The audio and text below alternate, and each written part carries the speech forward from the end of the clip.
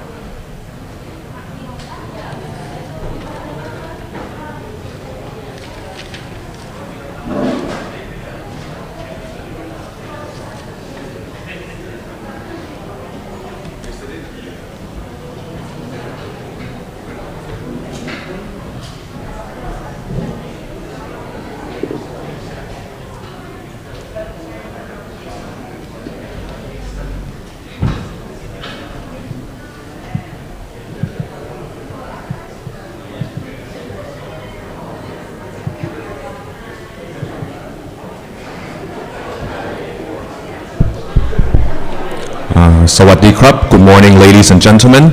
This is to inform you that this morning's program will begin in approximately 5 minutes. If I may please kindly ask you to take your seats at this time. Thank you very much. I need this too. Get another one, yeah.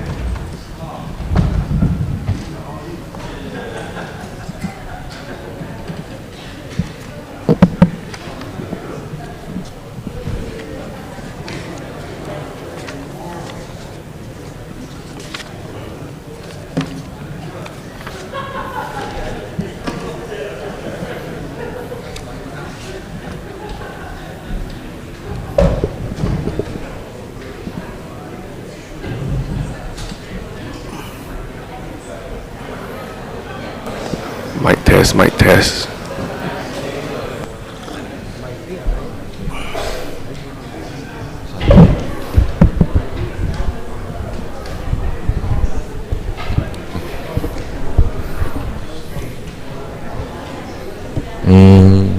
Bằng พี่จงซ้ายหน่อยพี่จงไปตรงไม่ใช่ไปครับ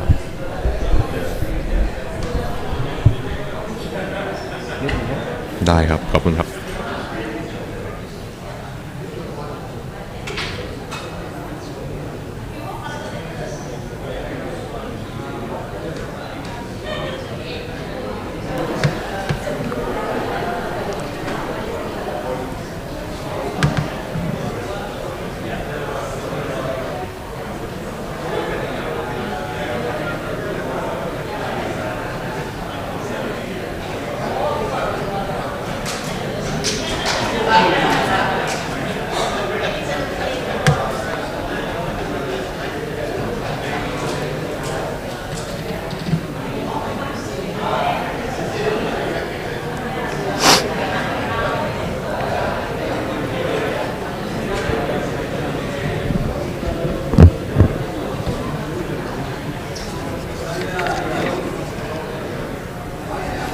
Dr. Ivan, do I have to introduce you? No need, right?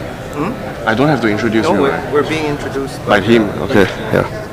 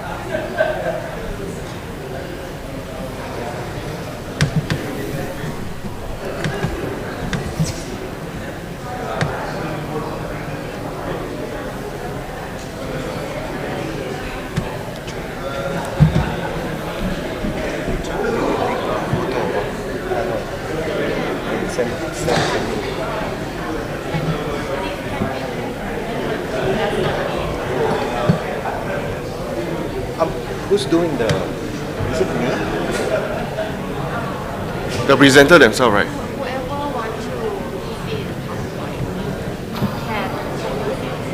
Okay. Okay. But PowerPoint is already controlled by. Yes, yes.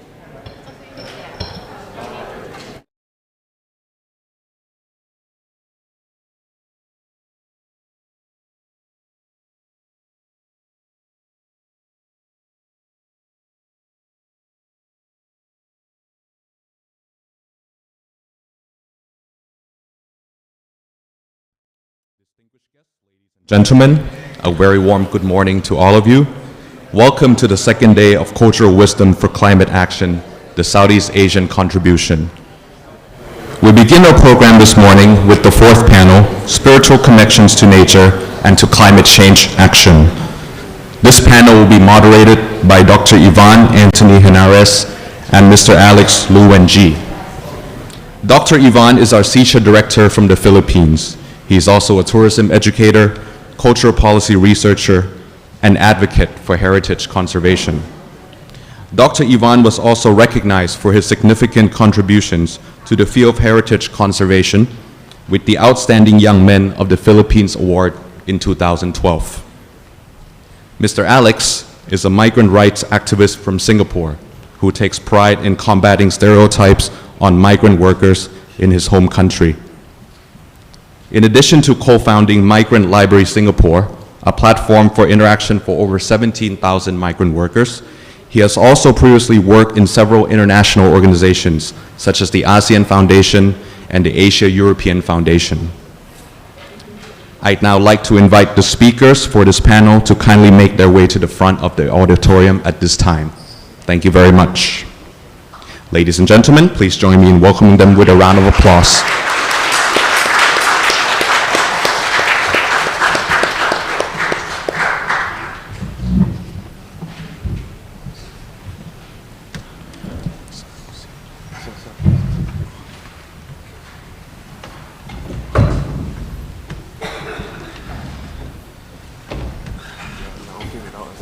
Good morning, everyone, and welcome to the fourth panel, Spiritual Connections and to Nature and to Climate Change Action. So Southeast Asia has a very diverse spiritual heritage, and this panel will explore that spiritual heritage and look at how it can provide a basis for climate action.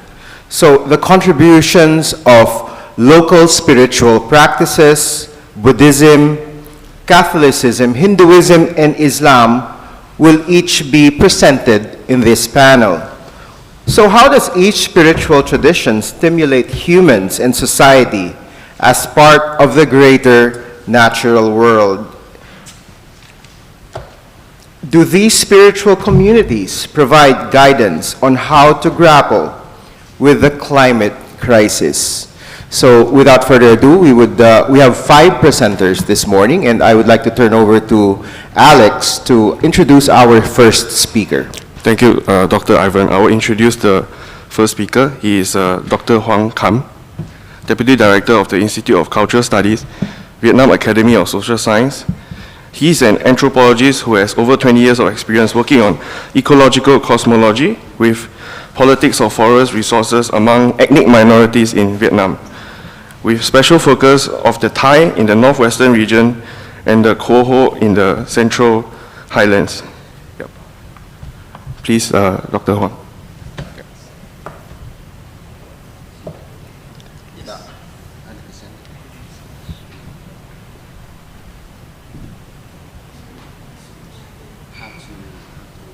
PowerPoint. It's, can we have the PowerPoint ready? Can we have the PowerPoint, please? Ah, we have to sit here? Okay. Here. Yeah.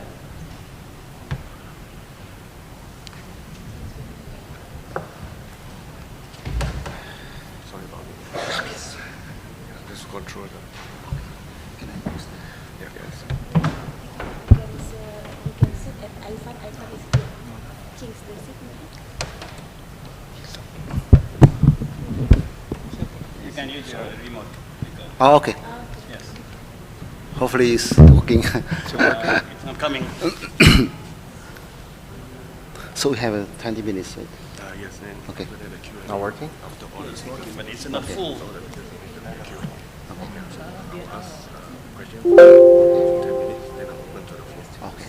Okay. Okay, so it's not working. So remind me about the time. So. Okay. Okay.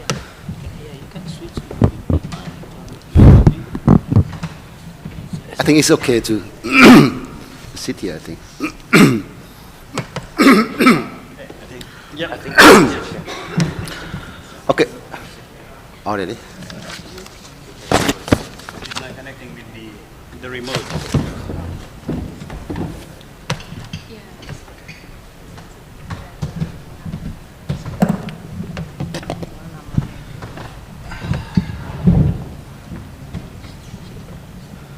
Sawadee krap and good morning, everyone.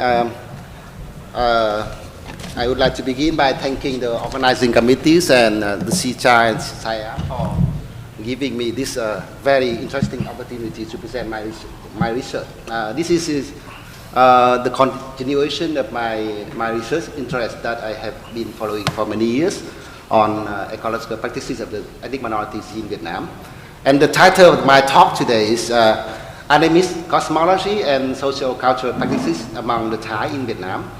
I would like to begin by presentation with a lady in the picture above. I call her Thai. She's a Thai herbalist and a shaman. In a home interview during my field research on ecological cosmology of the Thai in 2022, she told me about the number of ritual acts that she has to perform before going to the forest to collect medical herb for her clients. According to her, before leaving the house, she first had to offer incense at the shrine of the medical deity. In Thai, Pan Sơ Pu Chao Hang Za. I think somebody in Thai here finds similar. Right? A relative big shrine that she built in the front of her still house in order to get the permission and guidance of the medicine deity, Chao Hang Za in Thai language, to find the herb easily. When stepping foot into the forest, she had to pray to the forest deity for permission to enter. Finally, once she found the neat plant, she had to put a small set of offerings underneath it and hold the plant down so it touched the offering while praying to the plant to allow her to take the medicine. Another principle in this ritual she had to follow is that she can only take the exact amount that she asked for. And she said that if you do not perform the ritual correctly, the herb will never work. Many people don't know and just cut off the plant from the forest to sell in the market, but the herb will surely be ineffective. So the ritual done as part of the medical herb search that Mr. Thai described are but one materialization of the animist cosmology of the Thai in Vietnam. The practices that they have been following attest to the fact that although many of the rituals connected to the cosmology of the Thai, as well as other ethnic minorities in Vietnam, was banned for a long time for being perceived as superstitious. Animist cosmology continues to be an important ontological stand that govern many economics and socio-cultural practices of ethnic minorities recently. My presentation today will examine some main features of animist cosmology of the Thai and explore how this ontological stand influence their daily life activity. As animism, as many papers yesterday taught happen, is a global cultural phenomenon that has long existed in human history. In scholarship, this concept was first used by Edward Taylor in his classical books called Primitive Culture. As an evolutionist, Taylor considered animism as a primordial form of religion rooted in people's lack of knowledge of nature laws. Modern anthropology rejected Taylor's evolutionist interpretation. Over the past 3 decades, the connotation of animism and its practices has become an active subject for new voice of interpretation and discussion among anthropologists and environmental science scholars. As Guido noticed, this resurgence of interest in animism is not because of new discovery about animist people, but rather because modernity is currently in crisis, quote unquote. This new study treats animism as a type of ontology, a mode of perceiving the world, and a holistic and systematic understanding of the intimate relationship between human and their surrounding. In the animist ontology, personhood and relationality or intimacy are the 2 key concepts. As such, animist societies see the world as a community of living persons or deserving respect, and therefore the way of inculcating good relation between person and different species, this quote unquote. Although all animist societies have in the recognition of beyond human personhood and interspecies relationship, Kai Aham, in his recent book 2016, based on his case study in Southeast Asia, pointed out that unlike the original cosmos of ontological equal, or in his term, a standard or immanent animism, popular among hunting communities in Latin America, the cosmological prototype in Southeast Asia, especially in growing and livestock raising communities, is hierarchical animism. This is in quote unquote in his term, he called hierarchical animism. Compared to the standard animism, the Southeast Asian hierarchical animism is more comprehensive, comprised of also the living physical being and things, including humans, inserted between the spirits of the upper and the being of the below, is quote unquote. In this cosmology, the hierarchical orders is articulated in animal sacrifice ritual and quote unquote, in contrast to the symmetric intersubjectivity of human-animal relation in animism, ontological intersubjectivity in the sacrificial animism of the Southeast Asia is fundamentally asymmetric and centered on human-spirit relation. Briefly speaking, the Thai, one of the 54 ethnic minorities in one of the 54 state classified ethnic groups in Vietnam, has a population of about over 2 million, and is the 3rd largest ethnic group in the country. Ethnically, they are distantly related to the Thai of Thailand and the Dai in Sipsongpanam, Zunan, and China, or maybe in Laos and the Shan in Myanmar. So, and their ancestors have always lived in the territory that is Vietnam today. They are known generally as a Thai, T-A-I, in Western literature and designated as Thai with tone in Vietnam. In Vietnam, the Thai mainly gather in the vast valleys in the northwestern region, including Hòa Bình, Sơn La, Lai Châu, Điện Biên provinces, and in the west part of Thanh Hóa and Nghệ An provinces. Until recently, the Thai is still an ethnic group of quasi cultivators and who rely on foraging.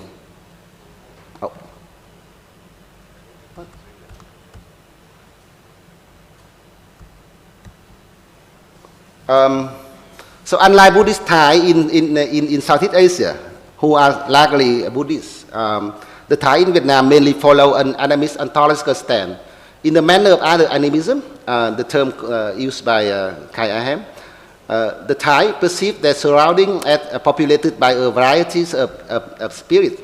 In Thai term is Phi, and Khuan, souls, and gods, Tan. So they have 3 terms, Phi, Khuan, and Tan. The spirits include natural spirits such as the spirit of a mountain and forest, Phi Pa, or Phi Pu, Phi Pa. Yeah. And Chao Din, the earth. And the village, Phi Ban, Phi Muang, territory and polity. The spirit of urban medicine, Chao Za, this is another term. Chao Za, as well as ancestor, Phi Dam Pang, and the house, Phi Huan, and so on. Living beings, including animals and plants, have souls, such as soul of human, Huan Ken, of rice, Huan Khao, and rice terrier, Huan Na, so it's quite similar right, in Thai. Yeah. Or buffaloes, Huan Huai, and so on. Apart from the spirits and soul of living beings are deity, including Po Ten Luong. Po Ten Luong is the great father god or deity, and his subordinate deities. All these spirits are thought of having human-like feature or personhood, with capacity of will, intention, and agency. Unlike the standard animism, however, in Thai cosmos, as in many other Southeast Asian animist communities mentioned earlier, the spirits, including ancestor, deities, souls, and natural spirits, are neither equal or egalitarian. This is hierarchical in terms of Kai Aham's understanding. They are instead ranked within hierarchy of power and agency. So this vertical classificatory system partly corresponds to the hierarchical level of the universal in the Thai cosmology, including Mueang Thén, the highest Mueang reserved for the deity, and Mueang Pieng, human being, human Mueang, the lowest reserved for human and non-human actors, including plants, animals, and other natural spirits. In Mueang Thén, Po Ten Luong, the great father god, is considered the supreme god with the power to preside over all other deity and being in the universe. The gods have feature of personhood, and Po Ten Luong have 10 other existing 10, each in charge of a distinct duty. An area called in Mueang Thén called Dam Doi Ngoi Pha, the end of the universe, is the dwelling of the place of the dead, of the ancestor. So the lower ranks, Mueang Pieng, is where humans reside. Besides human beings, the population of this world includes supernatural beings, such as spirits of the earth, of the forest and the rivers, and so on. And Mueang Pieng is the dwelling of other non-human entities, including the plants, animals, both domestic and wild, and their souls. So Thai cosmology sees non-human actors differentially, considering supernatural spirits as having more agency and power than those of plants and animals, especially domestic ones. In the relationship among the entities in Mueang Pieng, spirits can exert an impact on the well-being and prosperity of human as well as animal and plant. Humans also use certain animal and plants, usually the goat and buffalo and chicken and so on, as a sacrificial offering in the exchange with the spirits. Despite living in the same Mueang, the dwelling spaces of human and natural spirits are completely separate. Each type of spirits dwell in different areas. For example, Mueang spirit, Chao Mueang, reside in the forest called Tu Sư Mueang in Thai language. The dwelling place of the forest spirit, Phi Pa, is usually deep forest and so on.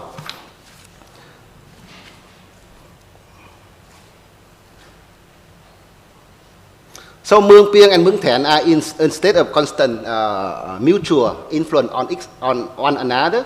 The human world is managed by and governed by the Thén world, which belong to the Po Ten Luong and his subordinates. The god can also ascend to the human world to punish the descendants of the deceased whose spirits violate the celestial world, rules. In the relation and exchange between human and other non-human entities, including human and animal souls, natural spirits and deities, the Saman is more in Thai, more mode. Yeah. Both male and female play very significant roles in mediating the communication between human and other than human person through act of magic, including chant performances, more mode, pray for the auspire and protection of the deity Thén and the spirits, so that the communities can enjoy good health, good weather, and successful crops. They use ritual and sacrificial offering to ask for forgiveness from the deity in case humans commit a taboo. They also communicate with, persuade, and in many cases, scare away human and non-human soul so that they return to their appropriate bodies and restore their well-being.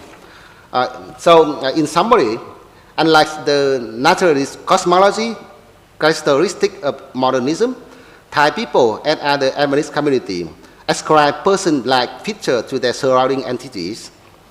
The entity, rather than passive object as constructed in nationalist cosmology, have agency and internationally, like human. Animist cosmology are holistic in the ways they allow human and non-other human person to be interwoven and integrated. So since 1986 reform that marked the state shift toward a more open attitude regarding spiritual and religious practices, which previously superstition. Thai communities have revived most of the ceremony dedicated to the important deity in their animist pantheon. In the village called Nabo in Sanla province, for example, where ritual dedicated to the animist deity has been revitalized since 2010, one of the most important communal ceremonies, the rain praying ceremony in Thai, Pang Mo So Nam Phon, was organized again by the Thai communities after many years abandoning or prohibited by the state. This ceremony has been organized annually ever since, believing that whether the community will have a good weather and sufficient amount of water for all beings in the year depends entirely on the auspice of the Chao Nam, the deity of the water, and the Tan, and in the upper world. The village strictly follow the traditional ritual processes under the guidance of the shaman from the Leung clan. One of the most important rituals in the Pang Mo So Nam Phon ceremony in this village, like rain praying ceremony in other Thai communities in Vietnam now, is the preparing the Sang Bok Mun To, which meaning blooming tree of all beings. Another important ritual is planting tree. After shaman finished the worship procedure, all community members, including children and elders, have planted at least one tree, no matter which within the village territory, especially in the Puchan Luang is where the considered Puchan Luang is the place the Chao Nam reside, the sacred forest in the village. So there is a this is similar to the case of Thai community in Thanh Hoa and other province whose sacred place, Huan Sơ Thén, dedicated to the worship of their supreme deity Than Luang, is situated in Phu Pom mountain. Since 2015, with the permission from and financial support from the local authority, Thai communities here have reconstructed and expanded the shrine for Than Luang, as well as revive the traditional ceremony of worshipping Than Luang after 50 years of being banned by the state, along with the shrine reconstruction and restoration of the buffalo offering. This is a very special one among the Thai in Thanh Hoa. At the shrine, local people also voluntarily returned to, and the entire area of the Phu Pom mountain is above like 4 hectares. It's quite large. Of the Thai communities for spiritual purposes. After the shrine was rebuilt, people start to replant trees to provide dwelling space for their deities in the traditional animist cosmology. So planting the tree was so accompanied by the dissemination and enforcement of customary law that prohibit all form of violation to these re-sacrifice areas. More interestingly, all sacred forest areas dedicated to the animist spirits and deities among the Thai as well as other ethnic minorities have now not only protected by their customary law, but also by state law. This is very important. Besides the heritage law, in 2019 forestry law added a new category called rừng tín ngưỡng. It's the religious forest to set a legal foundation to the protection of the sacred forest area. So at the individual and household scale, apart from ritualistic practices such as those followed by Mr. Thai mentioned earlier, the influence of this cosmology on the Thai past and present life is well embodied in the ways they interpret abnormal occurrences within families and communities. In addition, Thai shamans continue to play important roles in resolving most issues in the community, ranging from classic life aspects such as health and well-being, natural resources extraction for livelihood, house building, to the more recent problems such as debt collection, marriage conflict, and land dispute. They all around, they all like interpreted this kind of issue in terms of their animist cosmology. In conclusion, a story I have presented shows that in the Thai cosmology, there exists a variety of spirits, and the spirits are thought as having person-like feature or personhood, with full capacity of will, intention, and agency. The relation between human being and the person-like spirits is divided but intersubjective. Although this ontological stand is associated practice was prohibited by the center state during the high socialism from 1960 to about 1980. The animist cosmology has been lived and expressed in their current socio-cultural practices.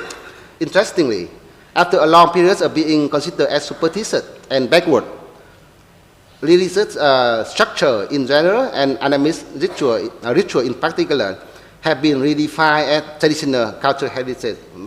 In Vietnamese, di sản văn hóa truyền thống, and thus in need of protection and promotion in order to build an advanced Vietnamese culture with national identity. In the context of the shift in the state attitude toward cultural heritage, animist practices have been rehabilitated by the Thai and other ethnics in Vietnam since 1986. So the animist ontological stand of the Thai, as others, as Nicholas Aham had put it, is representative both of the specific cultural effort, a moral attitude toward nature, and a profound practical understanding of the local forest environment, quote unquote.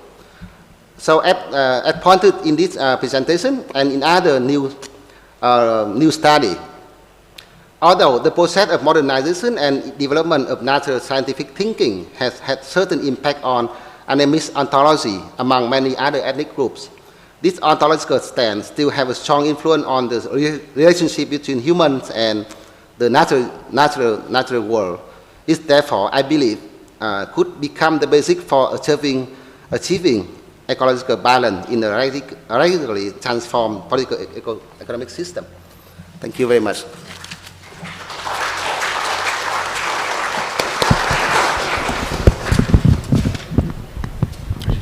Thank you very much, Dr. Hong. And may I request our technical team to make adjustments to our setup on stage. So, thank you.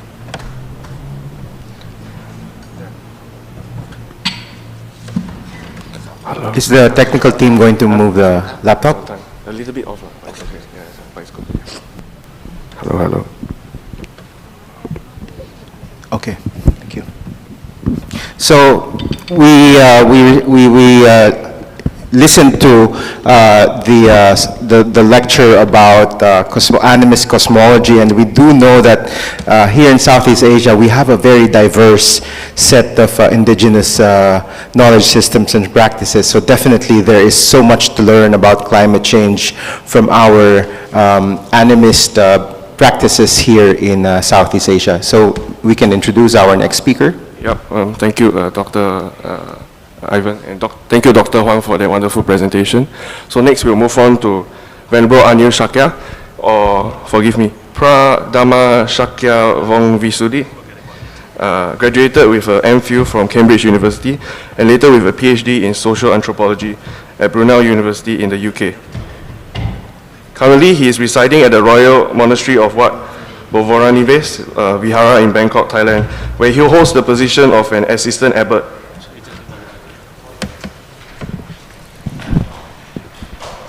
Thanks.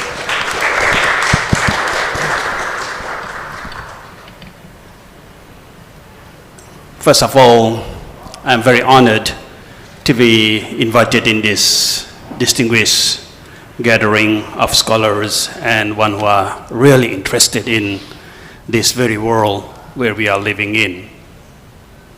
Thank you for the organizers, the SEACHA, as well as the Siam Society, and equally for all the sponsors which make this event happen. Well, we have just gone through the spirit world. While I'm listening to Dr. Huang, I'm just looking around. Is there any spirit who is joining this conference as well? And then just listening to that, I'm pretty sure that there must be. Because as he said that there is a Chao Ti, which means that the owner of this land. I'm looking out there in all the trees, but I didn't see here. But if you see around in Bangkok, in many places, if there is a big trees in a certain kind of a different unusual sizes of those trees, you will see the yellow, red, all these different colors of clothes with tiding on that trees, which symbolizes that that trees must be something different, unusual. There's a spirit inside that tree. And that is a way people believe. And that is a way, not only believe in terms of animistic, in terms of religious belief, but it has a different outcome in the modern world as how do you save that very tree. This is what we have seen in the Southeast Asia. In Thailand, in Cambodia, in Laos. In these modern days where people are very desire, people are always craving, and people are in the name of development, they are destroying the forest, they are destroying our only home, this earth. But there is no way. We are talking about Anthropocene world, even. And when we talk about Anthropocene world, we are seeing very negatively that since we are introduced in this world, we destroy this earth. But take a pause on that very statement we are always using this modern world. If we are not here, if you didn't come here, what is the meaning of this earth after all? So we are not only destroying, we are making the meaningful of this very earth, with this very planet, with our existence, with our introduction to this world. So that's why I want to say these modern scholars, they always say that we are always trying to blame the human development. Yes, it is true. But at the same time, why don't you look at if there is no appearance of Anthropocene or no appearance of human in this very earth, what is the meaning of this earth? Whether this earth is relevant, whether this earth exists or not exists, does it any matter to us? Does it any matter to this whole cosmos? So, we are talking about the very, very sensitive issues, and we are trying to encourage people to get aware of how we live in this very world. But it's sometimes, when you are too emotional, I guess, we fall into this, our own trap we dig into. Well, that is what happened from the spirit world. So my part, I will bring back to the modern world as who we are. So I'll forget the past. And I won't go to the future. This is what Buddhism all about, here and now. So I will talk about the spiritual connections to natures and to climate change from a Buddhist perspective. If the time allowed, I will go unfortunately I don't have any PowerPoint, I don't have any hands-out, but I will try to explain what I got in my mind slowly in few things. First, I will take you to the different way of looking at what we call is nature, what we call is climate change from etymological point of view. And which means that the etymology, which is quite familiar in this Southeast Asia language, that is a Sanskrit and Pali. Then I will look at the Buddhist spirituality, that how Buddhist spirituality look at this nature and again the climate change or climate change actions. Then I will give you a small guidelines in a way that how you can or what you can do in order to save the world, which is a very famous phrase, but the save the world, it doesn't mean that only the nature, we have to save our humanity as well. We are the part of the world as well. Sometimes we go too extreme until we forget the real fact. Okay, let me start with the whole idea of nature. I guess in Thai, from Thailand, even Mr. Huang maybe have the same vocabulary. In Thailand, let's say called mountain, mountain, that is called Kiri or Pukao. That's a simple word, is Pukao, but the word we use is a Kiri, Giri. Yeah, so because in Thai they don't have a G, so that will become a K. So it is a Giri. So what is Giri means? In Sanskrit and Pali, etymological derivation of the word Giri is very interesting here. The word Giri, the word from, the root is from Gr, and then the real meaning is that the place which discharge water and medicine. Okay? So it support you for the Mr. Hong. It is not only spirit, so I'm bringing down to the modern world. So what do you mean by nature? What do you mean by even the word, symbolized as a mountain? It is not a mountain as in English. From English word, I guess that the mountain is two land disrupt and then abrupt. Some kind of a higher that is become a mountain. But in Southeast Asia and Pali Sanskrit derivation, the word Giri basically means that the place which discharge water and medicine. So it means that we, as a human being, and all sentient beings, all kind of creature, only survive with the source. We get it from the mountains, we get it from the nature, that is water, and when we get sick, we get the medicine from that. We don't see as a modern aesthetic meaning that these days, these mountains, the natures become self-expression of your art. You are so bringing those things to become, you're so selfish, and then use it as a part of your expressions. But in fact, from connections, spiritual connections, what Buddhism or most of the Southeast Asian context derive is that it is the source of our life. So if you want to survive more happily, more comfortably, more cozily, it means that you need to have those resources for what makes you who you are. The life, water, the earth, the fire, the wind, oxygens, where it come from? That is what we call nature, and that is who we are. From Buddhist spiritual ideas, how we define I, how we define human, how we define any sentient beings. We are the part and parcel of this cosmos. That is why some Buddhist scholars call cosmodicee. As in theistic religion, you might call it the theodicee. But from Buddhist point of view, we call a human, and in nature, an essential being, a cosmodicee. Because we are part and parcel of this whole cosmos. Without tree, how can we get the oxygen?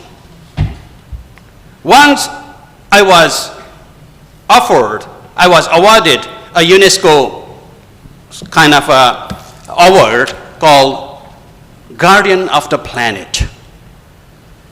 And the whole idea of that award, behind that award, is my presentations to the world about how do you save the world. And my simple presentation at the time was, I said that why we are talking about save the tree, save the world. The way we are thinking, it is very unreasonable, unrational, I say, irrational. Because these days you cut the tree and then you put the sign in the paper, done, stop cutting the tree. And where does this paper come from then? So this is what happened to our world. So that's why I'm saying that why you are looking tree as other, why you are looking all this plant as the other self, why don't we look as our own extension? Instead of seeing those trees as other planet or other thing, other self, why don't you see that that is the source of our lung? Or in other words, that is our lung. Then you don't have to go to the rocket science to say that how to save the tree. It means that if you want to have a good life, if you want to have a good oxygen for your own breathing, own living, that is a source, you get it there. So this is a very simple connections we make. It is not only spiritual connection, it's not a religious connections, that is a connections we created. That is a word called pa. That is called giri. That is a word, whole idea in etymological. So I will go to another word called vana, or what you call is pa. Also, in Thai language they call there's a one,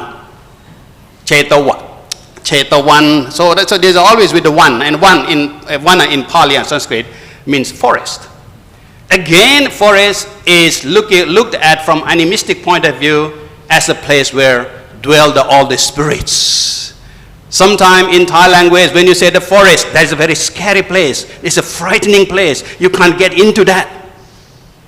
But again, from very etymological point of view, the word vana simply means that the place where people or any sensual being, any creatures can enjoy their happiness and serenity. You see? The word one. So that's why it is not only that idea, the where people go and associate to be a one and other with the place, the jungle, the dwelling place. In a more kind of spiritual point of view, more kind of religious point of view, the place, the forest is the place where you can be enlightened. You can be yourself. You see? So, in order to understand who you are as a human, you need to have that very element that is a nature, that is a forest. Forest is not other. Forest is inside of you. Forest is something that very quintessential for your surviving. So this is a very etymological point of view, looking at those two simple words called giri and vana. And looking at the Buddhist point of view, from the Buddhist life of the Buddha himself, then you will see that all his life from his birth to his death, for 45 years, where he spent most of his time, not in this beautiful building like this.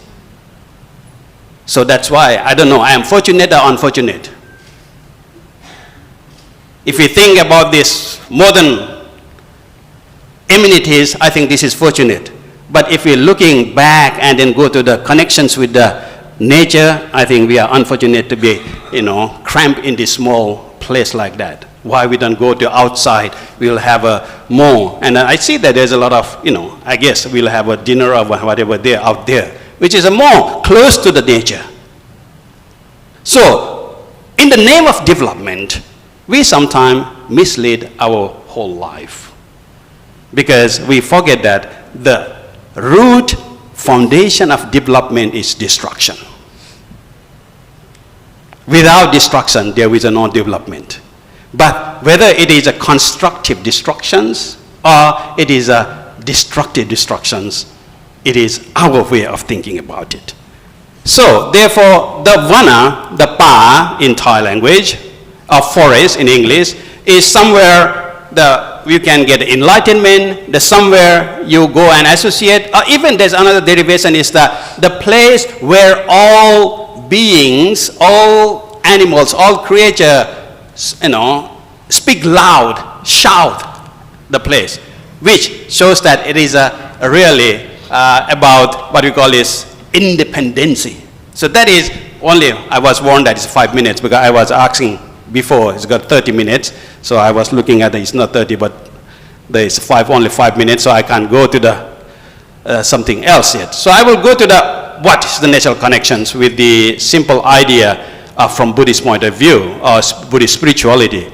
Now, if we look at the Buddhist teachings, of course, all those Buddhist teaching is about the interrelatedness. It's about, making sense of yourself and surroundings.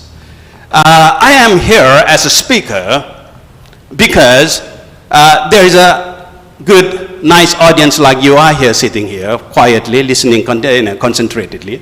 But if I'm doing my job as a speaker, just only the chairs are here, and should I call myself a speaker? Well, you can call it, but I guess that after I speak, I have to go and then end my life in the mental institute, that I can talk with all these chairs. So even the word speaker, even the word I is only relevant when you have something else to define who you are. So that's why how Buddhism make connections with the nature in that sense. So so in terms of looking at the creation of this world, as I said, there is 4 elements earlier. I didn't use the word, but there is a fire, which is the energy. There is a wind, which is taking our even oxygens. There is what we call is soil or solidity, and then there is what we call is what left? Water, liquidity. So these are the part of nature, and these what define us in our body. What makes us these 4 things, elements. Okay. So therefore, in order to understand the whole nature and this natural world, Buddhism talk about these 5 different laws. Okay, this world has to be followed, or this will be run through the 5 different laws that is called niyama. And these are the utu niyama, which means that the world is very relying on what we call is biospheres, which I use a modern world. Of course, that is utu niyama is the word utu, is a weather. It is about the climate. So Buddha says about, the Buddhism talk about this climate change even 2,500 years ago. We have another law which control this, which run this world, is a bija niyama, biodiversity. And then we have another world which is about intentional law. We become a human now. All biodiversity, all those biosphere is relevant because our intentions, because of our existence, is called chitta niyama. But our intention is only relevant when we do the action, that is called kamma niyama. Then, of course, whatever you do, it will go according to the cause and effect, that is called dhamma niyama. So these are the 5 different laws Buddhism talk about, how you connect with the spirit, with the nature and climate change. Just to give you a simple example, I guess that I won't have much time, but just go to a briefing, just to kind of list you. So from Buddhist spiritual point of view, you look at the world, everything as you are an equal being. Yourself, as a sense, that is not you, because your existence in this world, in this hall, in this place, make you meaningful as you are, whatever you are doing.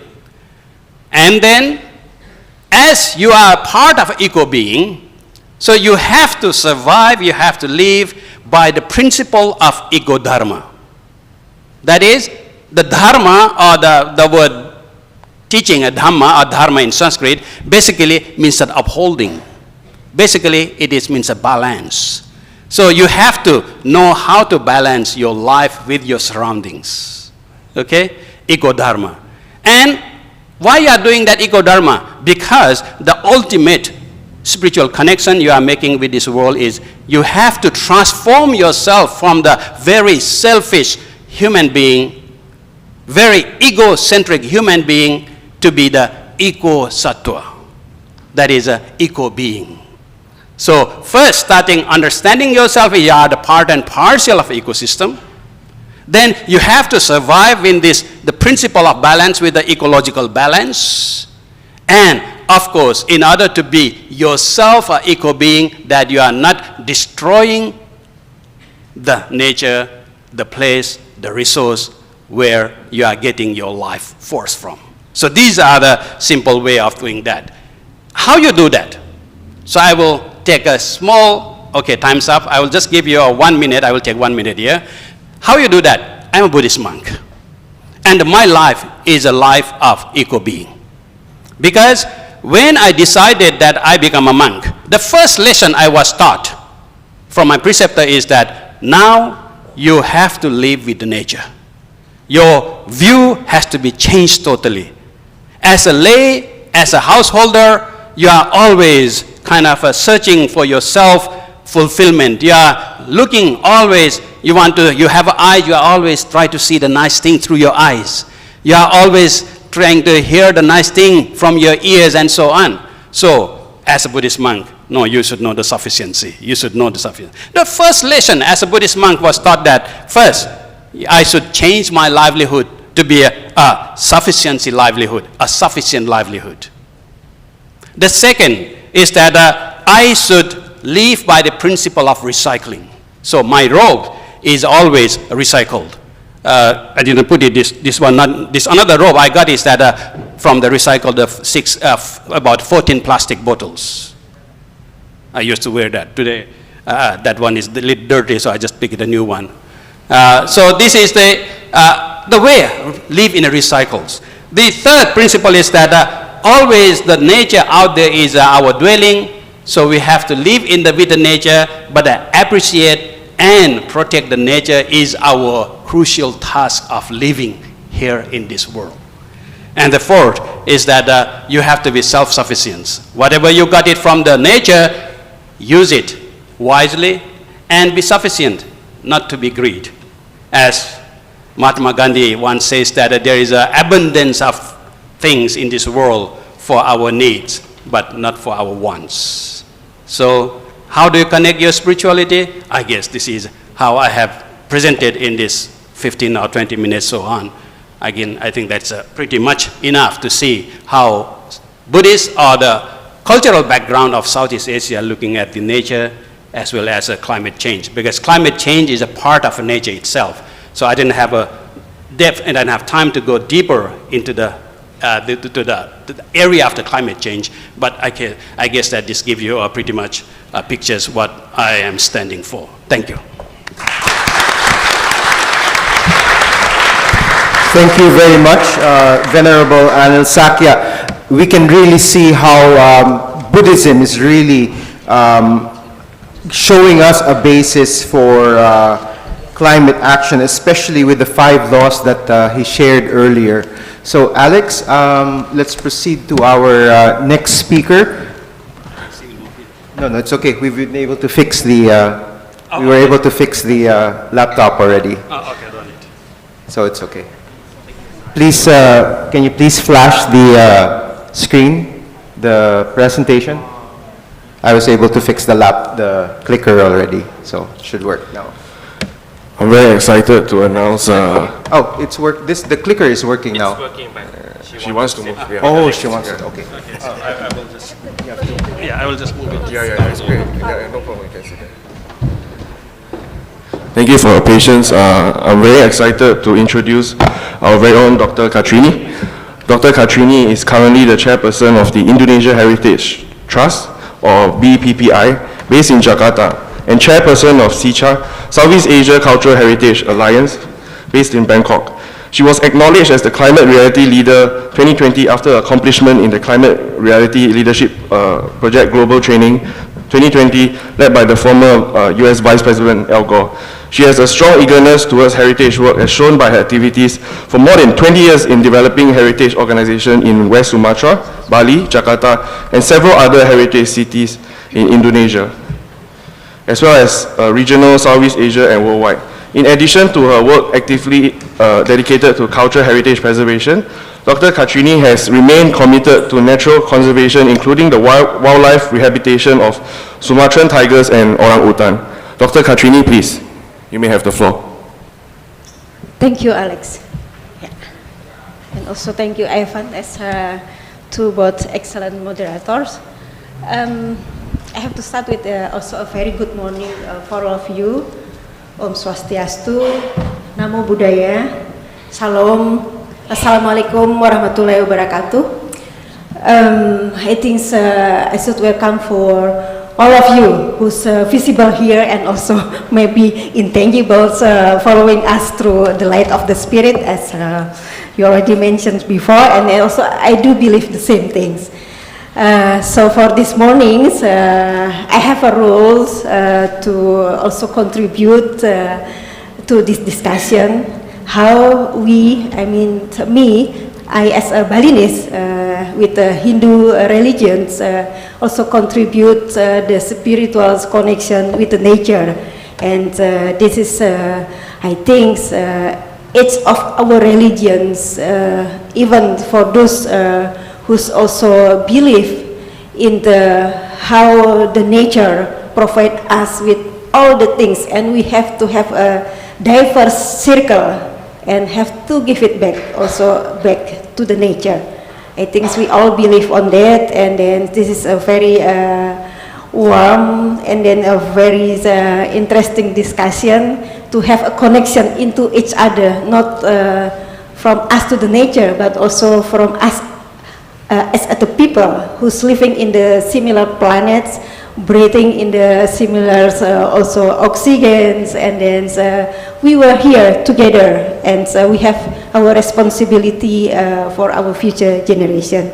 So that's I will start my presentation. I think we understand that it's having also not only in SEACHA as my organization that in this current time I trust to be the chair of this organization, but I'm also chairing the Indonesian Heritage Trust, as Alec already mentioned, and this is also how we safeguarding the conservation of the Indonesian heritage. So Indonesia as maybe a part of the country in this Southeast Asian, maybe one of the biggest one, maybe still maybe the biggest one, yeah, and having 5 religion there, and also we believe each of the area in Indonesia having also a very diverse, very rich about the tradition.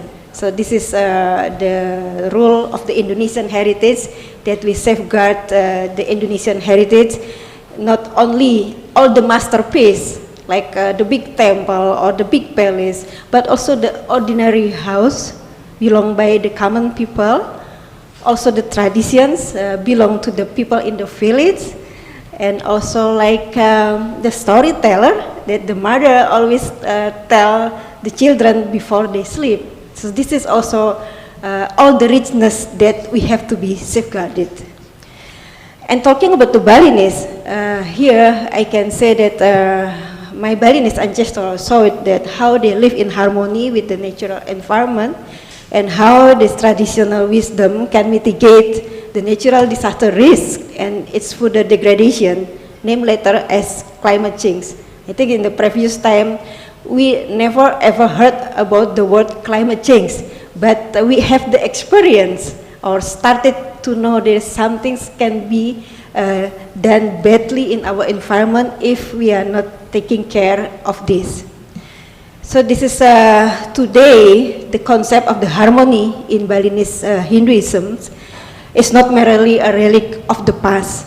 We are not talking about the era of our grandmother or the era of our great ancestor, but how the part of the people's daily activities that will be passed on the next generation. So this is really a strong root as a Balinese. We feel we have to. So for me,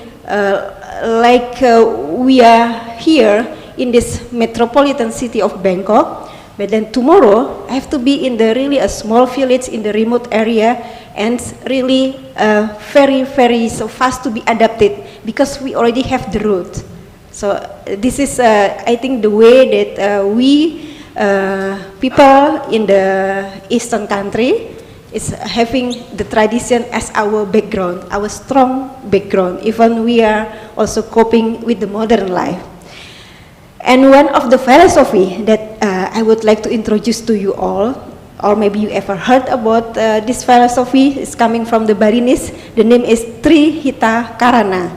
Tri is a number 3, so there are 3 things compressed on it. And then Hita is the happiness, karana is causes, so the three causes of happiness in a Balinese philosophy that promotes the harmony in human interaction within nature and the spiritual world.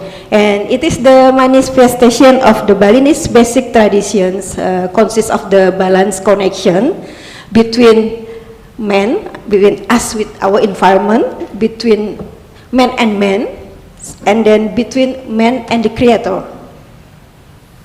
And then this philosophy of Trihita Karana has been existed as a life concept for the Balinese before the 8th century, so long time ago, but the concept is still persist and implemented in our daily life. So this concept, as I mentioned before, is the balance of the harmonious relationship of all the sectors of life in Bali. And then the three relationship, as mentioned before, is guided many aspects of Balinese life, not only from the daily rituals, but also to communal mutual cooperation practices, to spatial planning in Balinese architecture, and how peoples also having the organization in the village. So this is the illustration of this three connection, how we have the connection human and God, human and human, and then human and nature. And we have the three names on each of this connection. We call it the Parahyangan, the Pawongan, and the Palamahan. And one by one, the Parahyangan is the basis for all the wonderful rituals of the relationship between man and God. So this is the way we appreciate what we receive from the God, what we are thanks for all the things that we receive in this life. So we do it through the rituals that specifically the appreciation for our God. And then the Pawongans, the connection between man and man, express a harmonious relationship between the man and man.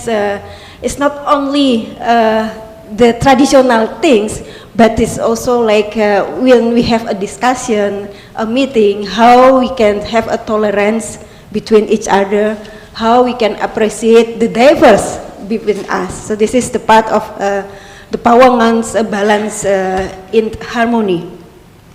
And then the last one is the Palamahan. It is the people connection with the nature.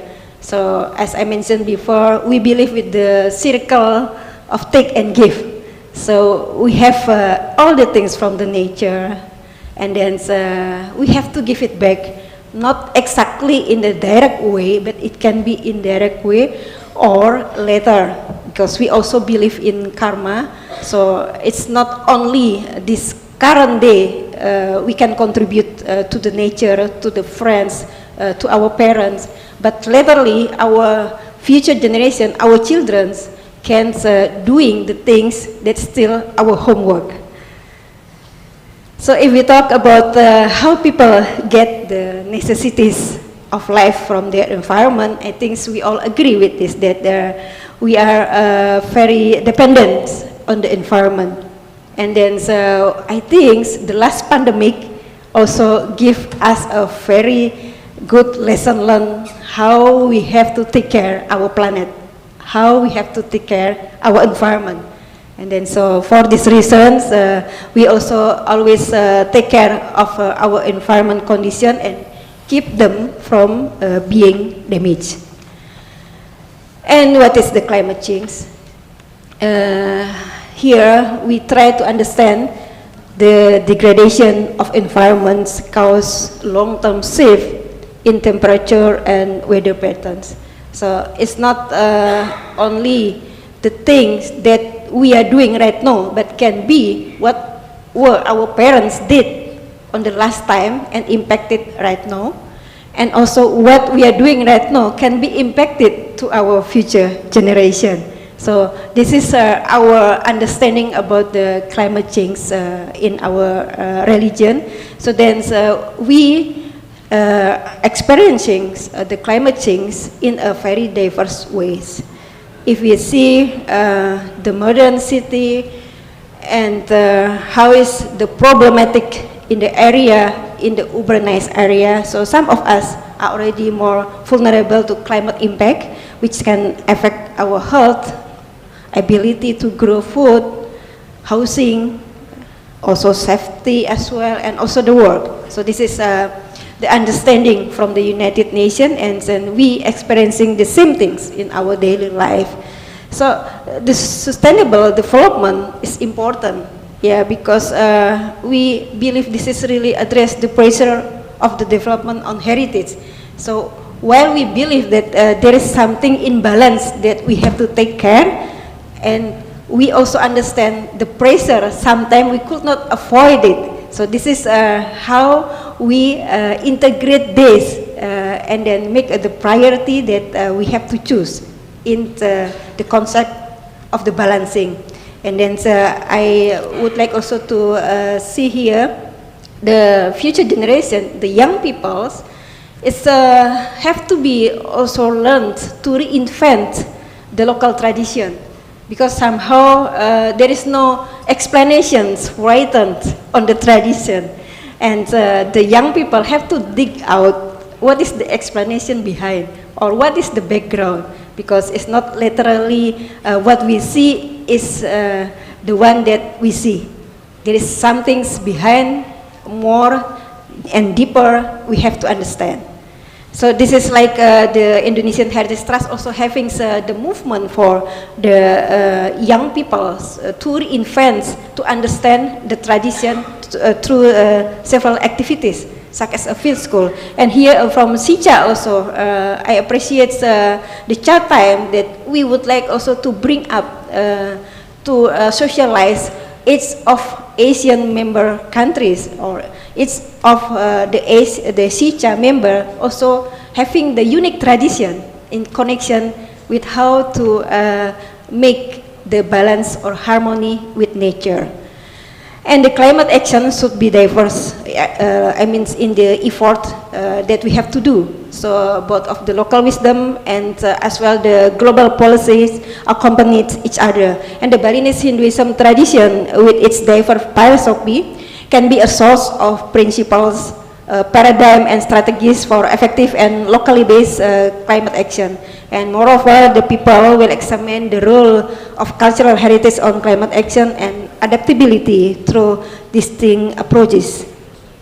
And for us, in this current time, it is not also difficult to integrate the local tradition philosophy as part of the current dynamic framework of modernization climate action policies.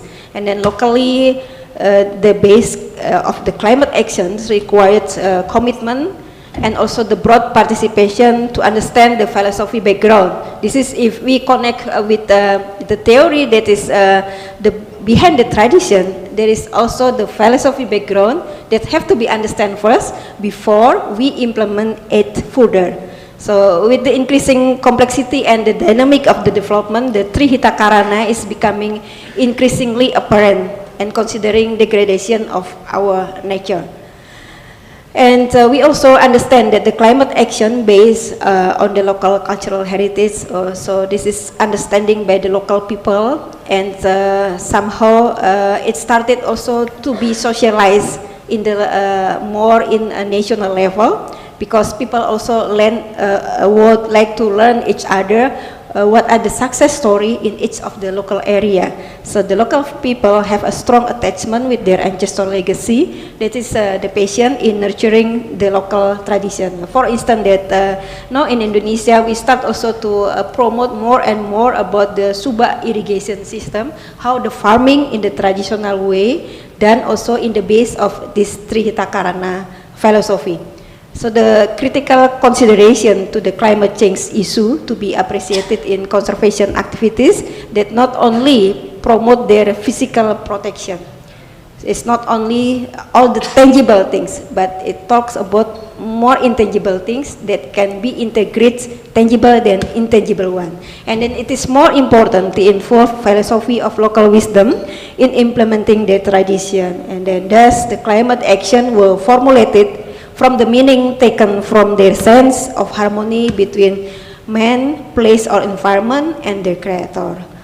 And then the tradition can also be applied together with the integrity of enhanced quality of life and better environment. So its establishment will have to promote their heritage protection through the daily implementation. And beside Trihita Karana and the rituals and also as well the procession and ceremonies related to Hinduism, these all are still performed until today. So I thank God in the pressure of the tourism in Bali, but it still exists until today. So these local activities should be taken into consideration on how they claim their heritage ownership. This is really important to have the people having their sense of belongings. So how the ownership of the heritage that they have, and because in the previous slide I said about the understanding. So understanding what we have, and then the ownership, we proud to have it. So this all that we can keep promoting our own heritage through practices in our living tradition.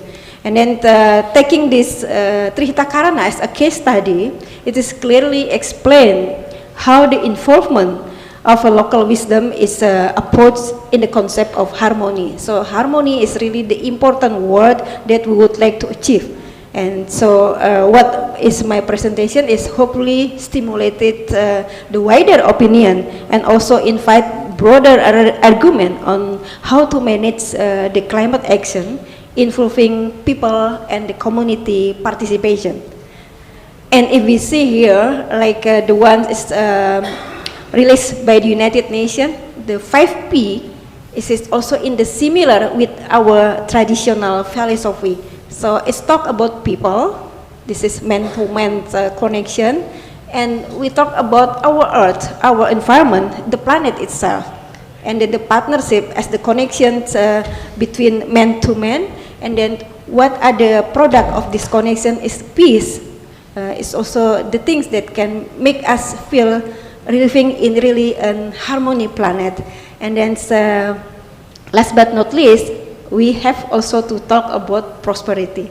It's nonsense if we are talking about all these things without give the prosperity and then the level of life that people can enjoy, can also appreciate their environment in this prosperity.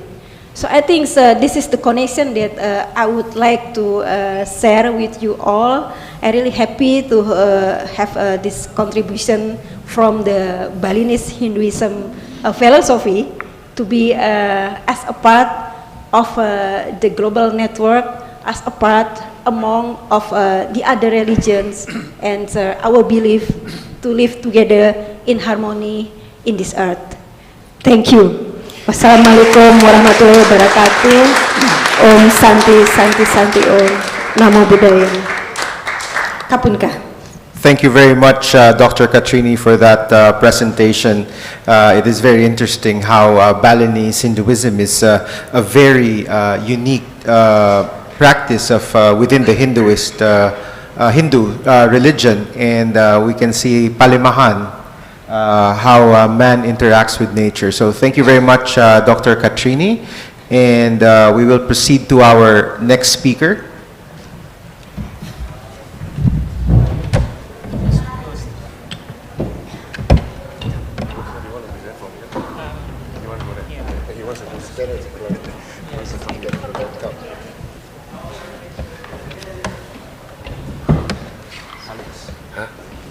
Yeah. So while waiting, I'll introduce the speaker. Dr. Fachiruddin M. Mangunjaya is an environmentalist, author, senior lecturer at the School of Graduate Program Universitas Nasional, and the chairman of the Center for Islamic Studies Universitas International. Dr. Mangunjaya is a drafting member of the Islamic Declaration for Global Climate Change in Istanbul 2015, a scholar member of Al-Mizan Covenants of the Earth, and a member of the advisory group for Forum on Religion and Ecology, University of Yale. Without further ado, I will hand the floor over to Dr. Fachiruddin. Yeah. Can you screen? This one? Oh.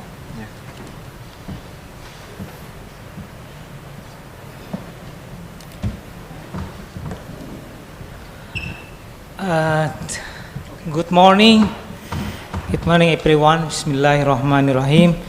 Thank you very much for this opportunity. Very nice to have we get together with us together in this ASEAN meeting of our tradition and cultures. My background is biology.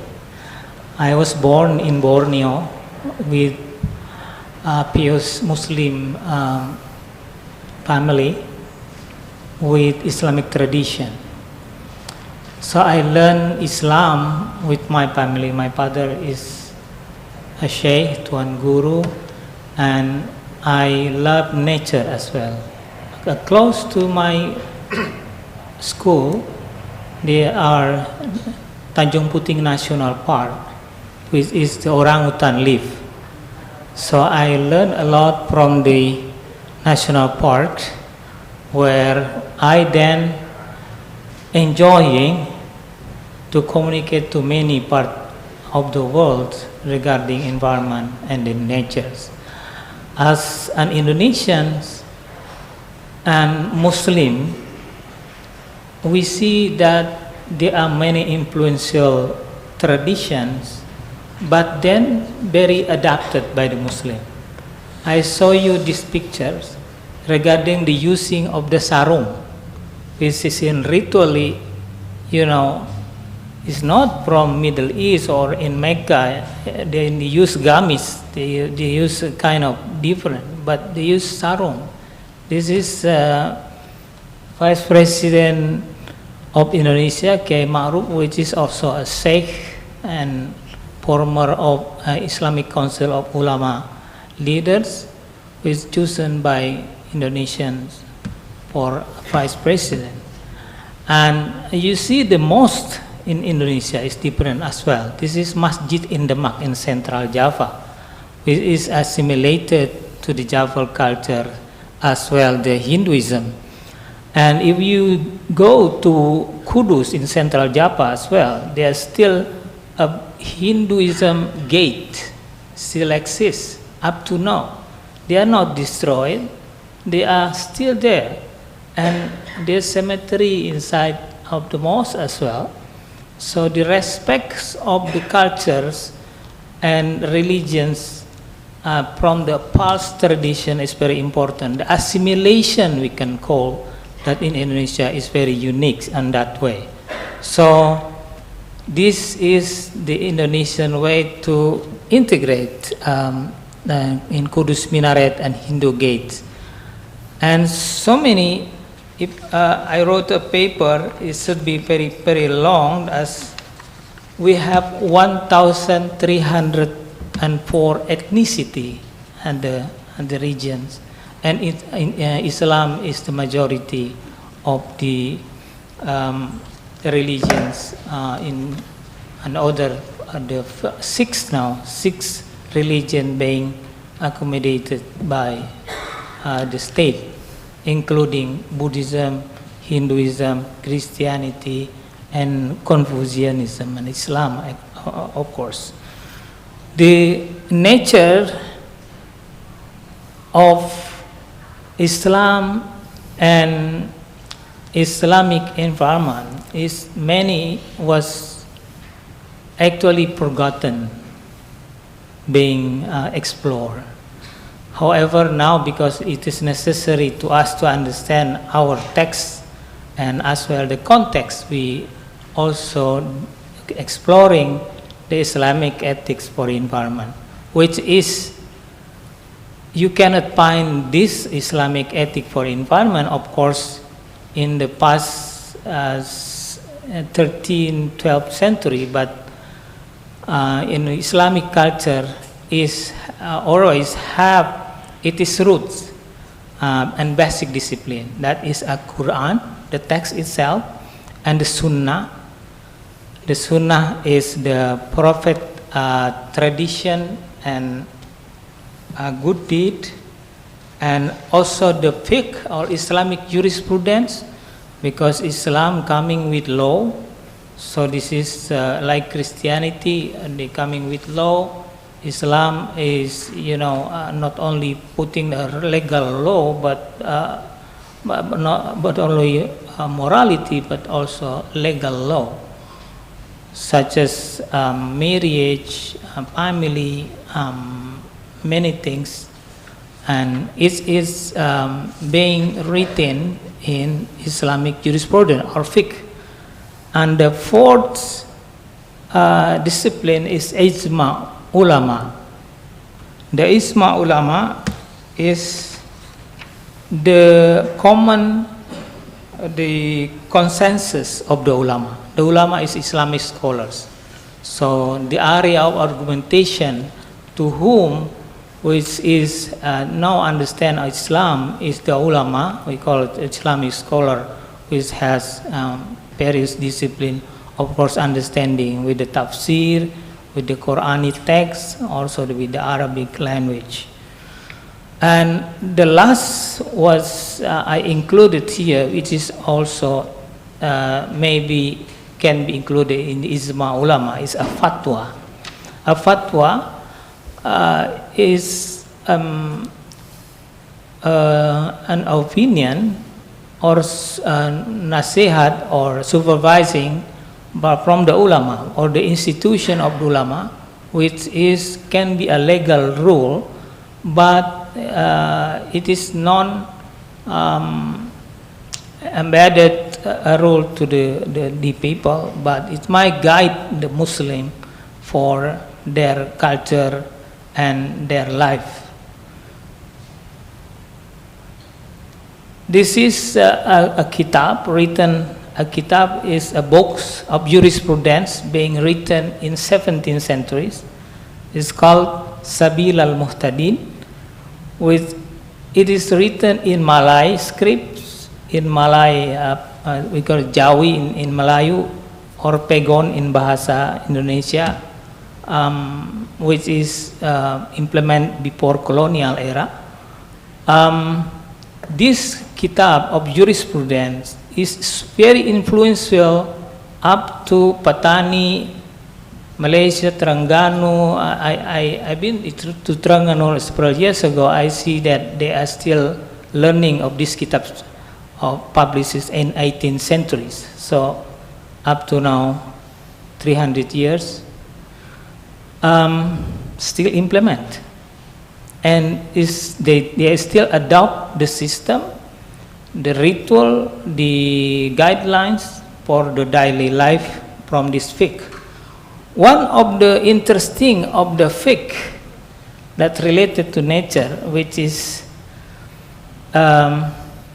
related to the protection of many animals in Southeast Asia, is a chapter at the last chapter of the jurisprudence. Is called the chapter of consumption.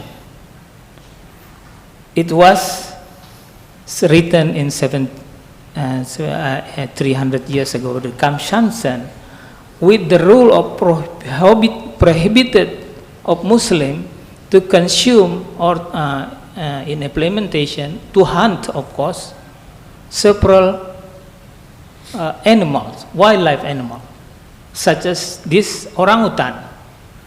So we can see at the coastal area, which is Muslim predominated area, the orangutan still exists and they are very tame.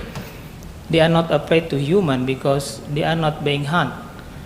Also in the hadith is very clearly a predator and the animal that having jaw and claw are prohibited by the hadith. So Muslim is not allowed to consume not only that kind of animal, but only which is amphibians is also. So many, I count about 1,000 species impacted by this jurist legacy not to consume. So it is very important because IUCN or conservation institution coming later at the 20th centuries, but this protection is coming from the real action from the consumption. So the consumption issue is coming also from the 20th centuries, sustainable consumption. So this is very important for us as a legacy.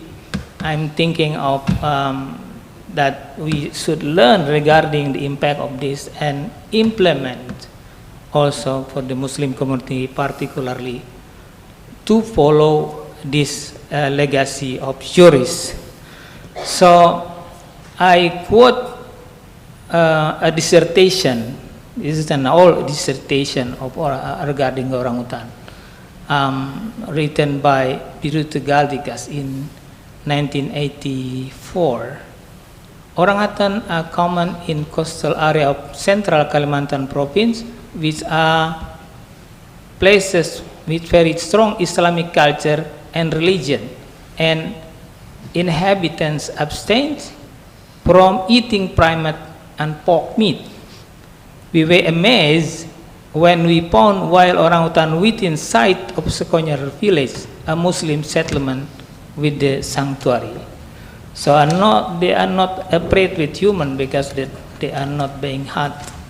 And we now understand at the modern science that orangutan is very important for the ecosystem. We are not planting trees all days, but orangutan and bird and many bat as well, they are instead of pollinator, they are spreading the seed. So total 247 fecal sample collection from the science, 181 sample or 37% of fecal sample contain seed. So what human contain every day? So we are not so productive, but animals are productive. They are eating organic and releasing organic, and they spread the seed from the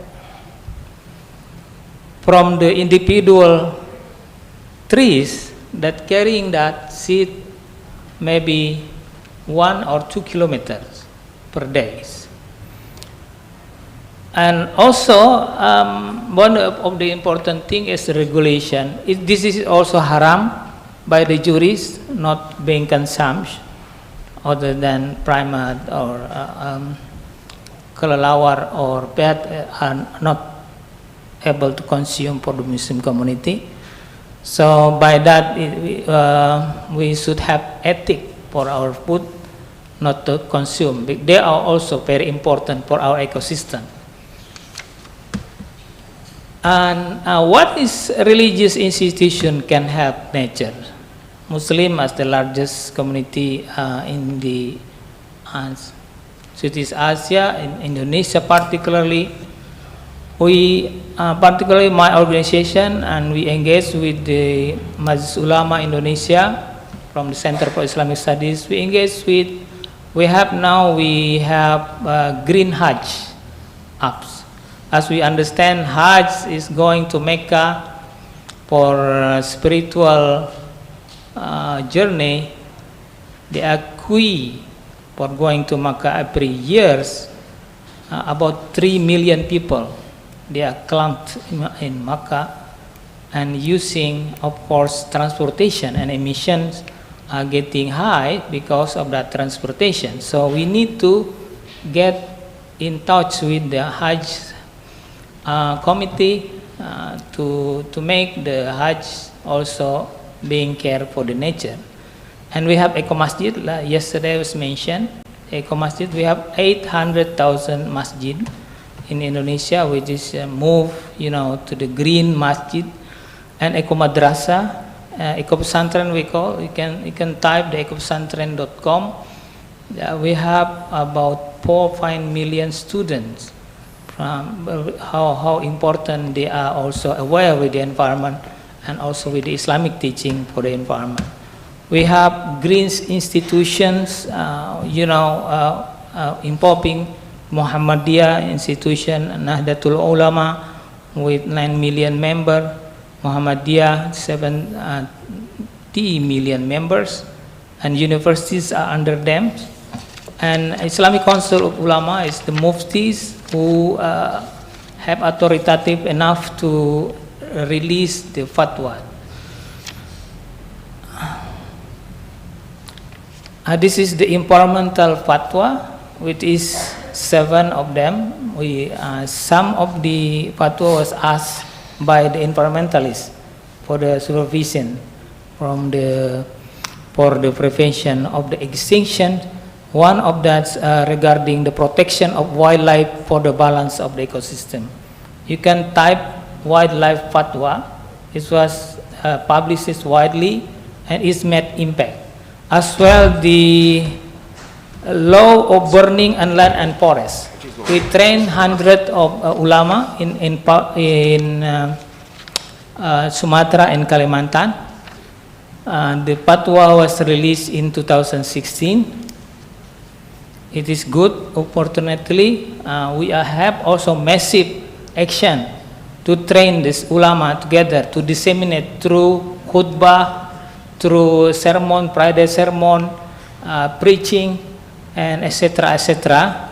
So, is it make an impact? I wrote a paper regarding that. It is matter. It is matter. Several thousand of villages are stopped burning forests, also by the help of the government, of course, but it is companion is very important. This is the model of the training. You can browse it. And we have also the economic institution is very important, which is, everything, the changing of lifestyle is coming from the economics. Economic institution we have in Wakaf, we have we have sukuk. This is released, the sukuk by the state, but by using this Islamic terminology, we can engage so much and quickly Islamic community to attract. It attract over 16,000 investors. In the millennials, dominated by investor, 44% is baby boomers, and the green sukuk bond worth 1.2 billion in 2018 rise now to 500 million euro. Is still ongoing, and the sukuk bond is proposed for the green building, green infrastructure, green roof, and everything by the government. This is the Hajj I already mentioned, and also the Masjid Istiqlal been greening as well. This is up to 30% of its energy covered by green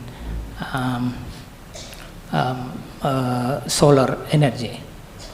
I don't know whether it's work or not. This is hutan wakaf, the wakaf forest in Aceh. It's initiated by youth, and they are buying the land piece by piece, and now generating about 5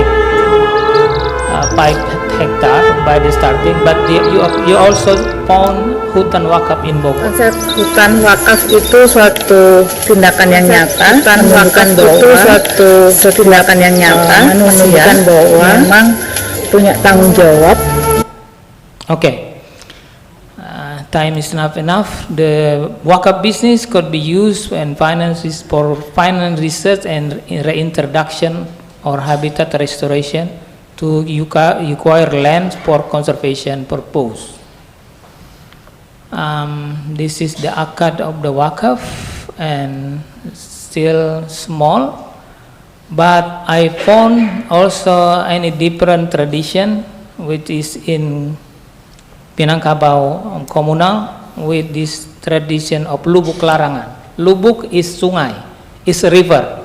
Is larangan is protected river. So we still have nature with the protected river because it's involving mosque, madrasah, imam, and communal community of in Sumatra. So they still have nature. You can see things community like this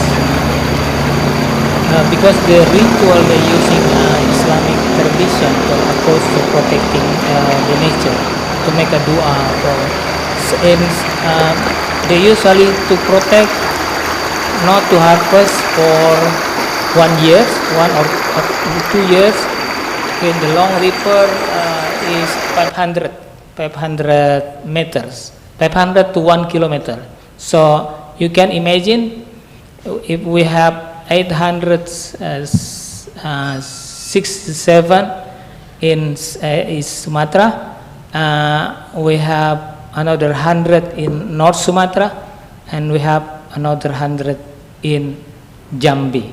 So it's a significant culture and nature from Islamic perspective.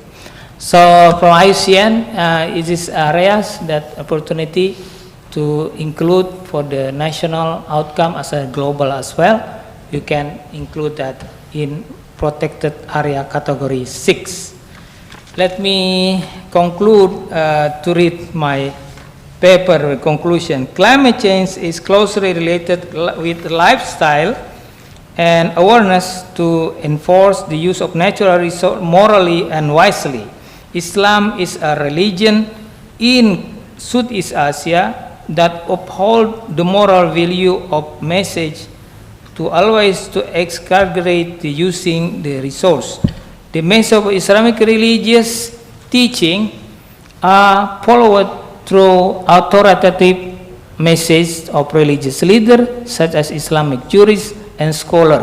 In case of Indonesia, a country with largest Muslim population, provide an example of applying message for Islamic teaching and tradition best practices and action to mitigate climate change. The tradition is described at this paper consisting the various instruments, the Islamic finance or sukuk, the wakaf to generate the land for the forest restoration or hutan wakaf, and the lubuk larangan tradition which directly related to conservation of natural resources and the well of potential could achieve the protection of natural environment together with the community. Thank you very much. Thank you very much, Dr. Fachruddin, and for sharing how Islamic culture practice with Sumatran-based community customs has been very vital for climate change. So earlier we've seen how Hindu beliefs intersect with Balinese traditions, and these intersections between religion and local customs create unique spiritual connections in Indonesia. So I think we will have a slight change of schedule. We will have our coffee break first before we proceed to the talk of Father Ted Turalba. That is correct, ladies and gentlemen. We will be taking a short coffee break now. On the menu today are special desserts prepared for us by our friends at the Indonesian Embassy in Bangkok. I also would like to direct your attention to our book sale in the garden. A round of applause for our friends at the Indonesian Embassy, please. I also would like to kindly direct your attention to our book sale in the garden, where you can find a collection of books. All proceeds will go towards the operations of our library. Please kindly be back by 10:50 a.m. Thank you very much. Thank you. Thank you, Mark. Good speech. We will come back later. Yeah, it's good. Yeah, I'm aware of this.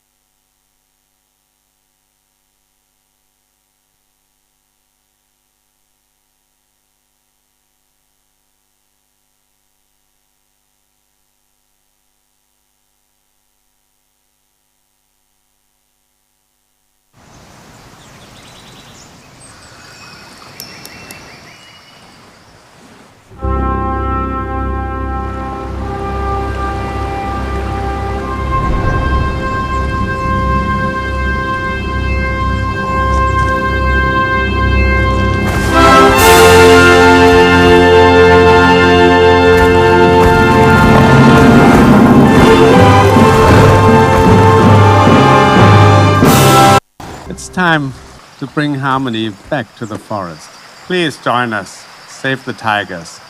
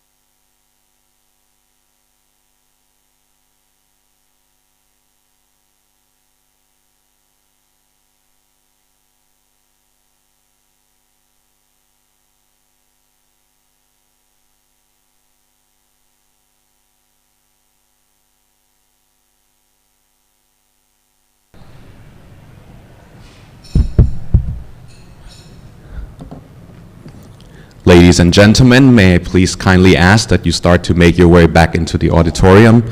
Our program will continue in approximately 5 minutes. Thank you.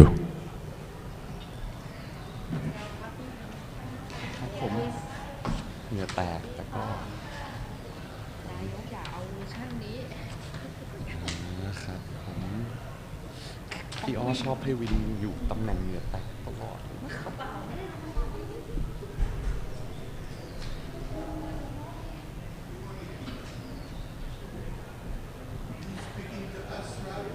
Yes, sir.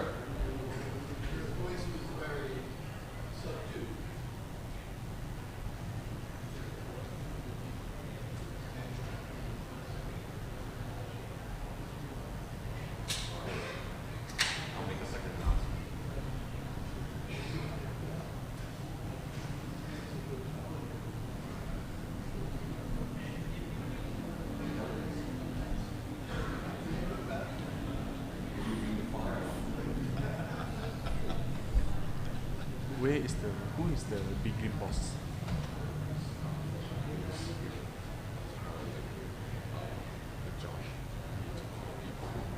May I ask for your no, like by the. Where's the gong? You need to hit more. Yeah. Where is the gong? I have hit the gong. Yeah, that's true.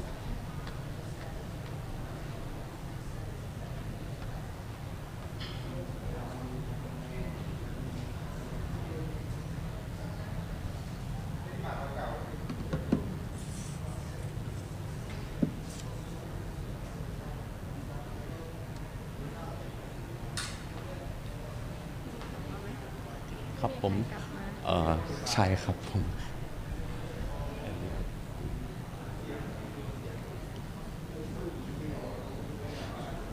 Ladies and gentlemen, the time is now 10:50 a.m. May I please kindly ask that you make your way back into the auditorium at this time. Thank you very much once again.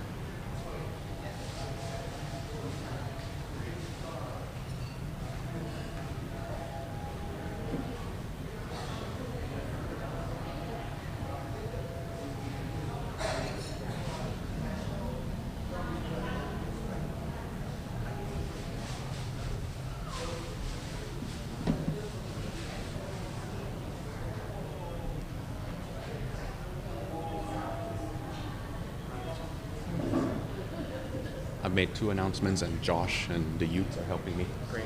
Have you seen did the gong work? Yes, but I think I wasn't loud enough. Have you seen Kisam? Yeah, he's here.3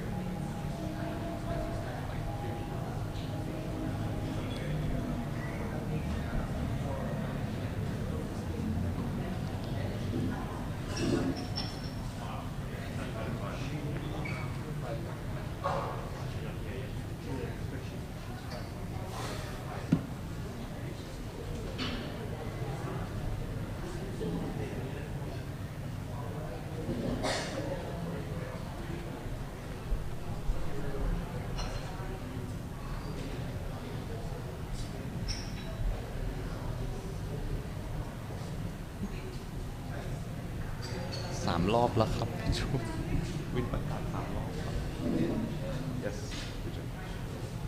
After we reconvene, probably not 12:45, lunch could be over in 45 minutes. Right. If you would introduce me very simply just by saying, I now call upon Jim Stentz, long-time resident of Philippines. All right. And member of the Council of the Science Society and senior advisor to SEACHA. That's it. Thank Three you. things. Long-time resident, council member, SEACHA. All right. I'll integrate that into my All right. speech. Thank you so much, I will then Jim. get up, and if you want to read my introduction, it's not doing it exactly Yes, this may I way. Yeah, read it? take a look Oh, at this is my copy? No. Okay. That's to go I'll back. have a read. I'll get up and go, I'll have a read during the and I'll make sure that it's here. Well, give it back to me because Right. I'm going to practice it once. Right. I haven't really had a chance to do it. Thank you very I'm going much to read it once right now. again, Jim. And, You're the right man for this. and then I'm going to sit down, and it's all your baby after that. Right. Are you going to? I think I will have to ask to summon Kun Harold Link up. I'm doing that. Oh, I see. And then Right. I'll make you address. ขอบคุณครับ Thank you. Yes. Yes.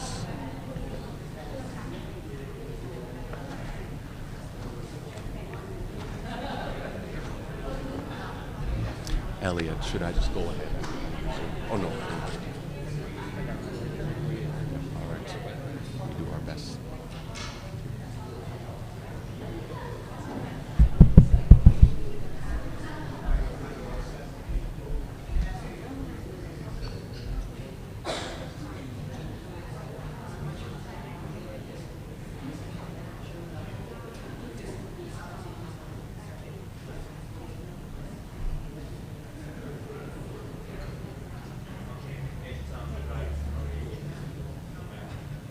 My moderator Oh, okay.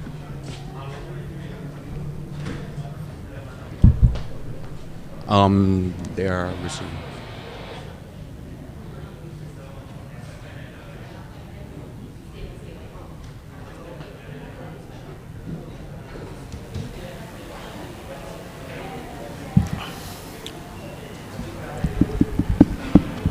can we request everyone to please settle down? We will begin with the next part of our panel.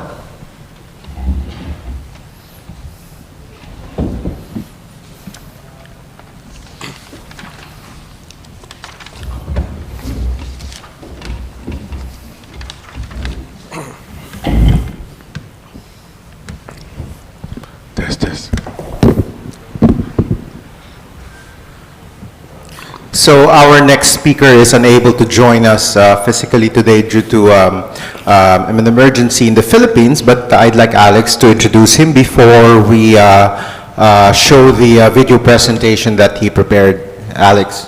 Definitely, Dr. Ivan. I will introduce Father Milan Ted D. Toralba. He's a Roman Catholic priest for almost 30 years. He's also an associate judge of the Tribunal of the First Instance and the chair of the Commission for the Cultural Heritage of the Church of the Diocese of Tagbilaran, Bohol. He obtained degree in philosophy, theology, and canon law, earned his master's in cultural heritage studies, pursued MA linguistic degree, and gained academic units in music, all from the University of Santo Tomas, Manila. Since his ordination in 1993, he served his home diocese in various capacities. Let us watch the video.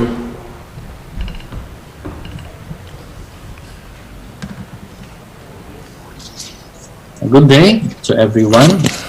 I am Father Milan Ted Toralba of the Catholic Once again, we thank you for your patience. of the Philippines, and I am pleased to be here with you participating in this Southeast Asia Cultural Heritage Alliance Conference under the theme Cultural Wisdom for Climate Action, the Southeast Asia Contribution. I would be sharing with you the experience of Catholic Philippines on greening the church in our country. In the Roman Catholic world, almost everyone is familiar with Pope Francis's landmark encyclical letter Laudato Si on the care of for our common home, which he issued on the 24th of May 2015. Laudato Si was hailed as a substantial theological input on the pastoral care the Church extends to the Earth's environment, ecology, and sustainable development impacted by climate change and its environmental deterioration. In Laudato Si, Pope Francis speaks of our obligation to care for our common home. Interestingly enough, Pope Francis was not the first to use this phrasal term, common home.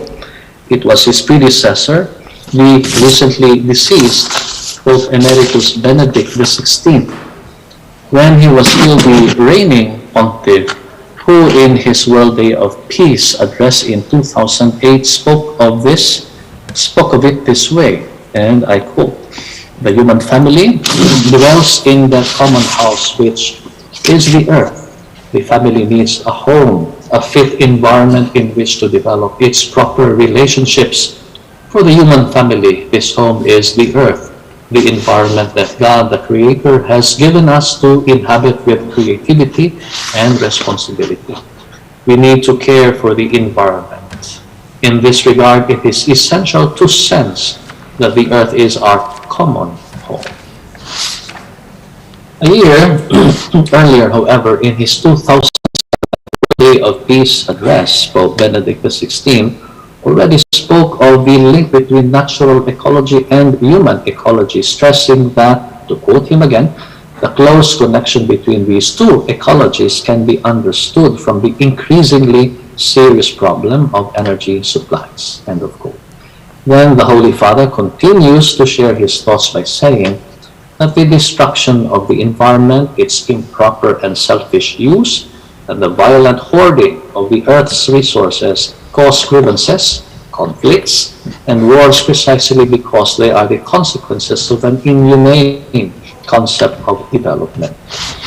One must say that Pope Benedict XVI already intimated his ecological vision at the beginning of his Petrine ministry, when in his homily delivered at Holy Mass on the occasion of the inauguration of his ministry as Pontiff, Supreme Pontiff, suggests that the earth's treasures no longer serve to build God's garden for all to live in, but they have been made to serve the powers of exploitation and destruction.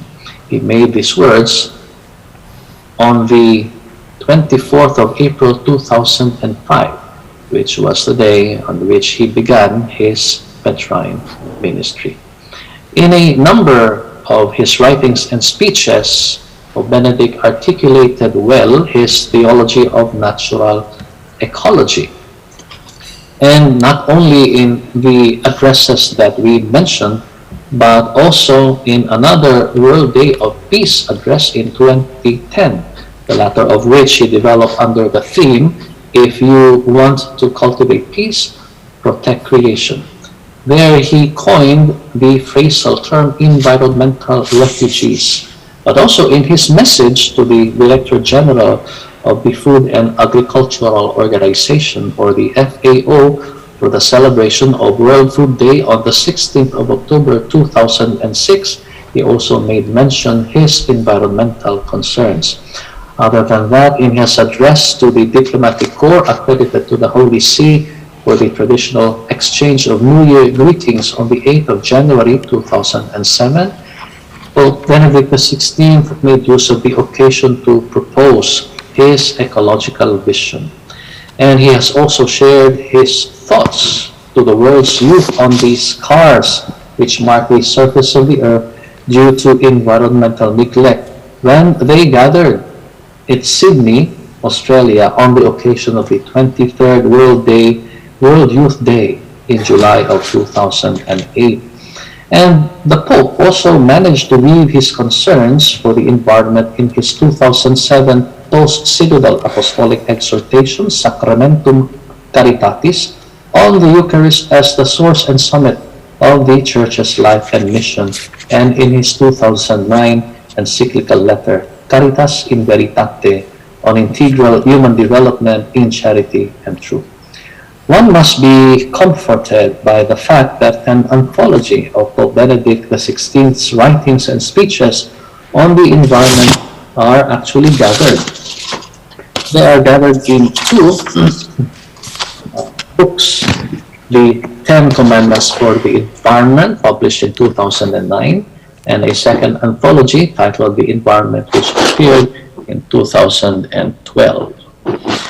And though Benedict was a prolific and compliant theologian, he was influenced in his thoughts by the writings of St. Augustine, St. Bonaventure, and recently by his predecessors, Pope St. John Paul II and Pope St. Paul VI.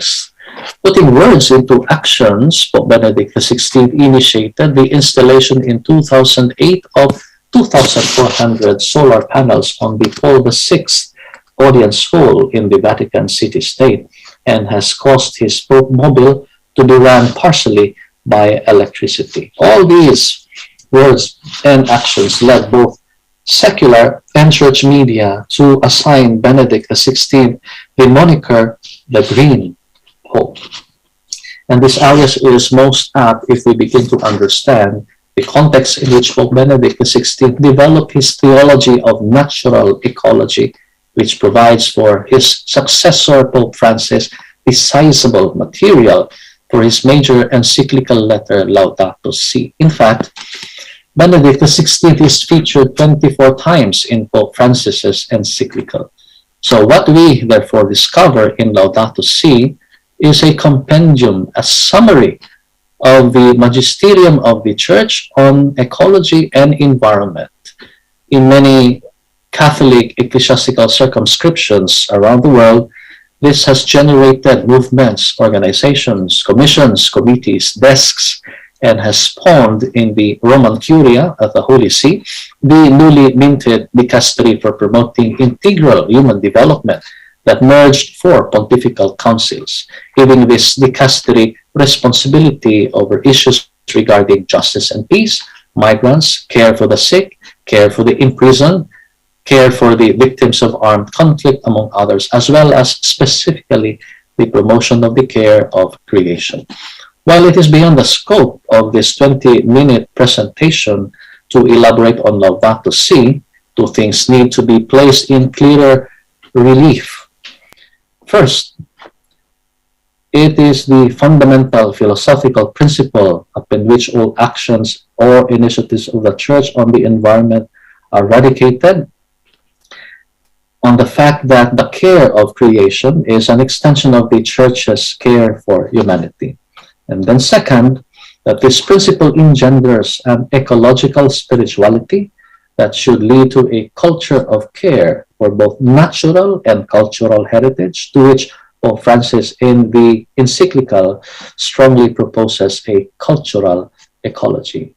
The greening of the Catholic Church of the Philippines is born out of our specific experiences in dealing with human-induced and natural disasters. Our Philippine archipelago is a magnet of 19 to 21 tropical typhoons yearly, which generate regular floods and landslides. Sitting on the area of the so-called Ring of Fire and right by the volcanoes and faults, we are embraced by the Philippine tectonic plate. We are host, therefore, to a number of volcanic eruptions and earthquakes. So when you name them, we have them. The CBCP has certainly taken note of this, our very unique situation, that on the 29th of January 1988, the Philippine Bishops' Conference of the Philippines issued the seminal pastoral letter titled "What is Happening to Our Beautiful Land" during its 56th Bishops' Plenary Assembly. And in this groundbreaking document, the bishops lamented the loss of forest cover, the transformation of wonder world of the sea into underwater cemeteries bereft of color and light, the decrease in flora and fauna biodiversity, and the hemorrhage of the soil. The Episcopal Conference then matched its observations against the Christian standard of stewardship of creation and a vision crafted from Jesus Christ's vision of the world. It proposes a Filipino theology of creation sensitive to our unique living world, our diverse culture, and our religious heritage, and affirms that the commitment to work for justice and to preserve the integrity of creation are two inseparable dimensions of our Christian vocation to work for the coming of the kingdom of God in our times. Now, this instrument of the Episcopal Conference's teaching magisterium, essentially in communion with the Holy See, was monumental in Philippine society, for it influenced in an inchoate form an awareness of ecological kinship with nature, to what the Catechism of the Catholic Church identifies as man's original state of justice, that is to say, the harmony that existed between man and all creation. This pastoral letter on ecology was followed by an anthology of other pastoral letters. For instance, the Pastoral Statement of Concern on the Mining Act of 1995, the Pastoral Letter Water is Life, issued during the Jubilee year 2000, the Pastoral Statement celebrating Creation Day and Creation Time. And this was followed also by the Pastoral Statement by the CBCP Permanent Council titled Upholding the Sanctity of Life, disseminated in 2008, which focuses on illegal logging, irresponsible mining, global warming, and climate change. And then in 2015, in their pastoral statement, Stewards, Not Owners, the CBCP focused on climate change issues as an intergenerational responsibility and the need for pastoral formation on climate change issues. This was followed in 2019 by the pastoral letter, An Urgent Call for Ecological Conversion, Hope in the Face of Climate Emergency. Then again, a pastoral message this time on the natural calamities happening in the country was released in 2020, less than 2 months before a nationwide lockdown was imposed due to the worldwide health emergency brought about by COVID-19. And very recently, only a year ago, in January 2022, the CBCP issued its latest pastoral letter on climate emergency titled A Call for Unity and Action Amid a Climate Emergency and Planetary Crisis. In terms of form, all the pastoral statements, letters, messages emanating from the CBCP begin with observations segueing to an enumeration of general statistical data pertaining to an environmental issue, and that is followed by a theological discourse rooted in scriptures and the magisterium of the church. The document then proceeds to propose actions which the different dioceses, parishes, basic ecclesial communities, and families can implement or adopt. This form follows the time-tested protocol of See, Judge, Act. And through the years, a number of these ecological actions have been implemented. As for instance, the divestment or withdrawal of resources of ecclesiastical circumscriptions from industrial and banking portfolios that support illegal logging, destructive mining, quarrying, and investing in renewable energy, ecological restoration, and protection efforts. There have been tree planting activities, mangrove reforestation, and the establishment of what we call parish forests. There have been non-acceptance of donation of whatever kind from owners or operators and any representative of extractive industries, especially coal, fossil, gas, mining, and logging. There have been capacity buildings in congregations, schools, communities, organizations to foster sensitivity to a culture of care for creation. Ecological desks in every diocese were also introduced, and the institutionalization of the season of creation and Laudato Si week to nourish ecological spirituality have also been put in place, among so many others. In Laudato Si, Pope Francis speaks of an ecological spirituality upon which we can eradicate the Philippine Church's greening project. How do we describe the ecological spirituality of the Catholic Church? It is a trinity of attributes. It is first and foremost biblical or scriptural. It is rooted in scriptures, in the fact that all creation is God-owned, that we are stewards or managers of creation and co-investors of creation's multiverse of fruits, as the book of Genesis teaches us. No amount of theologizing and philosophizing on an ecological spirituality without its firm anchoring on sacred scriptures can happen. Second, there is an eschatological attribute to ecological spirituality. That is to say, the care of all creation leads to its renewal at the end of time, or the eschaton, meaning a new earth and a new cosmos would have been created, not simply recreated, out of which whatever ecological condition was held true before and after the fall of our first parents will be spiritualized. The corruptible becomes incorrupt, the imperfect becomes perfect, and the mortal becomes immortal, as the book of Revelation indicates.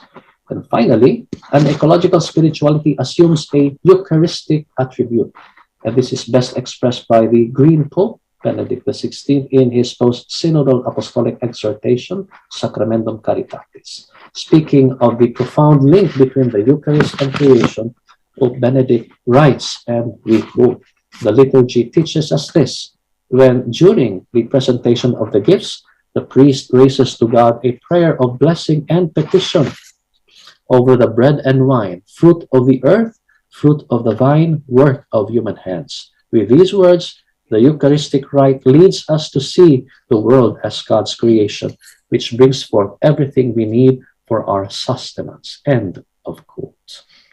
At once, then, an ecological spirituality with a Eucharistic attribute is not only anthropological, but also cosmic, say galactic, from which comes forth new heavens and a new earth, our common home.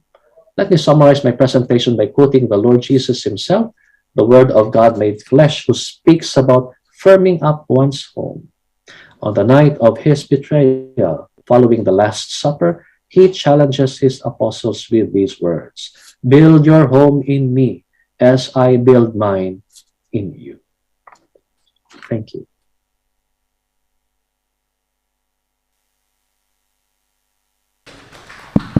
Thank you very much, Father Ted, for that presentation. As you can see, the Philippines is very heavily influenced by Catholic and Christian traditions and is very unique within Southeast Asia. So may I request the Venerable Anil Sakya to please join us up here for the open forum. Thank you very much. So before we begin our open forum, I actually was very struck by one of the statements of the Venerable Anil Sakya about development, and he talks about the root of development as is destruction. And we also talk about how heritage is a driver for development. So what kind of development or sustainable development should we be moving towards, or should we be espousing, given that there is development becomes a very how to say it's something that affects our climate action. Can we have the microphone, please? Yes, yeah, this one is already. Thank you for the very interesting input. Well, I have a very different opinion about the sustainable development as a whole. I see the word, the terminology of sustainable development is oxymoron in itself. Because when you say development, it means that we are talking about a change.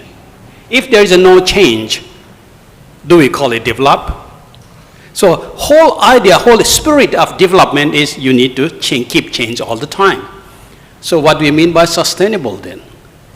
Sustain, as we understand normally, it is as a still. It never changes, it goes forever.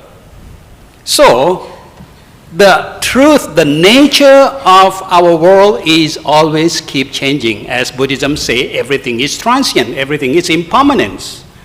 So how can we make things permanent in this current of impermanence, which is a natural truth?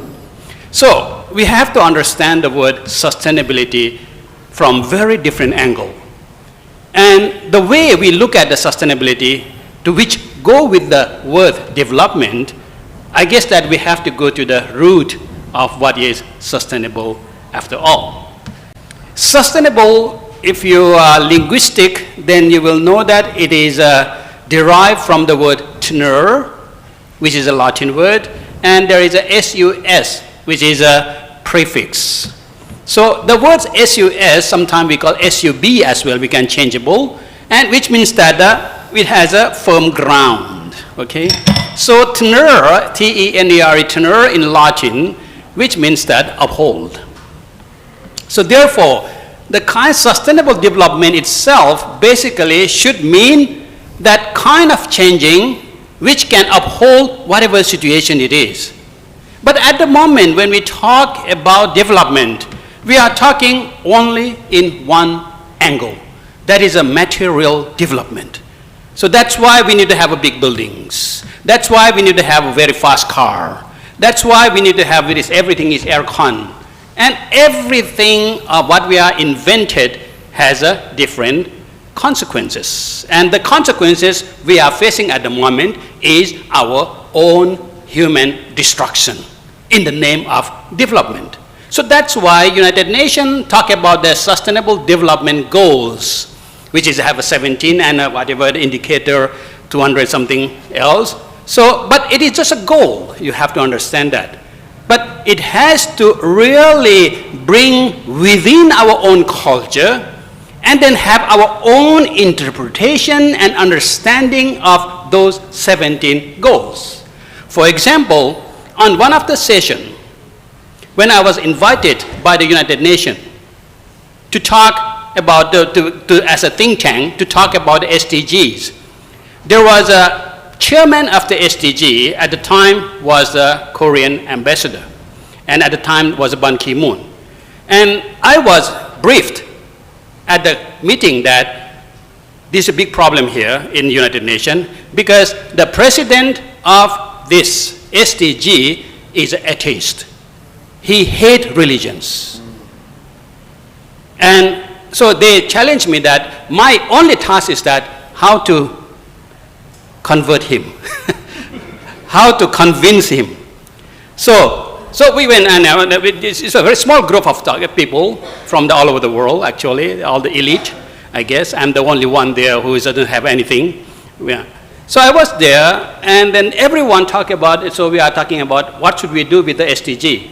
So the president of SDG says that, okay, we come and talk about how we can reach our goal. For example, the first goal, elimination of poverty by all means.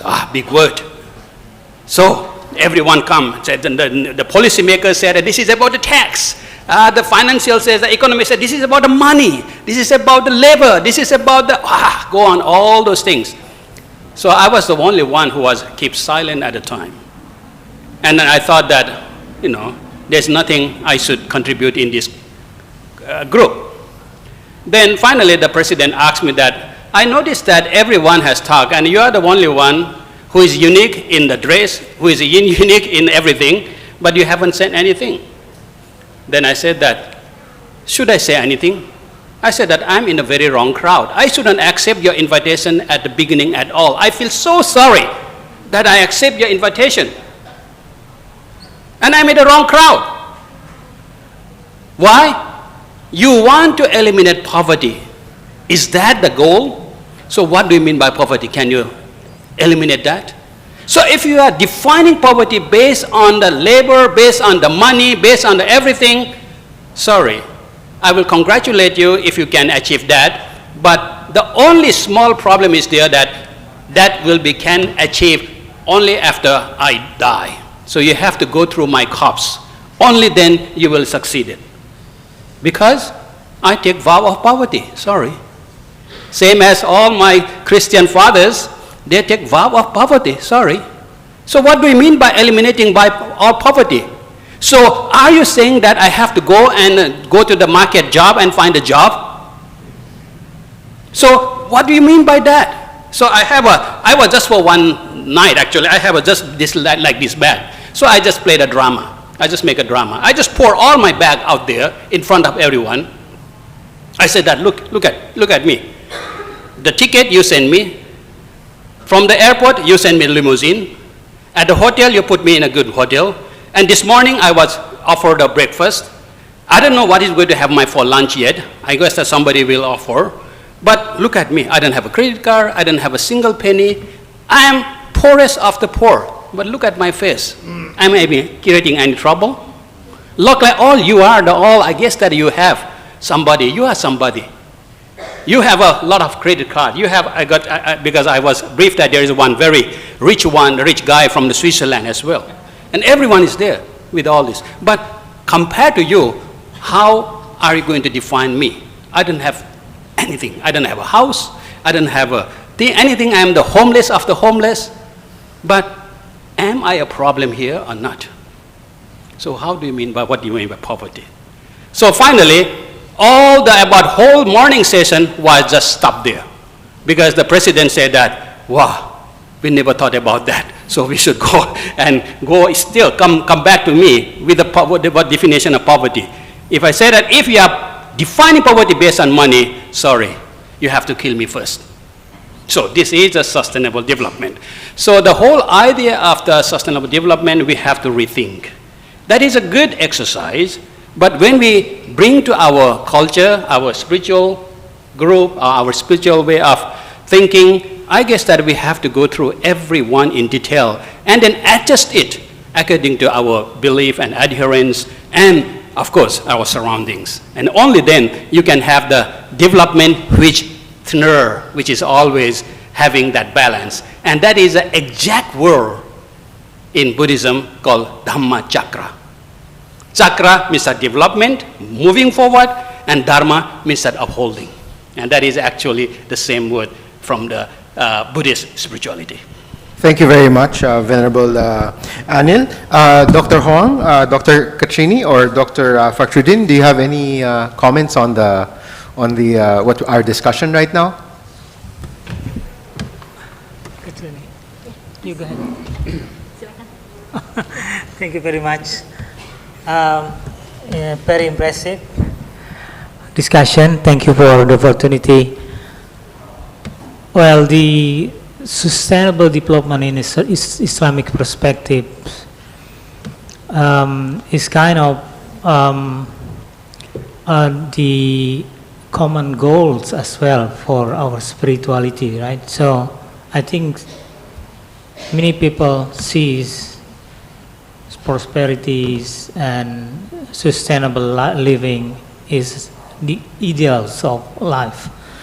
However, in Islamic text we say that there's a text say that if you living in this world, you will be tested. Tabarakalladzi biyadihi mulku wa huwa ala kulli shay'in qadir. Ya. Alladzi khalaqal mauta wal hayata liyakum ayyukum ahsanu amala. You will be, if you live, God will test you which one you're doing good in this life.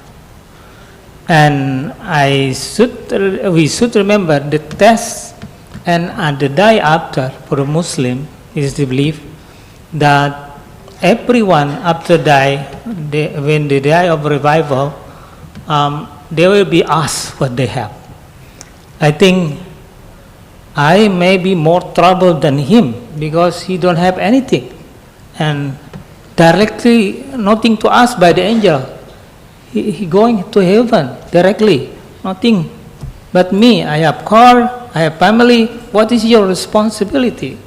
You have a full family, for example, surrounding you. What you doing in your life?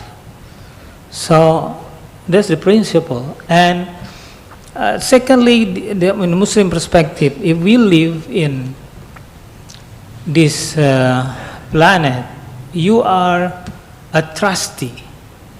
Not only being Khalifa, as Khalifa is stewardship, but also a trust, which is mountain was repelled by God, cannot bear the trust.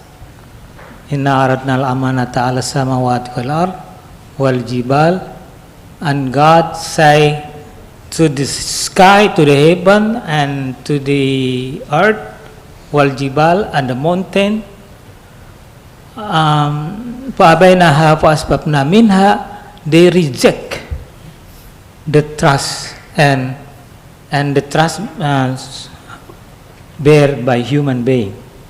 And at the closest of the text, they say, Quran Revelation say, God say, innahu kana zuluman zahula, and human are very ignorant and stupid. That's the word, the text they say. So we should have very humble being in this world, because we are the only way we see ourselves is only the trustee of the next generation. Thank you. Thank you very much. Dr. Katrini? Yes, thank you. I think according to me, and then in the presentation that I already delivered, is sustainable development is really refer to a balance. So the balance means how we can have not only the tangible things but also intangible things, not only the modern life but also how to live with a strong root of tradition. And then for us in the Eastern countries, part of the world, for doing this integration of these things, we already learned from our ancestors. So it means that we can survive in this modern life by combining this strong root of the tradition in our modern daily activities.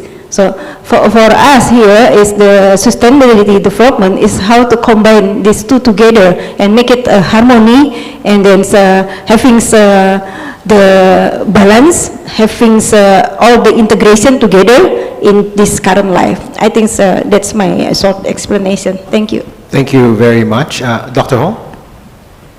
This is very, very interesting discussion topic. I think we, as anthropologists and activists, actually, I have been working with one NGO for decades, and then we established groups called the pioneering groups for voices and rights of ethnic minorities in Vietnam, and this theme and the term sustainable development has been discussing for I think for the last 5 years, and then from the angle of ethnic minorities of these groups, they talk a lot about rights, about the recognition instead of economic indicator in like as we understanding about development.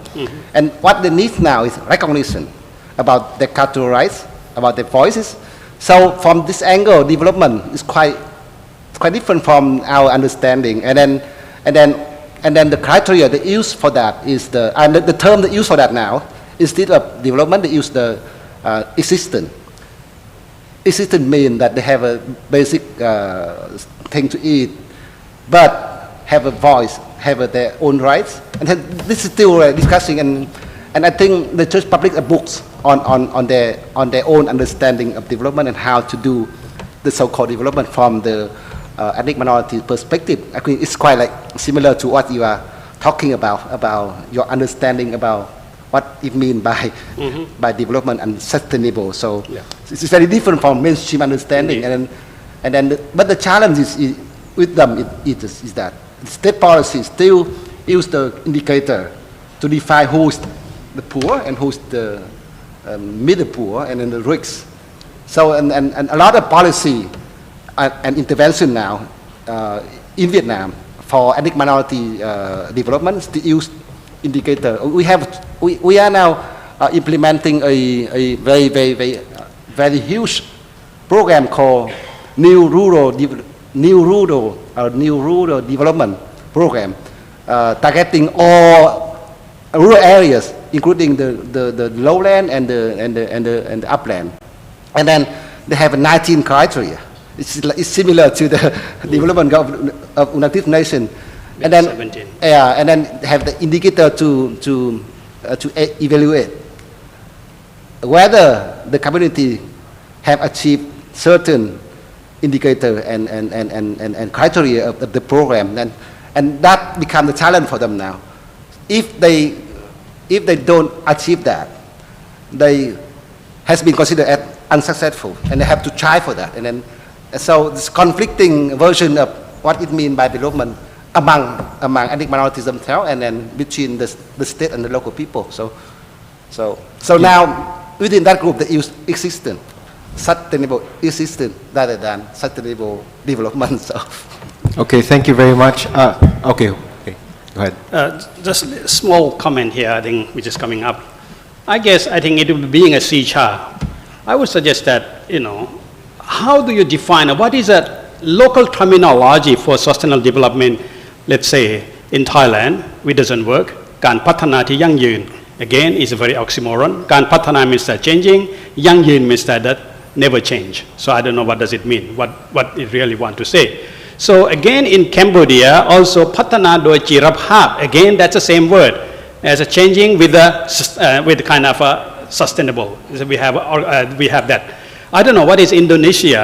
You have this Malaysia, Bahasa Indonesia, what you call it, or in Filipino, what you call it. But to give a different way of saying that, if you go to India used the word dharaniya samvardhana, which means that kind of development with a dharana, with a dharma. In Sri Lanka, originally they said that abhivardhana, thira, bhava, or something like that, which is again sustainable development. But now I have heard that the Sri Lankan government has changed the word as dharaniya avivardhana. Again, coming back to the whole idea of sustainable in terms of etymology, that is a dharma. And in Thailand, dharma, which means that a balance. So if you put it that development by balance. So for example, the land is called dharana or dharani. Dharani means a land which are sustainable because it's able to hold all this, whatever tree, whatever big building, because it is able to balance, you see. The word dhara, this is the original, the etymological sense of the word sustainable. So it will be very interesting to see how our Southeast Asian country look at this the term. As in Chinese, I look at the Chinese again. Again, the Chinese word for sustainable development is a sustainable in balance. I look at the Japanese word for the sustainable development. Again, it has a meaning of sustainable, it's a development in balance. But I don't know why in Southeast Asia or in some of the countries, they look at the development, which is a very, very paradoxical meaning of saying it. Thank you. Thank you very much. Before we open the floor for questions, Alex, do you have any questions for our panel? Hi, I acknowledge the very insightful sharing by all these wonderful speakers. But as a young person and also to do my job as the moderator, I have to ask this question, which is about, which address the elephant in the room. In all these spiritual tradition, it's very easy to encapsulate trees, plants, and even animals. But what about fossil fuels? Does any of your tradition have comments about fossil fuel and its relations? It is open to any of the speakers. Well, I think I have already said, gave them in my presentation, the original word for nature in Thai or in the most of Southeast Asia is a giri, that is a mountain, and mountain itself, from our etymological linguistic point of view, it is the very discharge, water and medicine, which also means that the fuel, also means the energy. So whatever you want it is from the land, it is from the nature. Again, if you go to another word called nature in Thai language, because we are talking about here Southeast Asia, SEACHA, so I won't go to further countries. In Thailand, Thai word for nature is Thammachat. Is that right? And what does it mean, Thammachat? Thammachat means that chata or jati means that existing, dharma means that balance.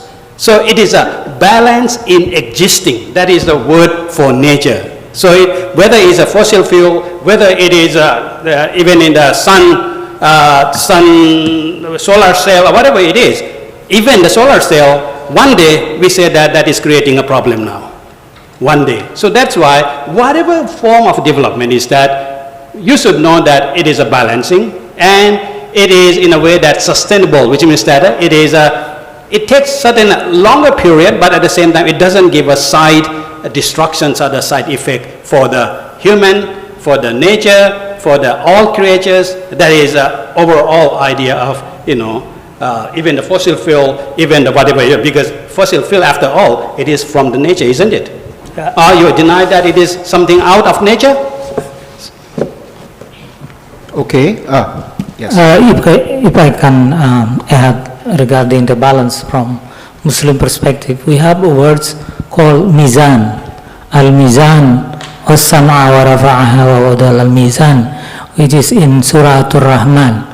And God elevated the sky and He put mizan, He put balance. So the matter that we're talking today is the balance is exceeding, that transgress the mizan.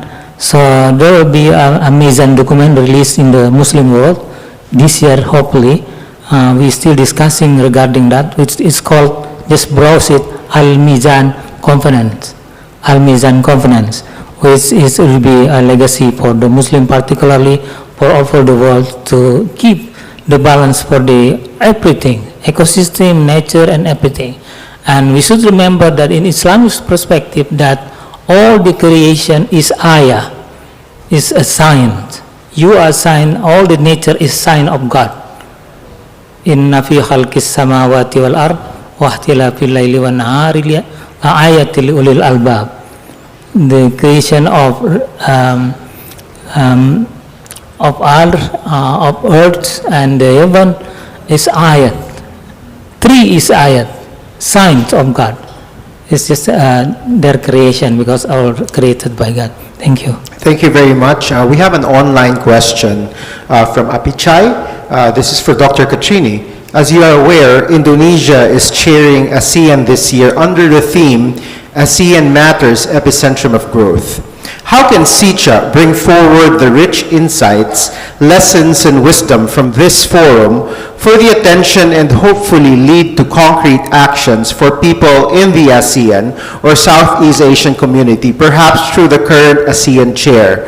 After all, the title of this forum is Cultural Wisdom for Climate Action, the Southeast Asian Contribution. Dr. Katrini. Thank you. That is really a great question and remarkable goals that we have to achieve together. Yeah, I think SEACHA as the platform, as a network between us in the Asian countries. Yeah, we would like first of all to promote all the things, all the richness that we have, and we will see what is the best lucky, and then this year the chairman of the ASEAN is in Indonesia, so for me as a chairperson of SEACHA also becoming hopefully easier to make a lobbying with the ASEAN for opening the door and then to having a place that we can share and contribute the ideas from the Southeast Asian country for the world. But then beyond this ASEAN, we also having a global network. Yeah, for instance, that the one that maybe we are already familiar with, COP, COP28, maybe for the end of this year, which will be happen in Dubai. It's also one of the opportunity that we can promote the richness from the South Asian country. But the highlight that I would like to also endorse here is not only to promote, but we can add more and more experience in our own countries, the action and then the practice that this can be a success story or the lesson learned to other. So I really hope, not only from me as a person, but also on behalf of SEACHA. So by the end of the conference, we can back to our own country and then we start to reinvent things, our strong tradition, and then make the integration of our daily modern activities. So then this can be a great contribution to the earth, to the world. Thank you. Okay, thank you, Dr. Katrini, for the answer. Now, finally, we'll open the floor to questions. Wow, we see so many hands. Who should I pick? So hard to make a decision. Okay, let's pick the one young person and one someone from the crowd. Yeah. Oh, everyone is young, so but we want to make it diverse, so we have a chance for SEACHA, and I don't mean to be rude, but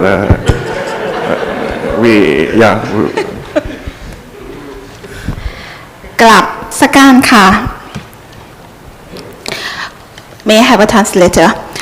ขออนุญาตถามท่านเกี่ยวกับการเปลี่ยนแปลงค่ะรู้สึกประทับใจที่ท่านพูดการเปลี่ยนแปลงและการพัฒนาอยากถามความเห็นของท่านว่าในนามที่เราเป็นวัยรุ่นยุคใหม่เป็นผู้ที่มีบทบาทในด้านการผู้นำเปลี่ยนแปลงท่านมีคำแนะนำอย่างไรเพื่อให้การเปลี่ยนแปลงนี้พอเพียงและสมดุลค่ะขอบพระคุณค่ะ Translation. As a leader of the youth, the question is to Venerable Anil, if you have a recommendation for perhaps a direction that could direct this progress into a sustainable and sustainable and sufficient, direction. Thank you. Should I speak in Thai or in English then? So do I have to translate that back in Thai then? Well, thank you for the very interesting questions. I guess that it is quite rude to say that you are the only one who is young here. We are here. I am on the stage here, but my mind is still young. My age may be, not so that young, but in terms of thinking, in terms of innovation, in terms of creativity, I think I'm young enough to beat you. Not by the age. Well, the nature of this world is always changing. You see, without changing, it means that it is dying. Even the death itself is a process of change. So we can't deny the change. There is one Buddha's word, very interestingly, very beautiful, says that everything in this world is impermanence. The only permanent thing which exists in this world is death. So you want to live in the dead world, or you want to live in the life world, which means changing. So in terms of changing, you can't really decide what you want to be, because at the moment you might thinking one thing, in few minutes later there's a new factors, there's a new things coming up, and whatever you think that I love this so much, next day you might hate it to guts. So the things are changing. What we need is that the word sufficiency, as you mentioned it, is very key, sort of key to this element of living. We are not against the development. Development is a part of our nature, okay? So, for example, even in order to control, in order to climate change actions, you can't do it just simply by the policy and for science, rocket science. But what you need is that a commitment where you respect human life as well as all kinds of life of this planet, including the environment. Not policy and science doesn't work. Similarly, in order for you to live in this modern world of changing, whole key is that how you are going to live in this current of changing all the time, but you are still able to handle yourself. Just like if you are, in the sea, there's a lot of big waves, small waves all coming, but you are a very good skateboard. You are able to always balance yourself amidst all the changes which is going on. So it depends on your life, depends on your career, depends on where you are. Most important thing is that whatever creation, whatever innovation you are thinking, does it beneficial for your surviving, for others surviving, for social surviving, for environmental surviving? If you can tick to yes to all those points, I guess that is the way you should live. Thank you. Okay, thank you very much. I think we have time for one or two more questions on the condition that everyone has to be in the hall by 12:45 p.m. So, Alex? Can we have someone who is also young but sitting in the front?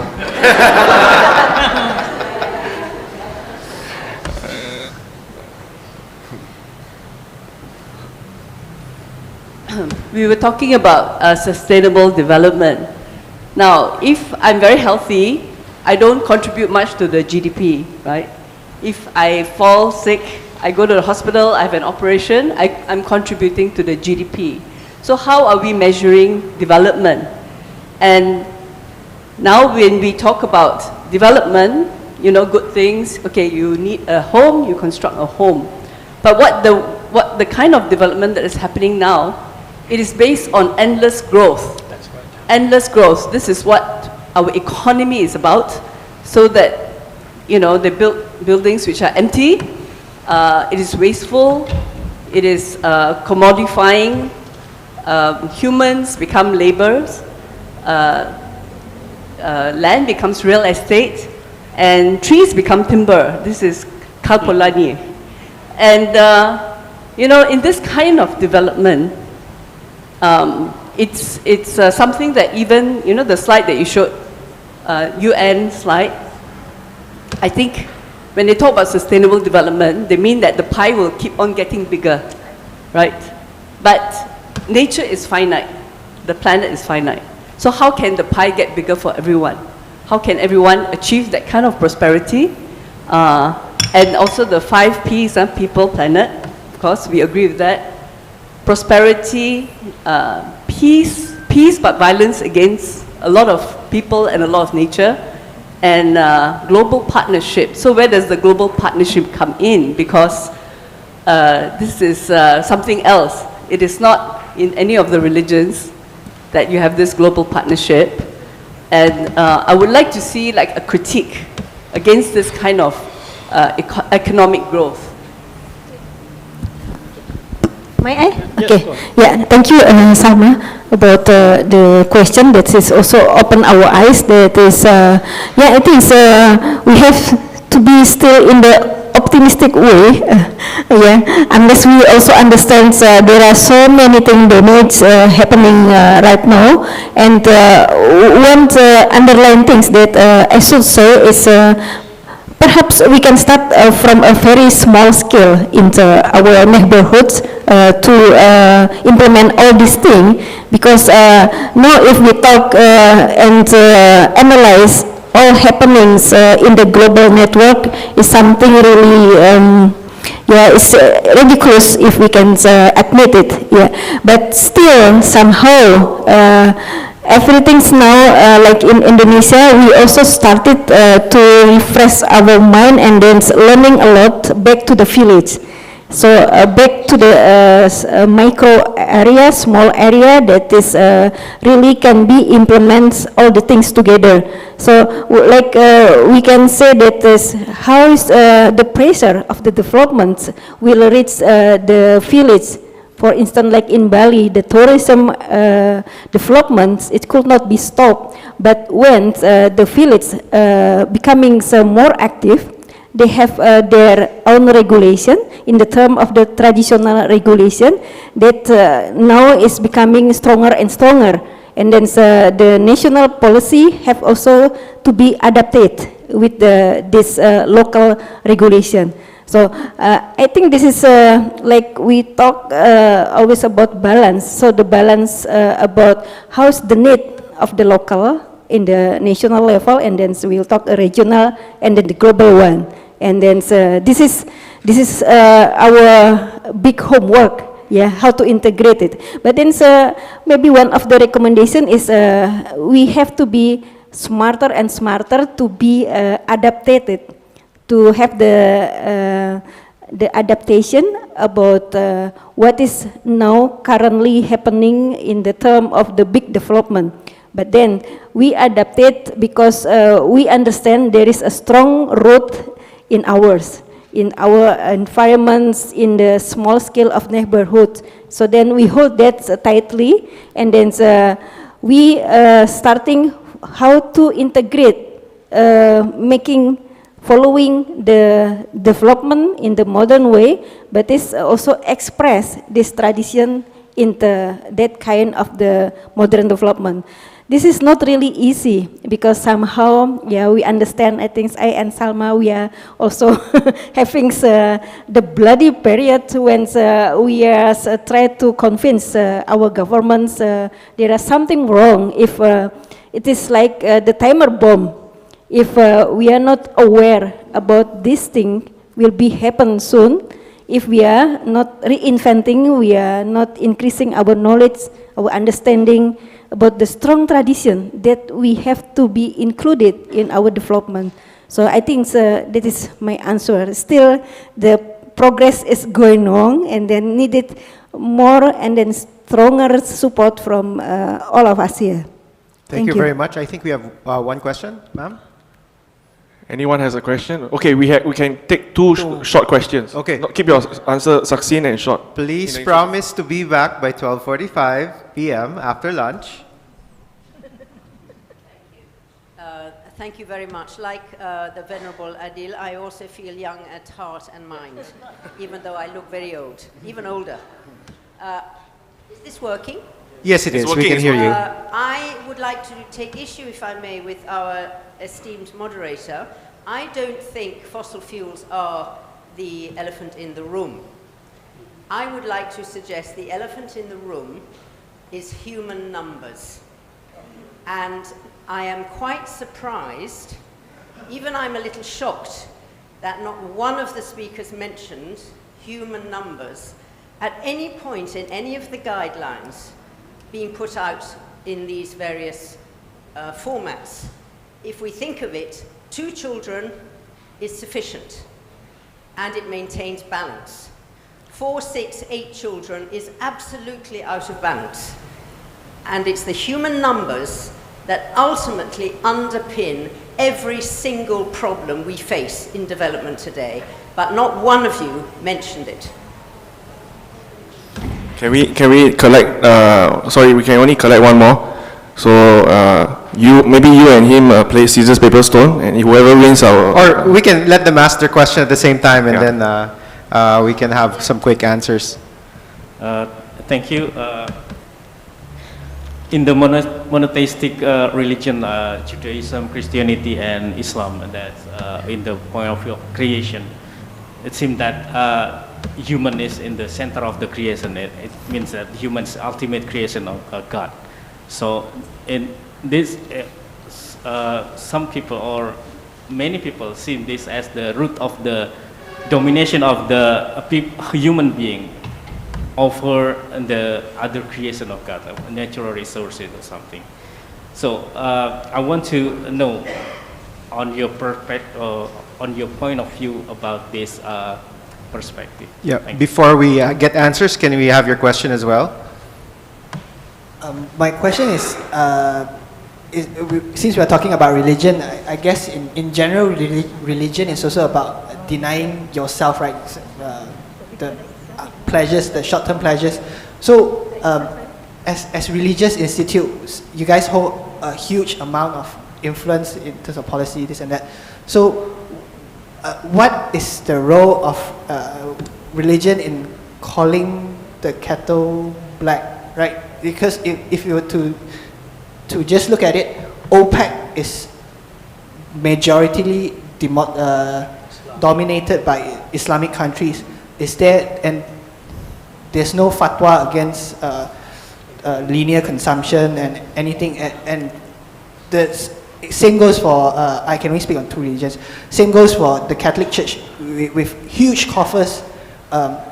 It's easy to give a sermon and just say do this and that, but in the end, the coffers, is the Catholic Church investing a lot in oil and gas companies?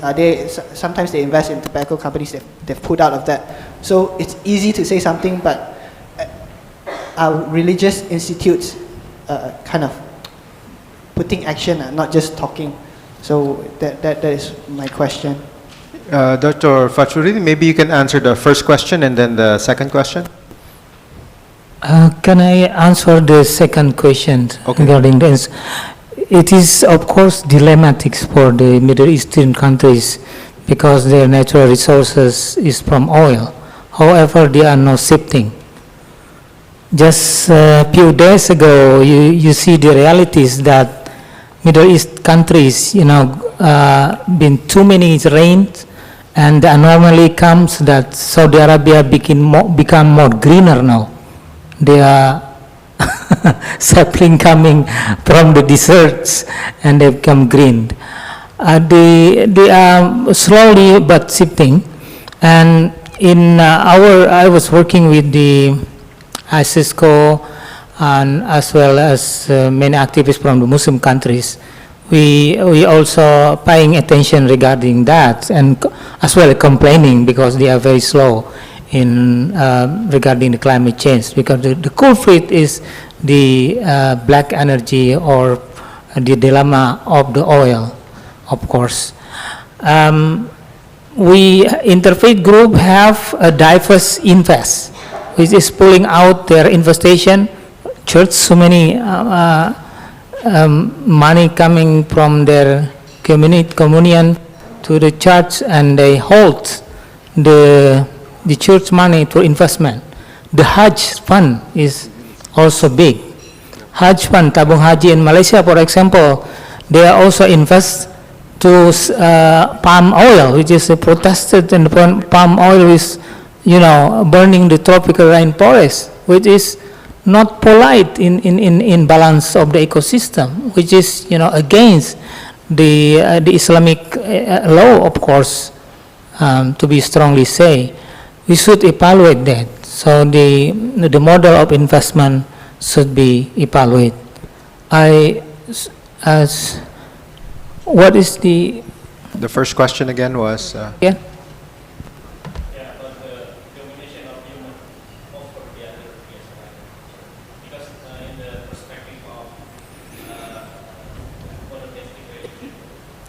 Yes, anthropogenic things that we thinking of regreening of our interpretations, of course.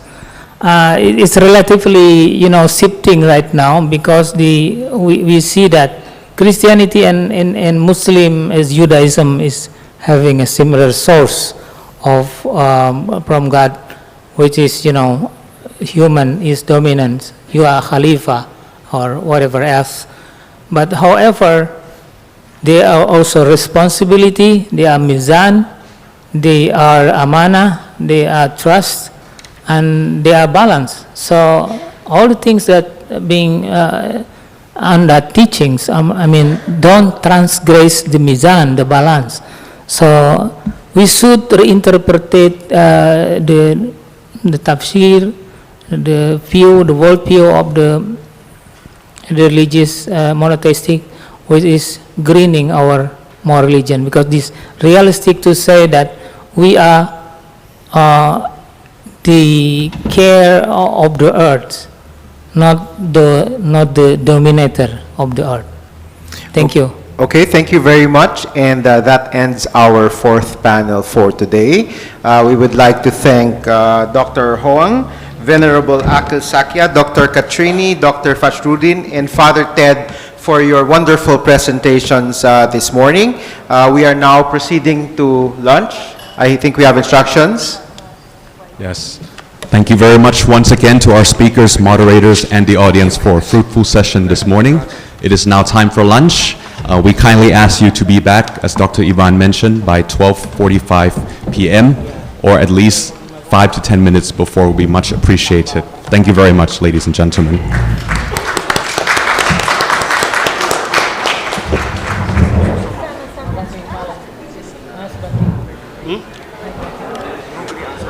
Oh, so let me see what I got it here or not. I might have. Alex, you want a picture with the panel? Can we invite the panel, Dr. Katrini and Dr. Fachuri? Maybe we can have a picture together. Yeah.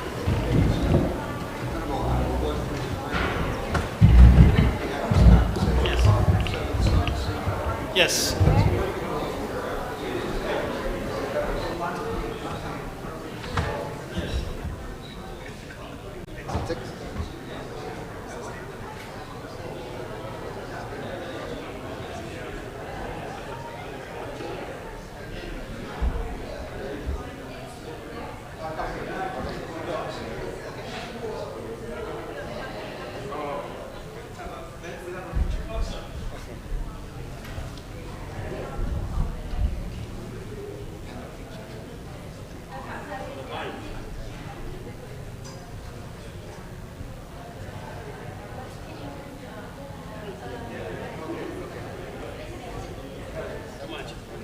So we are not balanced. We are talking about balance. We are not balanced ourselves.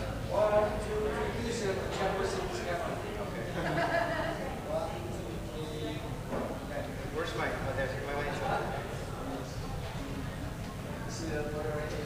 Can you do it in the middle? So because this middle way is very important, you see.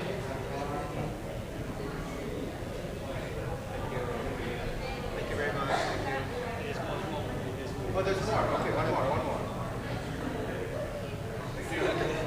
Thank you. Thank you very much.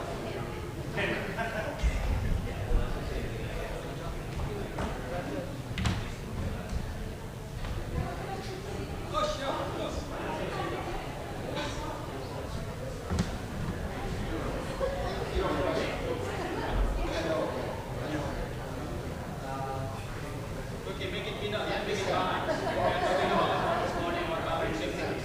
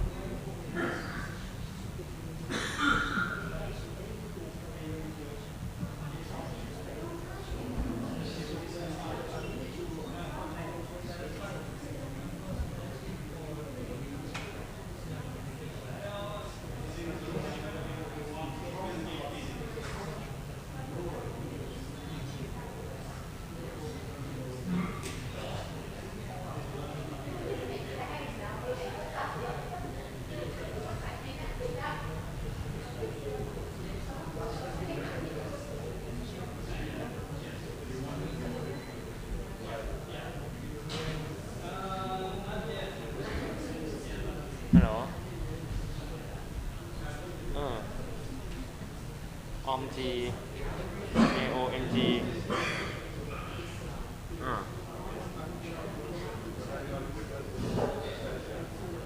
ใช่นะแป๊บนะ Yes Can I know your name first they are yeah name yes I think I already got it can you come and check it is it this one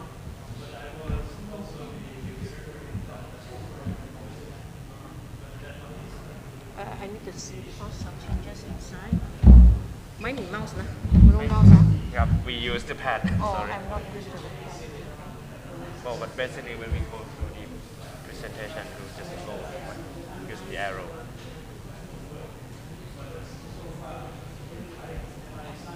is it this one then I can press the older one right Yes, yes, please. And where will I visit it? Yes, I may. Where I sit? Here or here? I think the moderator will call you up here, but when you're presenting, whether here or here, it's up to the moderator. I want to sanitize the line. Yep. I want to sanitize the line. Then. I know which one, then I will sanitize the line. Right. Okay, never mind. Never mind.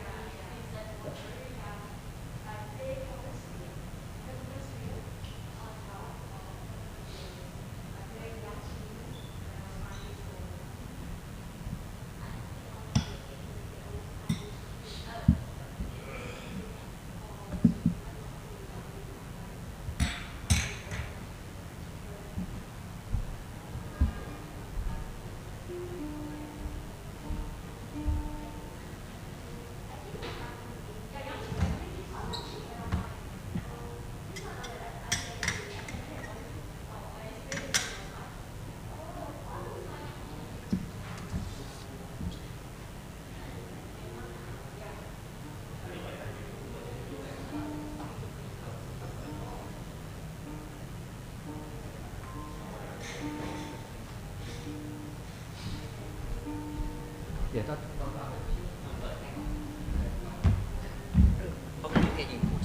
คุณลิงก์เท่าที่ได้รับข้อมูลมายืนผู้ที่โพสต์ใช่ครับเดี๋ยว แกให้บอกเองแหละว่าอยากให้เปิดตัวนี้แล้วทีก่อนไม่มีสไลด์เลยเขาแค่เปิดวิดีโอต่อใช่เพราะฉะนั้นอาจจะต้องรบกวนเดี๋ยวเขาจะบอกอยากให้ชมวิดีโอเนี่ยการจะรบกวนใครเปิดครับเปิดเลยครับวิดีโอจาก YouTube นะผมสักครู่รบกวน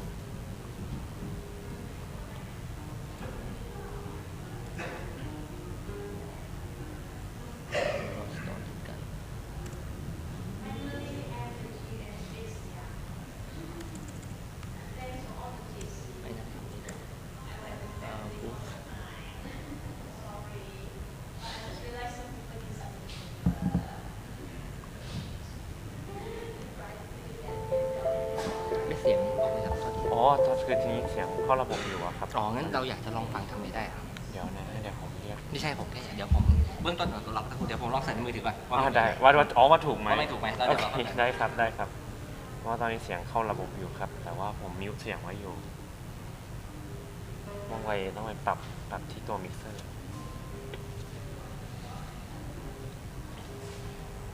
นี่ลองเช็คดูก่อนก็ได้ครับว่าเป็นวิดีโอตัวไหน มันเป็นวิดีโอภาพมันจะห่วยๆแต่เมื่อกี้ผมว่าภาพมันดีไป อ๋อภาพ มัน ห่วย เหมือนของเก่าเลย อ๋อจำไม่ได้ใช่ไหมว่าไหน 15 นาทีครับแต่กลายเป็นว่าน่าจะเกินเพราะนี่มันก็5 นาทีผมคิดว่าครับ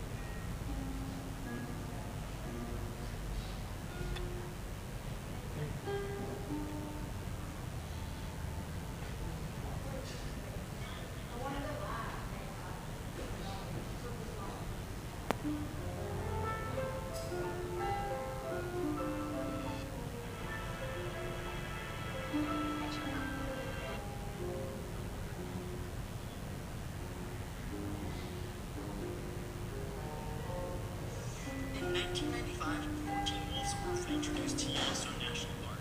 From there, those 14 wolves basically saved it.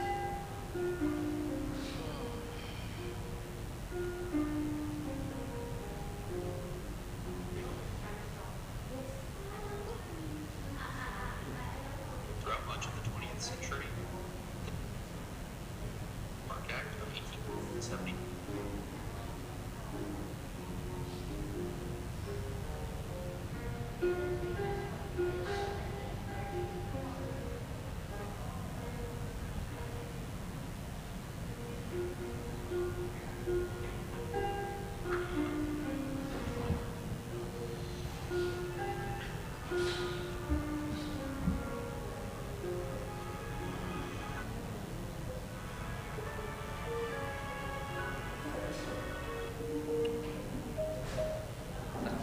ได้ครับพี่ ไม่ใช่ครับ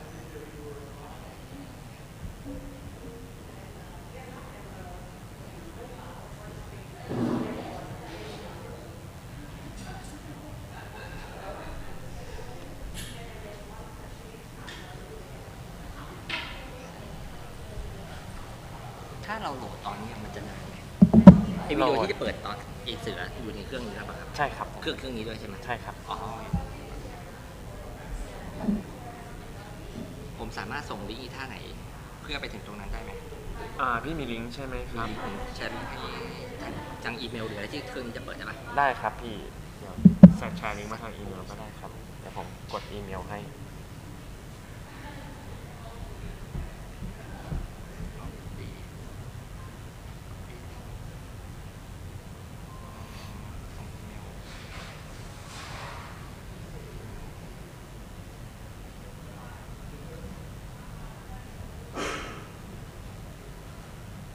กดพิมพ์อีเมล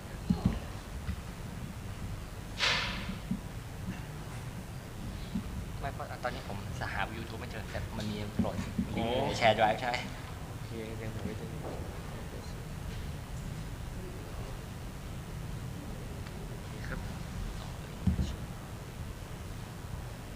ลองเปิดได้ไหมครับว่าขึ้นไหมเผื่อมันต้องกรอกมิชชั่นนิดนึงว่าจบไปแล้วครับ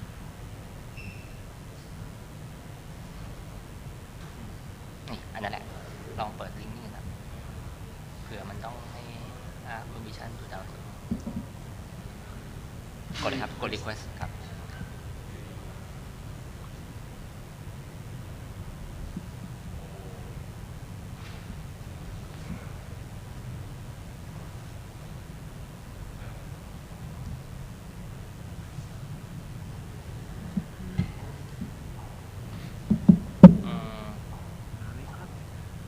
ไม่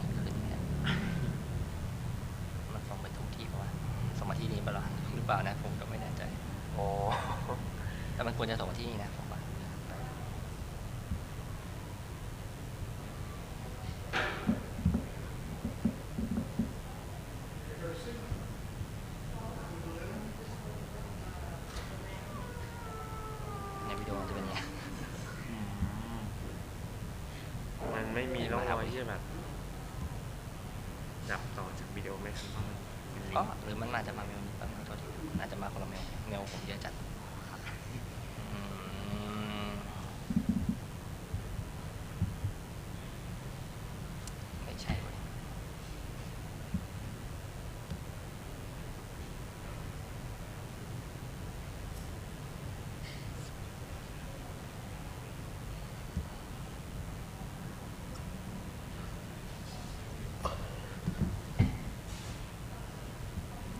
ผมรบกวนขออีเมลอีกทีได้ไหมครับอีเมลสุพนัทครับผมพิมพ์ UPAN NUT ครับแล้วก็ at ครับ thesamsociety.org SIAM SOCIETY.org ครับผม สุพนัท at the siam society.org นะครับผมโปรเจกต์ของ editor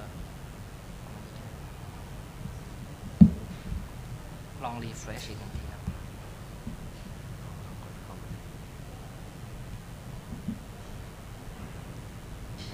กลับไปที่อีเมลกดลิงก์อีกรอบกดจากลิงก์อีก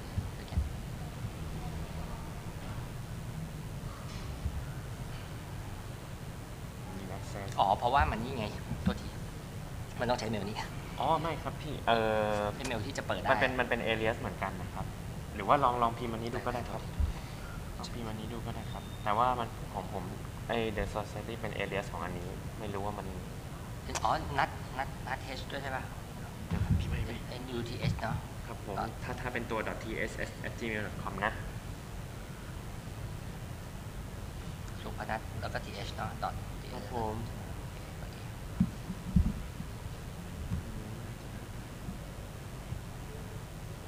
ปิดไปทีครับผมว่าได้แล้วล่ะเนี่ยขึ้นโชว์พรีวิวแล้วดาวน์โหลดเลยครับโอเคครับ4 นาทีครึ่ง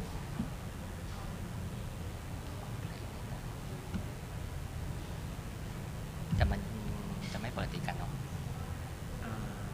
ผมไม่รู้ว่า sequence คุณลิงเขาจะเปิดอะไรก่อนนะผมคิดว่าเขาจะเปิดอันนี้ก่อนเปิดม้าก่อนแต่แกจะเปิดตอนก่อนพูดหลังพูดตรงนี้ผมไม่แน่ใจเพราะเขาเพิ่งจะพูดคิดตะกี้ว่าเขาอยากจะเปิดเนี่ยไม่ได้เตรียมก่อนเซฟเดอะไทเกอร์เนี่ยคิดว่าพูดตอนจบก่อนจะจบเนี่ยผมอยากจะให้ชมวิดีโอหรือว่าเขาจะเปิดอันนี้แต่ทีนี้วิดีโอมันลองเพลย์ได้ไหมเสียงน่าจะ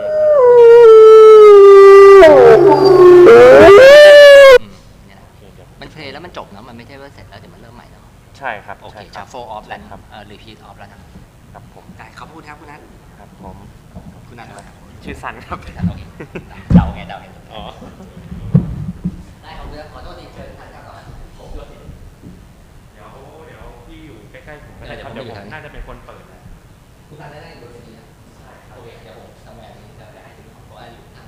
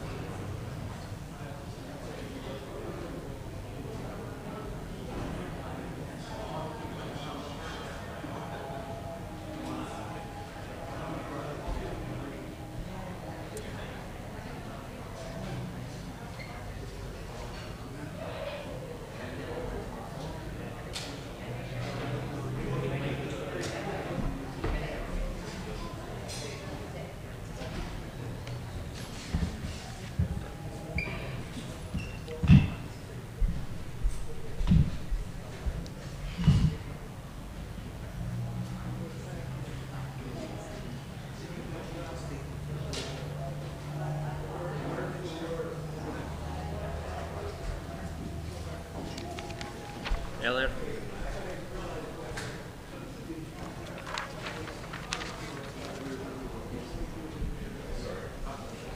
There's so much stuff here. I'm not quite sure which one is it. It's under SEACHA. It's the presentation of the video. And the video. Yes.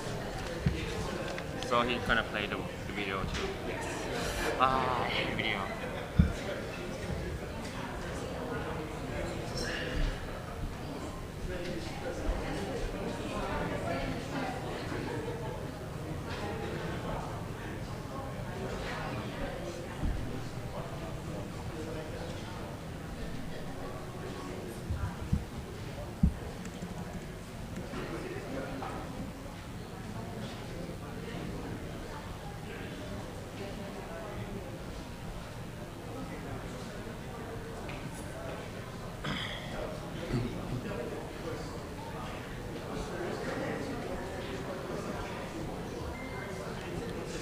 Good afternoon once again, ladies and gentlemen. Please kindly take your seat. Our afternoon program will begin shortly. Thank you.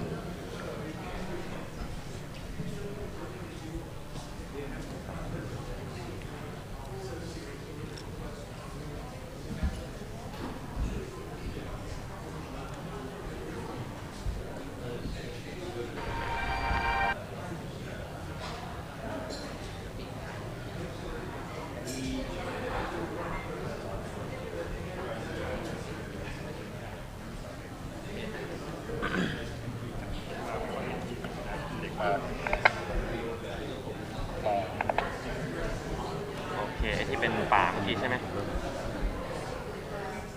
ตอนนี้เสียงไมค์ชัดก็เข้าไมค์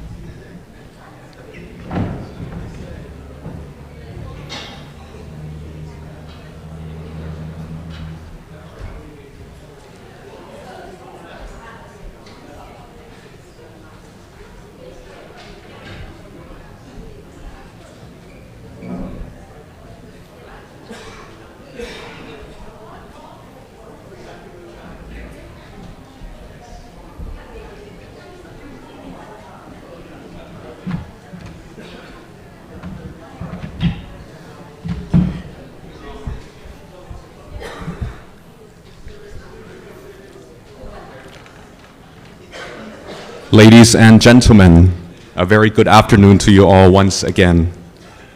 As most of you may already be aware, this conference is compassionately brought to you by the generosity of BGRIM, our principal sponsor. As a special agenda to our program this afternoon, it is my pleasure to inform you that we will have the opportunity to hear from Dr. Harold Link, the company's chairman and chief executive officer. In this connection, please allow me to invite Mr. James Stent, our senior SEACHA advisor, council member of the SAM Society, and a longtime resident of Bangkok, to introduce Dr. Harold Link, along with some interesting facts on BGRIM to all of us. Thank you very much. Thank you, Win. Good afternoon. I hope you've all had a delicious, if short, lunch. The theme that has appeared and reappeared in the keynote speeches and the first 5 panels of our conference over the past 36 hours is that effective climate action requires that human beings relate ethically and spiritually with the ecosystem. In the past, the traditional cultures of Southeast Asia knew that man's survival depended on living in harmony with nature. Sadly, in the modern era, Southeast Asians, along with the rest of the world, have lost that deep understanding and no longer realize that the future of our species is interdependent with the future of all species of flora and fauna in the world. Among the wealth of species in Southeast Asia, 2 in particular capture people's imagination: elephants and tigers. Our next speaker, Dr. Harold Link, will speak to us about the work of his company, BGRIM, to save the wild tiger in Thailand. The tiger, as we all know, is the apex predator. It is the top of the food chain in Thailand and elsewhere in ASEAN countries. For the people of Southeast Asia, recovering tiger populations in the wild can be a powerful symbol of reestablishing a harmonious and benign relationship with the region's ecosystem, as has been called for by all of the speakers whom we have heard in the first panels of this conference. Healthy tiger populations can demonstrate a restoration of Southeast Asia's traditional cultural respect for the living creatures of the forest. If tigers once again achieve sustainable populations, that would indicate that the ecosystem is once again in sustainable condition. Founded in 1878 by two Germans, Bigrim is the oldest company in Thailand. In the early 20th century, Adolf Link took over control of the firm. And for the past 30 years, Adolf's grandson, Dr. Harold Link, has led development of what has now grown into a major group of companies with a broad range of operations, especially including sustainable energy projects. Its floating solar installation in Vietnam is the largest solar farm in Southeast Asia. In addition to Thailand and Vietnam, Bigrim is undertaking solar, wind, and hydro energy projects in Laos, Philippines, Malaysia, Cambodia, Korea, and Poland. And it has committed to zero carbon footprint by 2050. Aside from being a highly profitable commercial enterprise, Bigrim practices its motto of, quote, doing business with compassion. It supports a wide variety of projects in the fields of natural environment, education, and culture for the people of Thailand. The Link family has long been a supporter of the Siam Society.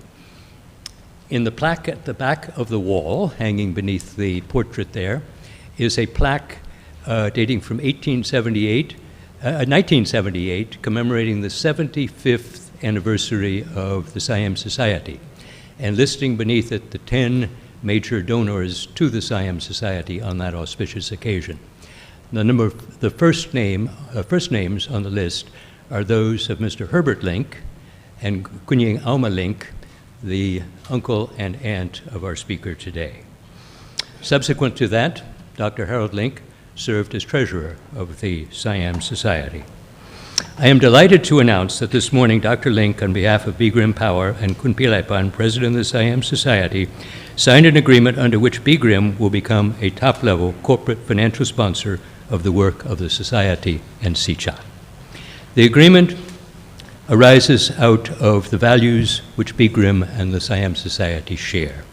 That is, a commitment to conserving, promoting, and celebrating the rich natural and cultural heritage of Thailand and its neighboring countries, and a commitment to serving its people. The Siam Society is proud to partner with Bigrim. We look forward to a long and fruitful relationship that will enable us, in the words of Dr. Link, to empower compassionately. In addition to leading the Bigrim Group, Dr. Link is president of the Royal Bangkok Symphony Orchestra and president of the Southeast Asian Equestrian Foundation, among many positions he holds. I now invite Dr. Link to address our conference.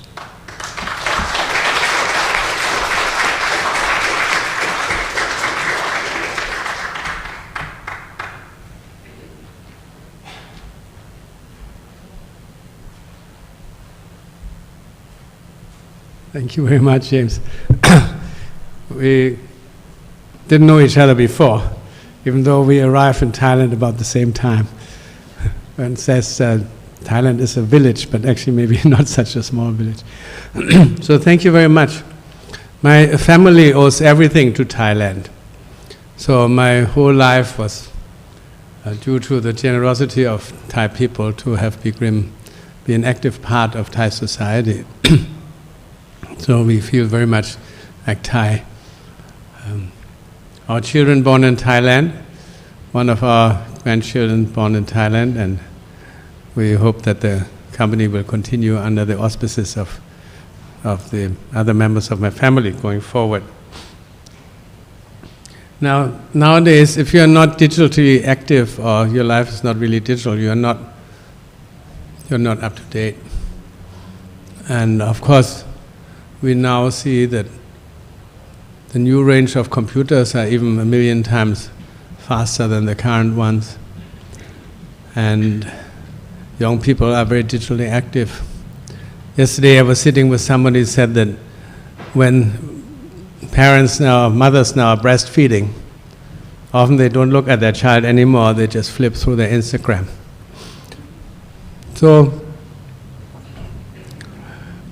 if we're not digitally active as a company, we cannot thrive in the new world. And so, Vigrim probably the first company that will have a digital twin of a power plant, even though we have been searching the whole world. And we found finally a Thai company that can do it, part of CM Cement Group. We brought a digital university, not a digital university, a university that teaches young people to become a good entrepreneur, and in that a digital entrepreneur. So bring kind of the capabilities of Stanford to Thailand, but not as a university as you know it, with professors teaching, but with business people teaching, those who have successful startups. And you all read about the metaverse, so kind of seems like people aspire to have their avatar do stuff in the metaverse. Myself, growing older, the last thing I want to do is have an avatar in the metaverse, or live in the metaverse, or live on the Mars. I think this is the most beautiful world, and it's worth preserving. So, when we are very active in industrial park development, the utilities there. And so now friends of ours want us to join their smart city. So I've been traveling the world to find out what is a smart city. Because most people talk about smart city in terms of digital enablement. Finally, I found a person who I think speaks out of our hearts. He said, a smart city is one where you want to live. So we should use the digital technologies to support life of nature and our life with nature. So we like to support forestry, and we like to support tigers. Why support tigers? Somehow as Bikram, we like to support activities which we think are important for the country, but don't have many people who think likewise or think enough that they would like to part with their hard-earned money for that purpose. So tiger conservation, unfortunately, hasn't found any other company beside Bikram to support it in Thailand. And so we try to do as much as we can, and now recently try to get other companies to join in this endeavor. So people ask, even in the company, why tiger? Scary. Tiger eat people. Why do you want to save them? And so I think the easiest way to understand for everybody also in this room is have a look when you take the top of the food chain out, and then when you reintroduce them, what happens to the landscape? What happens to the animals? And then you can understand why we have to protect the top of the food chain in our jungles. Whether it's in Thailand, whether it's in Malaysia, there are still tigers left, or Indonesia, where I just learned there are still 600 left, more than in Thailand. So can you maybe play the video? It's about how the wolves being reintroduced in the Yellowstone Park changed rivers.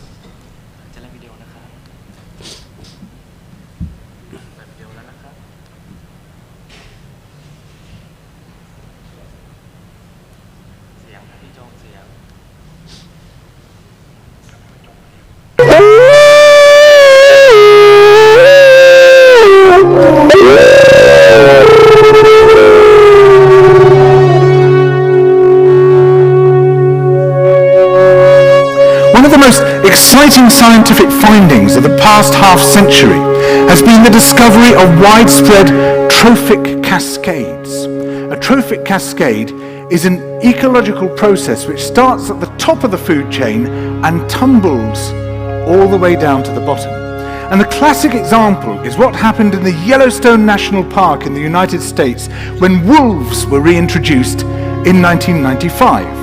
Now, we all know that wolves kill various species of animals, but perhaps we're slightly less aware that they give life to many others.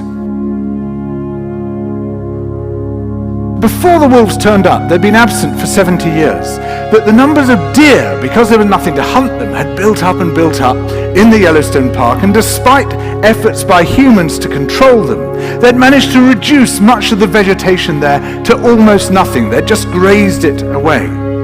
But as soon as the wolves arrived, even though they were few in number, they started to have the most remarkable effects. First, of course, they killed some of the deer, but that wasn't the major thing. Much more significantly, they radically changed the behavior of the deer. The deer started avoiding certain parts of the park, the places where they could be trapped most easily, particularly the valleys and the gorges. And immediately those places started to regenerate. In some areas, the height of the trees quintupled in just 6 years. Bare valley sides quickly became forests of aspen and willow and cottonwood. And as soon as that happened, the birds started moving in. The number of songbirds, of migratory birds, started to increase greatly. The number of beavers started to increase because beavers like to eat the trees. And beavers, like wolves, are ecosystem engineers. They create niches for other species. And the dams they built in the rivers provided habitats for otters and muskrats and ducks and fish and reptiles and amphibians. The wolves killed coyotes, and as a result of that, the number of rabbits and mice began to rise, which meant more hawks, more weasels, more foxes, more badgers. Ravens and bald eagles came down to feed on the carrion that the wolves had left. Bears fed on it too, and their population began to rise as well, partly also because there were more berries growing on the regenerating shrubs. And the bears reinforced the impact of the wolves by killing some of the calves of the deer. But here's where it gets really interesting. The wolves changed the behavior of the rivers. They began to meander less. There was less erosion. The channels narrowed, more pools formed, more riffle sections, all of which were great for wildlife habitats. The rivers changed in response to the wolves. And the reason was that the regenerating forests stabilized the banks so that they collapsed less often, so that the rivers became more fixed in their course. Similarly, by driving the deer out of some places and the vegetation recovering on the valley sides, there was less soil erosion because the vegetation stabilized that as well. So the wolves, small in number, transformed not just the ecosystem of the Yellowstone National Park, this huge area of land, but also its physical geography.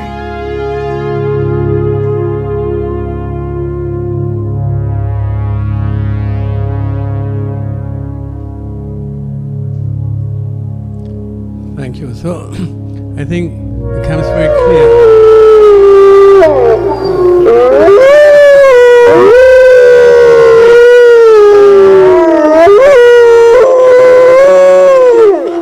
Fully agree. So we are a family of horse lovers. So one day I read about people who can talk to animals, and so told a friend about him. He was an engineer. He thought it's ridiculous. But the next year, when we met again, he gave me 2 books about how to talk to animals. So I read that the same night, and then I went to a course. In that room, there were 15 people, 14 women, 1 man, which was me. And so we took lessons on how to speak with animals, which everybody can do. But when we are kids and we try to do it or think we can do it, then parents tell us that this is ridiculous. So anyway, we have people in the in our horse farm that can talk to animals, and really helps me a lot when riding, because you know how they feel and what's the problem. And the funny thing is that our veterinarians, they don't really try hard to talk to them. And when we had a teacher with us, the veterinarian was the last one who got it. And the first one who got it were the not so highly educated people who look after our horses and who who believe in spirits, that I have seen them. So they don't have the barrier. So actually our lack of being able to communicate with animals is ourselves, is our own closing the door to our heart. And so we actually have this very close connection to animals. And so I hope that our support for the tigers is helpful in keeping the top of the food chain. And I just went to Malaysia and talked to the head of wildlife preservation, so they have the same type of program as we have here. And so we hope that will continue. Now, this is a seminar about climate and climate action. We cannot have a good climate if we don't have good forests. So we first have to look after our national parks, and we have to reforestate. I went to a very interesting project on Borneo, Sabah. A German friend, he got a big area of reforestation. So, and what they do is they have the national park inside. So when you have the national park inside and you do the proper forestation outside, number one, you get more animals into that part, but you can also protect the national park. In our case, we have to really talk to politicians who actually want to create benefit out of destroying the national park, and have to talk to the schools and to the villages and all people around, so that they try not to let the poachers come in. And when we started this work, the rangers had guns, but the guns didn't work, none of them worked. While when the poachers come, they have 18 different types of ammunition and very modern weapons. So we had to do many things to help them, because of course governments always have restricted budgets. And we will continue to do that, and we will continue in our forestation effort, because that's one way where people who produce electricity with gas can reduce carbon dioxide in the atmosphere. Now we read all the time about companies that by 2025 they will be carbon neutral. Or I went to a building in Singapore and they said this is the first carbon neutral building. So we are in the business of outfitting buildings. So I thought this is not possible, and the way the building looks, probably not. And it turns out they all buy carbon credits. So buying carbon credits is kind of like you remember in the 16th century or end of 15th century, we have the Catholic Church, you can buy your way to heaven. So, and then you have the Reformation coming with Martin Luther, not quite agreeing with that method. So I think we have still a long way to go from the electricity side to become carbon neutral.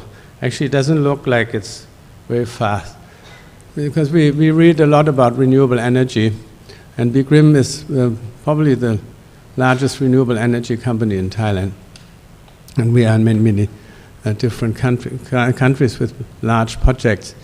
But I just read that in 2011, 9% of all electricity was made by renewable power. And 11 years or 10 years later, how much you think went up from 9%? You would think went up to 30% at least. But it went up to 13%. So this is where we are.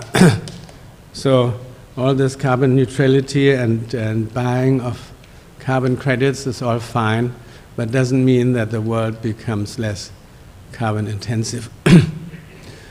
Carbon is also not the villain. The villain are the gases But it's not only carbon dioxide, it's also methane and there's also NOx. So let's not make carbon a villain, because we need carbon in our lives. Let's try to reduce the carbon dioxide we exhaust. And we have to try to look after our natural habitat, so to be in harmony with nature. So we try a little bit, but we know it's a small drop in the ocean, but everybody can contribute a bit. And I'm very glad that Science Society is also on this journey. Our family has been with Science Society for many decades, so I wish Science Society all the best for the future. Thank you very much for listening.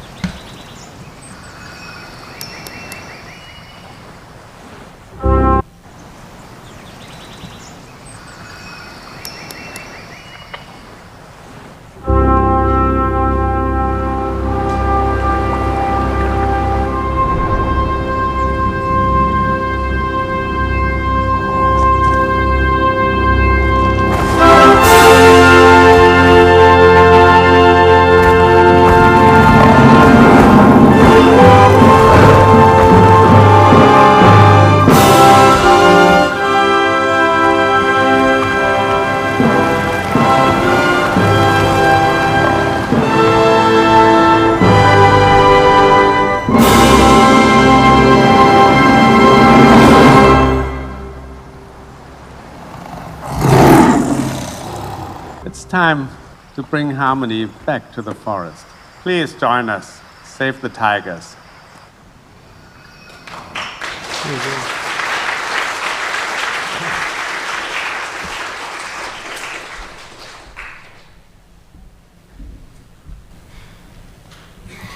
Thank you. Thank you very much once again, Dr. Harold Link, for sharing your words with us this afternoon. We are humbled and grateful for your support to the conference and to the SAM Society. Ladies and gentlemen, we will now continue with our next panel, titled Urbanization and Built Environment. This panel will be moderated by Ms. Momo Luin and Ms. Supicha Sutanonkun. Ms. Momo, our SEACHA Vice Chairperson from Myanmar, also served as the director of the Yangon Heritage Trust since its inception in 2012. She also specializes in the area of architecture with over 22 years of experience in the industry. In addition to co-founding a private architecture firm, she has also served as an executive member of the Association of Myanmar Architects since 2001. Ms. Supicha is an architect and heritage practitioner with experience in projects related to history, heritage, architectural, conservation, and urban development.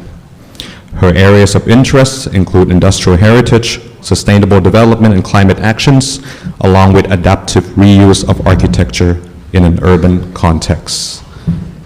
I'd like to invite the speakers and the moderators for this panel to kindly make their way to the front at this time. Ladies and gentlemen, please join me in welcoming them with a round of applause.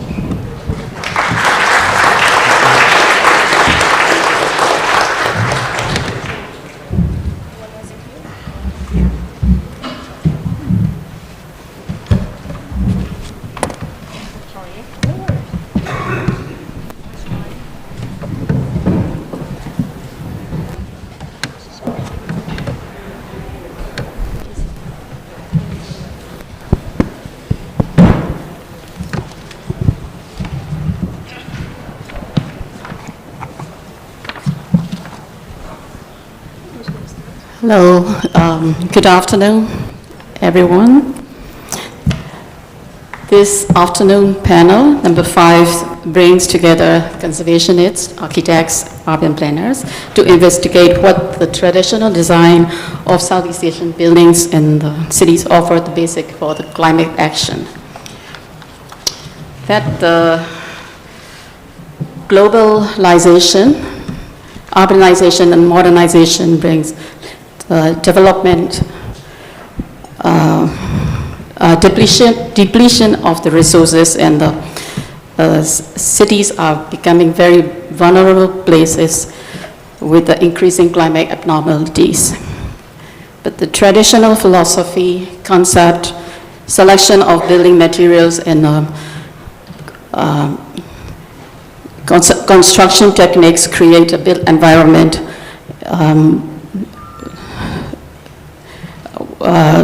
The natural environment, balancing with the natural environment and its quality to responsive climate action.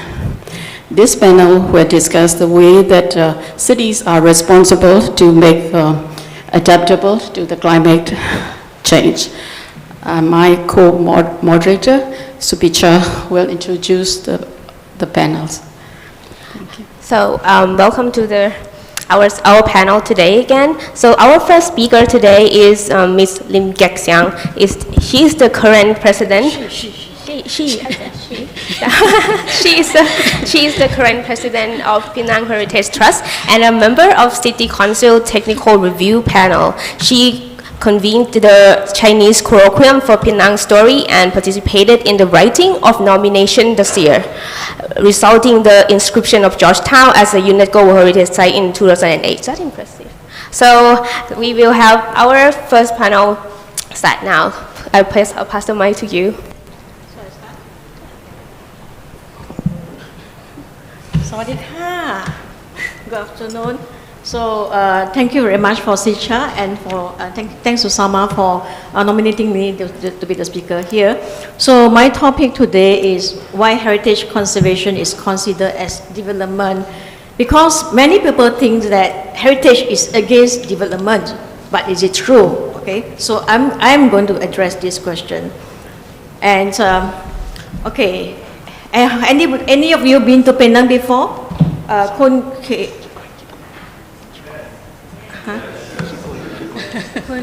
Penang Dakar. Siapa pun ada pernah pergi Pulau Penang? Oh, jadi okay. So I don't need to explain too much. Okay. So Pulau Penang is located in Malaysia, and Penang is Malaysia. Okay. So this is Penang, and Penang consists of an island and a mainland. Okay. And total area is 1,448 kilometers square for the whole Penang state. I purposely made these 3 slides when we were doing UNESCO listing because I have to go around and tell people why we do UNESCO listing. And a lot of people say, "Ayo, after UNESCO listing, we cannot develop." So I want to explain how big is the area, okay? So total area of Penang state. Penang Island is 295 kilometers square. And Georgetown World Heritage Site is this red tip of the thumb, okay? So it's only 2.62, about 1% of the island. So I used to tell people, you can keep the heritage site intact and you develop outside, but not all, okay? So in Georgetown World Heritage Site, total area is 2.62 kilometers square. It consists of 92 streets, 7 clan jetties, total buildings of 5,285, and out of it 3,890 are heritage buildings. Impressive, nah? Okay. So, what about total heritage buildings on the island? You guess how many? 1, 2, 3, 4, 5? Outside World Heritage Site. 10, 100? Huh? 100,000 heritage buildings, okay? And recently, our government came up with a proposed local plan for the whole Penang Island, and the consultants identified 52 heritage buildings on the whole island. But let's see, how many?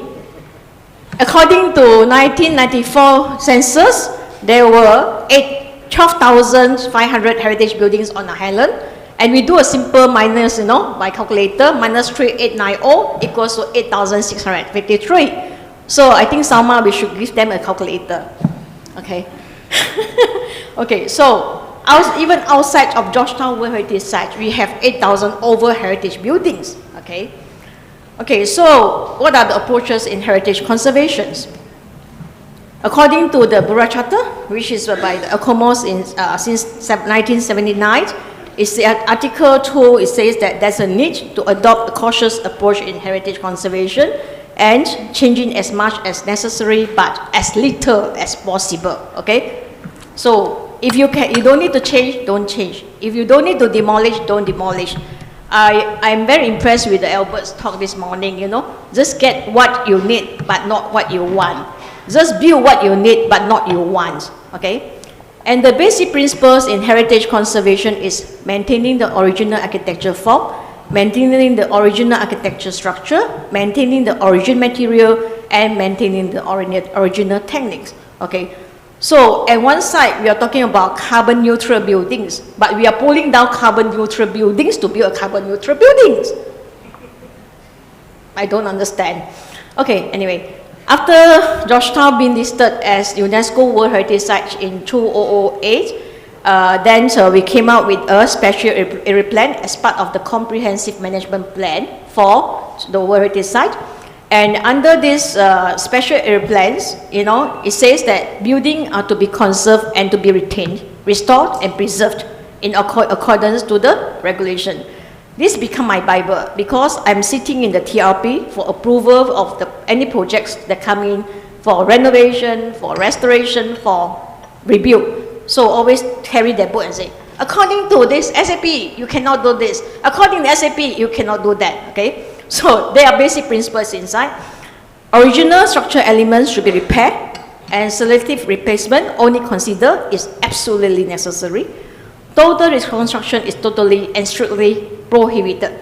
If you pull down a heritage building in the heritage site without permission, sorry, you have to rebuild back, okay? So, and no building or structure shall be altered or demolished if any necessary. Of course, adaptive reuse is being encouraged and recommended. So, can heritage conservation be considered as a green development? There's always a balance between heritage and development, you know, which is, okay, so people always think heritage development we must balance, or heritage people is against development. But let's define what is development. You know this city, right? Is this called development? Is it called developed country? Okay, yeah, look very nice, a lot of high rises. In the Asian people's thinking, developments mean what? Building high rises, pulling down heritage buildings and build high rises. But look at the people staying inside. Do you want this type of development? Okay, and do you want to have development in the price of air pollution, water pollution, okay, lead pollution, you know? Okay. And let's see. What is, so there are questions that have been asked in these 2 days. What is development for? Okay, according to UNDP, development is to provide a decent standard of living.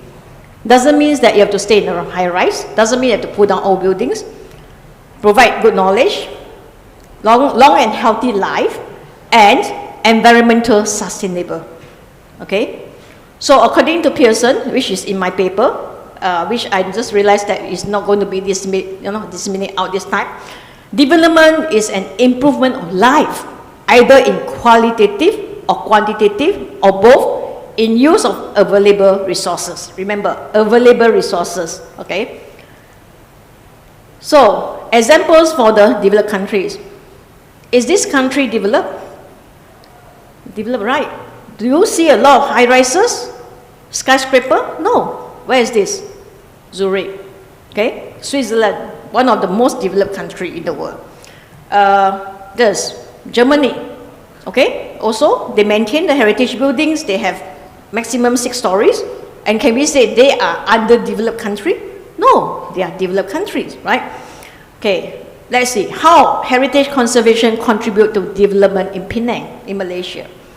So we have all these green, we call it green heritage houses, okay? So in Penang being on the island, I'm talking about the island, which is in tropical, hot and humid, and it has very high underground water table. And we have many shop houses. Just now the 3,000 overs in the World Heritage Site are mainly shop houses and predates before the introduction of electricity in 1905. Which means that when the builders Sometimes those build them are not architects, they are engineers from the council or even laymen. When the builders who built these houses, they knew that this house, we have high water table, and at that time, no aircon, no electricity, but they have to build houses with good ventilations and good lightings, okay? So we optimize natural lightings and ventilations. The structures are resilient to the fluctuations in the water table. So Georgetown has very high water table. How did our ancestors know? And how come our architects nowadays, they don't know? Okay? And that I have to introduce a technical term called hydrostatic pressure, okay? And why is this hydrostatic pressure very important? Why do we need to maintain the hydrostatic pressure underground? Otherwise, the house will be cracked.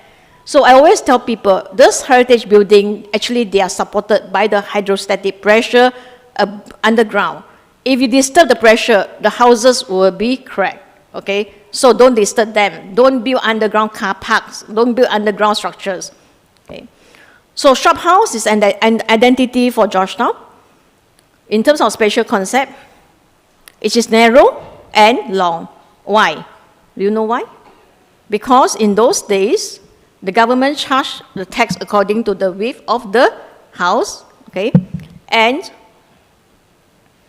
we have 5-foot way, okay? 5-foot way was introduced by Stamford Raffles in Singapore in 1822 to provide space for people to walk. So you compare to other countries where you don't have 5-foot way, you have to provide shelters, and then pedestrian. We already have 5-foot way. And sometimes our government talking about providing pedestrian some more. Why don't they just clear the 5-foot way? Finish the story, okay? And in Chinese, we call gokaki, okay? So when you walk on this gokaki, or somebody thinks it's Mr. Go's house, there's no snatch thief, and they provide shelters, and there's a public right in access. It is inside our Town and Country Planning Act, okay? So the house owner must clear the 5-foot way for people to walk. Otherwise, the government should take action. But our government never take action anyway. Okay? And, because of COVID, many of us are working from home, right? Work from home. But our ancestors are already so smart. They already work from home. These houses are built as a shop house. It means they have shop downstairs, they have house upstairs. You don't have to travel, you don't have to take BTS, you don't have to drive your car and have carbon emission, go to work, right? No traffic jam. You don't have plan for 1.5 hours to go to work, okay? Zero carbon emission, okay? So it's very, and I was born in shop house, one of the shop houses. My grandfather operated his business there, and then I have time to spend with my grandfather. Just now I told somebody, I know how to play scheme at the age of 5, I learned calligraphy all from my grandfather, okay? Yeah, because you can spend time there. And those days, the houses were built without aircon, and then they have good lightings, okay? And no floods, we have air wells. Cool, this is Salma's house, okay? So in the air well also, you can plant trees, okay? So we have free air purifier, because the trees provide oxygen, correct? Salma, did you do this because by purpose, right? Okay. So design. So all these houses have design, and for us, we know about architecture. We look at the facade, we know when it was built. But the current design is no freestyle. We don't know what style it is, okay? Okay, so this is an example of shop house, where we have like wooden carved doors downstairs, very beautiful, which provides security, and also it provides ventilations. Windows provide security, but can provide ventilations because it allows air to come in. Fan light also for lightings. And upstairs we have fan light and shuttered windows. Okay, and then, so the materials used for shop house are sustainable materials. Okay, for example, the flooring is terracotta flooring, which is porous, and the terracotta flooring has been burnt. It was been burnt at a high temperature. Okay, so the flooring of many shop houses in Penang are red hue terracottas, and this tile made from mixture of iron-rich clay, with the water, and press and dry in the sun before they bake in the kiln at the temperature of 1,300 degrees C. So because of this, it is porous. And our ancestors know that we have high underground water. That's why the material they choose is porous, so that the underground water can come out and breathe. When the air blows, there's a cooling effect. So that's why I say it's a carbon neutral building, okay? And this material is resistant to mold and bacteria. It's fire resistant, it's a good insulator, and inert and sustainable, okay? And if you look at the old maps in 1891, our Kelly's map for Georgetown, you can see that those marked red colors are actually buildings with clay brick structures. So they already used since those days. So this brick structure, the bricks also, the clay bricks are breathable and it can withstand severe weathering actions and inert to all chemical reactions, So it's highly durable. So the floor, we use clay tiles. The bricks, when we lay the walls, is made of clay, which is breathable, and it has high thermal insulation. Nowadays, people have to use a lot of material to insulate their building, But all these heritage building already naturally, can insulate the heat and sound also, okay? And it's fireproof, okay? And it is environmentally friendly and reusable. How many minutes I have? Okay, sorry, no, there's no timer. Sorry, I tried to set my timer, but I can't see. Okay, 6 more minutes. So, and then after we lay the tiles, the bricks, then we apply lime plaster. We don't use cement because the lime plaster is breathable. It can withstand the same as the bricks and inert to chemical reaction, and it doesn't release carbon dioxide. Actually, it absorbs carbon dioxide. Okay, so again, with the correct bricks, with the correct plastering, then the moisture from the ground can come out, and then it can breathe through. We call it breathable. When wind blows, okay, there's a cooling effect. Then after that, we apply a layer of lime wash. If you want to have color, you just add this natural pigment. We don't use chemical. I hope there's no ICI or Nippon Paint salesman here. Otherwise, they'll kill me, okay? Yeah, because ICI or Nippon chemical paint is like a layer of plastic that covering your skin, you cannot breathe. Then you will damage the wall, okay? Then we use V-tiles, which is made of terracotta tiles, which has the same features as the floor. And then it also is made of V-shape. It allows rain to flow downward smoothly, and there's a small void between the tiles so that there's a good insulation from the sun. So our ancestors, they're so smart. They know we are hot, humid, but then they build the buildings accordingly. This is Salma's house. I drew this door before for them to make, okay? So the wooden door, and then the doors are made of timbers, and you can see here, there's a vent that you can pull to open up, okay?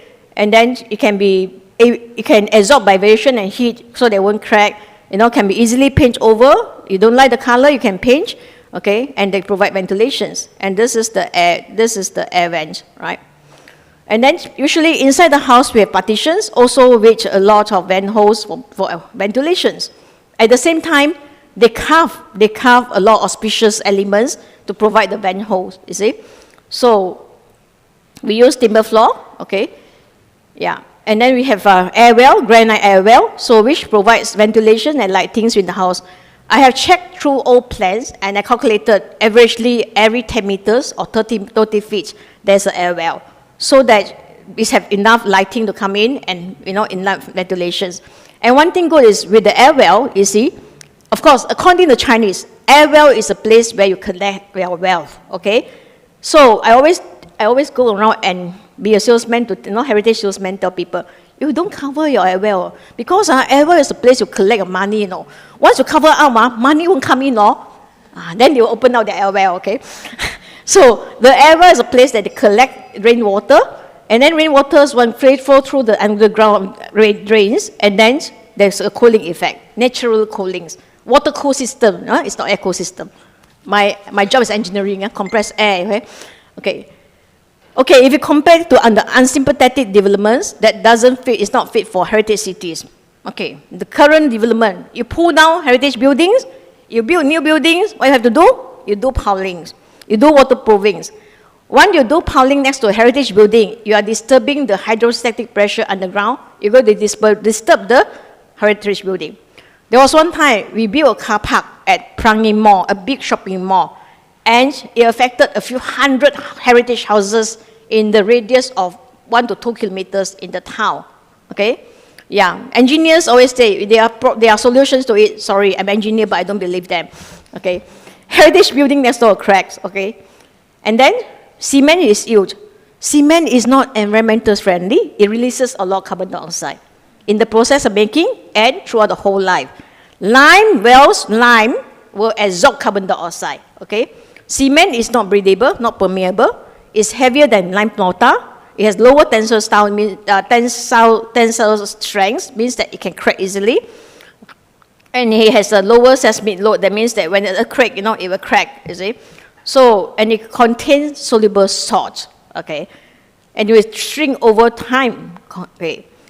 So, if you compare a house here, house A uses lime plaster, and house B using cement. Cement cannot breathe, okay? Whereas lime plaster, it can breathe, and the moisture from underground can come out. Then you compare the wall. This is wall A being damaged by wall B because wall B here blocks all the pores, Then the moisture will just push here and the salt will push here. That's why it damaged it. And this is the wall that damaged by cement, okay? I just learned from Johannes last night. Songkla, oh, they're so smart. They have a gap between two walls, they don't have the shared party wall. Then there's gap so that your wall do not disturb my wall, okay? Yeah. Then there are other new materials like steel. Steel is very heavy. That you need a bigger piling, and then piling. Glasses, it reflects sun, and then it's not good insulation. Plastic, everybody knows, is not environmental friendly. I don't have to repeat here. So these are the modern materials that not environmental friendly. Okay. So conclusion: when you build a new building, you need new materials, right?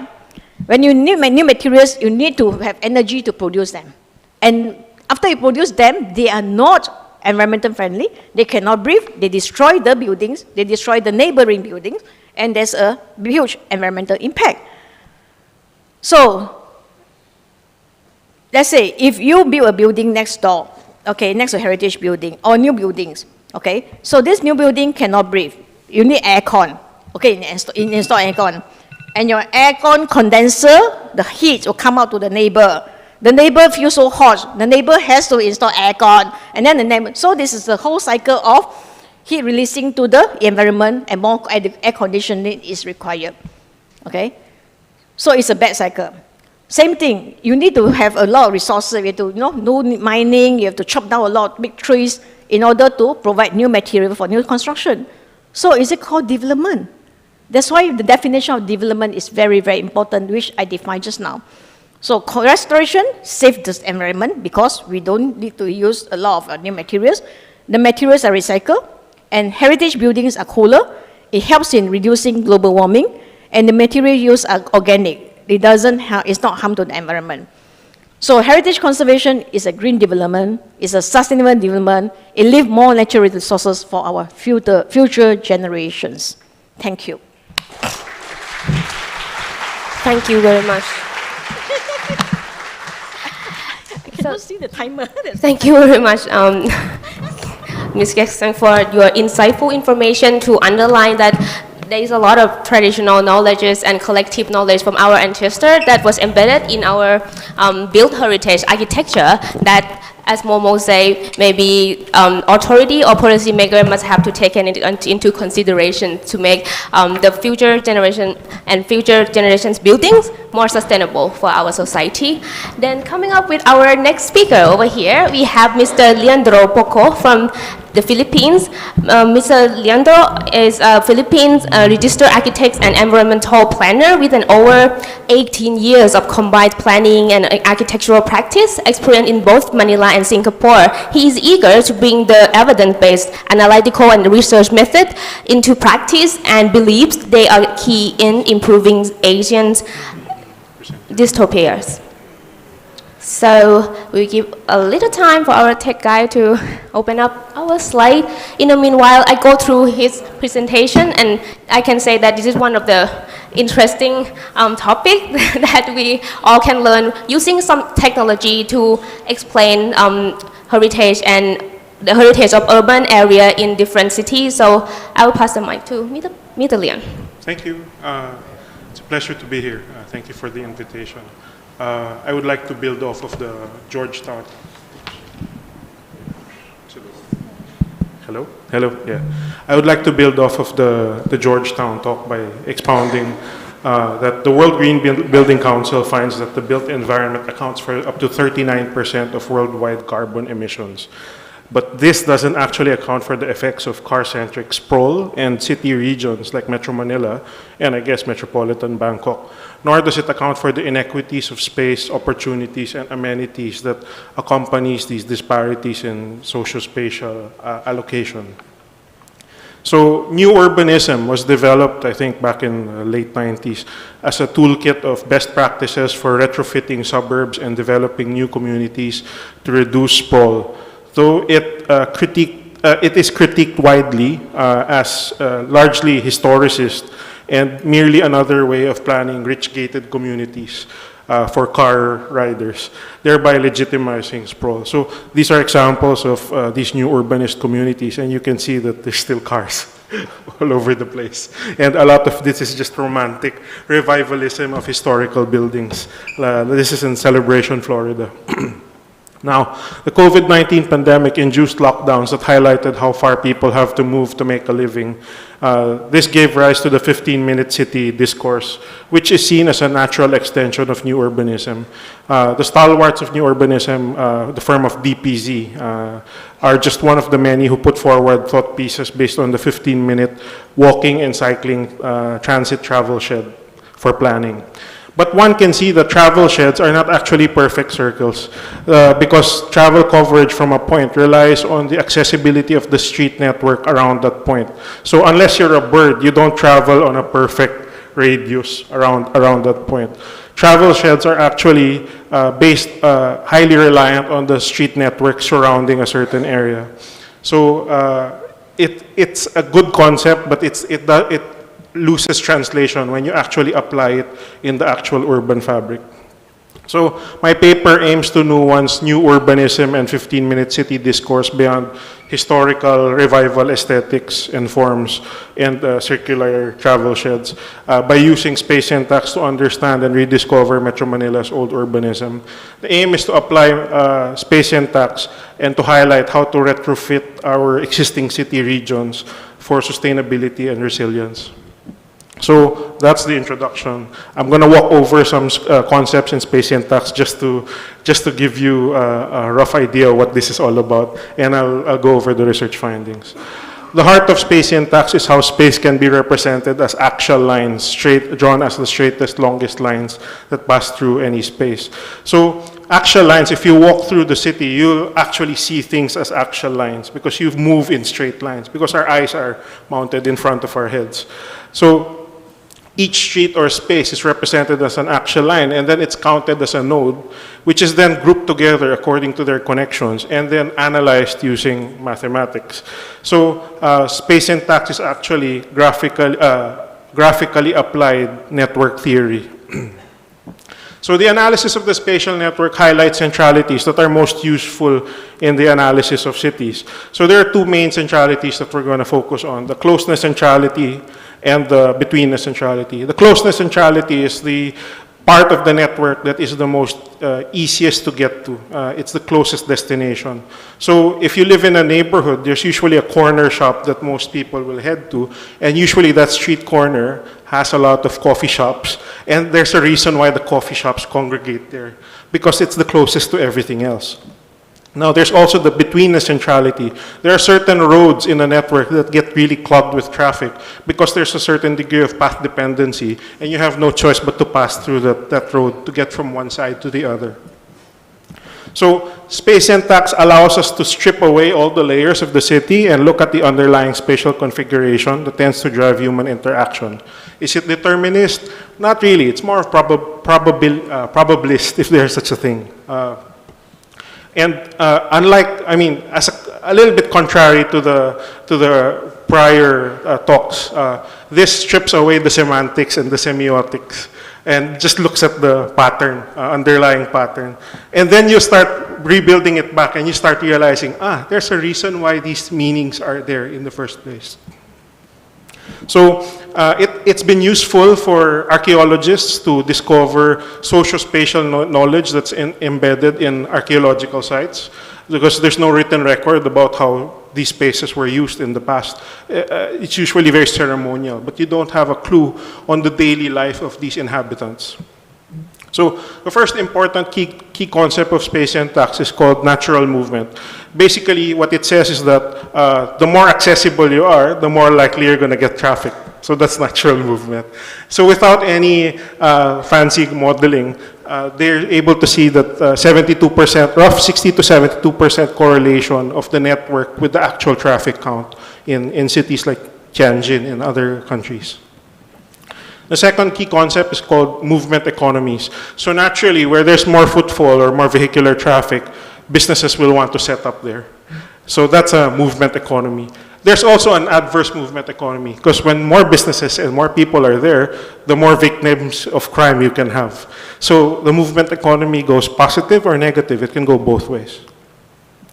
And lastly, it also highlights what is an imposed order versus an underlying structure.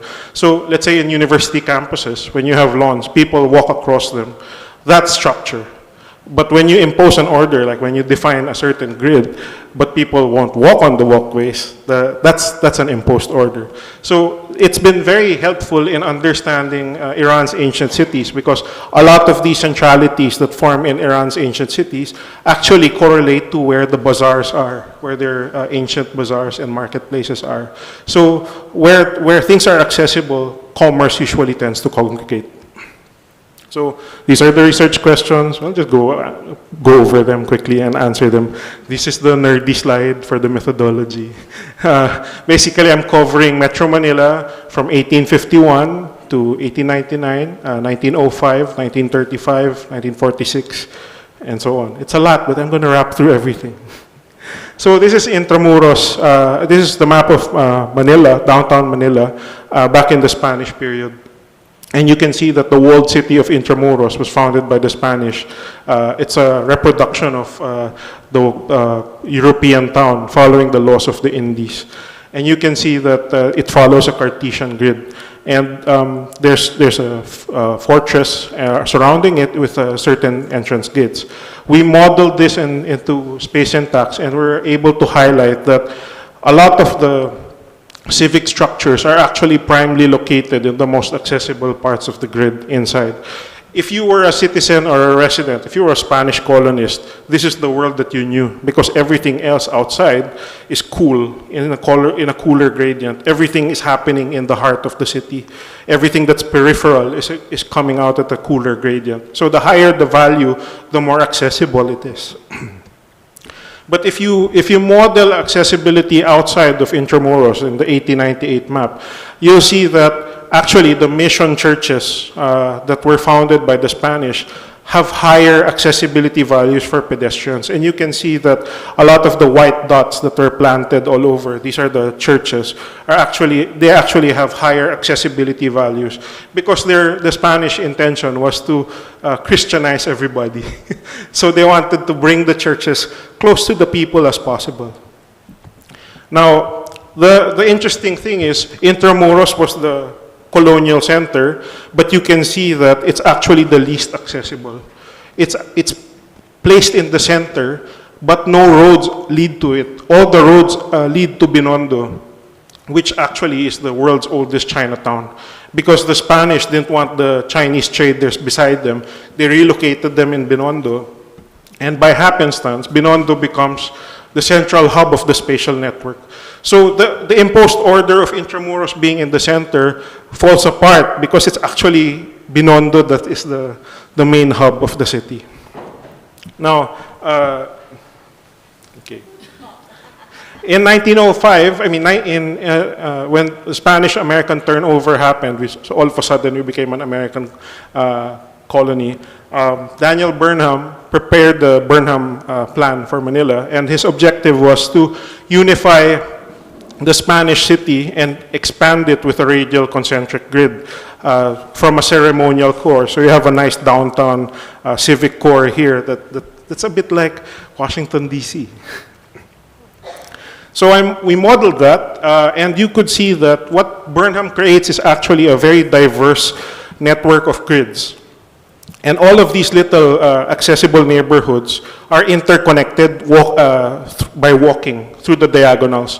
What this makes is a very walkable, interconnected city that's fine-grained. And if you can walk from 5 minutes and string together 5-minute walks, you can go from the edge to the core of the city very easily. Now, but the irony here is that because of this Burnham grid, it actually sucks away the integration core of the city away from the downtown. So again, the attempt to create a civic core is an imposed order, but it falls apart because all the action actually migrates to the north and south of the Pasig River, which it's a consequence of the density of the grid in those areas. Now, in 1945, that's actually the tail end of American colonial rule. Manila reaches, it's like a peak colonial city building. And you can see that this foreshadowing of segregation in the north and south actually happens. So you could see that the network divides and segregates to northern and southern cores. And this is partly a consequence of the lack of bridges spanning the Pasig River and the large amount of industrial land that had to be allocated beside the river. So that segregated the north and south sides. And interestingly, this is a little bit detailed, but I'll just go over it quickly. The accessibility of the southern side is actually higher than the northern side. And this points to how this southern side is called the Bayfront area. This happens to be like a gated enclave, an ungated enclave of the Americans. So all the yellow dots are all the institutions that the Americans founded and the American businesses. They were all founded in the most prime addresses of the city. And this sort of points to how the spatial network is actually more accessible in those areas. Now, in 1967, this is the first metropolitan survey of Metro Manila, and you'll see that there's a planned circumferential road called EDSA. So if you ever visited Metro Manila, EDSA is this mega infrastructure that you will probably encounter during your visit. And in 1967, all the accessibility values actually are now higher than what was in the core. It signals the suburban migration of the vitality of the city, literally sucking out the vibrancy of the core to the edges. And that edge actually happens to be the most vehicular-centric because it's all suburban planning. So a lot of the development happening on the edges is actually very car-centric. So on the north, you have the new government city called Quezon City. This was planned as a heroic city for the workers with a lot of civic monuments. But the funny thing is, if you go into Quezon City, no worker can walk because it's all very inaccessible. And then on the south is Makati, which is the CBD. It's a private business township. It's a private business district that's surrounded by gated communities, by gated elite subdivisions and villages. So this leads to contemporary Metro Manila centralized suburban sprawl. So you can see that the land uses are all concentrated in the core, but everything else outside is all residential. Yellow is residential. But using space syntax to analyze the Metro Manila fabric, you can actually see that a lot of small centralities form outside of the core. These are opportunities for a reconfiguration and a relocalization of the city. And if you zoom in into southern Metro Manila, this is the existing land use. It's all residential. All the commercial is on ribbon developments or stroads. And you can see that inside the residential developments, there are centralities that are untapped. Why? Because a lot of these areas are segregated and are prevented from having commercial land use. So these are all gated elite residential suburbs. Now, Space and Tax highlights this and allows us now to revision what those travel walking sheds are. Essentially, when you talk about the 15-minute city, these red areas, these walkable centralities, could be the core of these new 15-minute city bubbles. So I hope I was able to show how space and tax can be used to translate that idea, that very rough schematic idea, into actual planning. I'm actually using this in my practice also. Thank you. So thank you very much, Lian, for explaining us these alternative tools for analyzing activity of the city so that we can understand what's actually happening in the urban area. So if you guys have a question, please hold on to that, including you who is watching online. We will be having our Q&A after all of the speakers have been finished. So our next speaker over here, welcome. We have Dr. Nirmal Krishnani, who has been at the front line of sustainability, advising on projects and policy in Asia, formulating new platforms and scrutinizing the space between frontline theory and design practice. Presently, Dr. Krishnani is the associate professor at the the National University of Singapore's College of Design and Engineering, where he teaches sustainable design. So, Dr. Nirmal Krishnani, please. Great, thank you. Are we going to find a way to start this? Please. Yeah.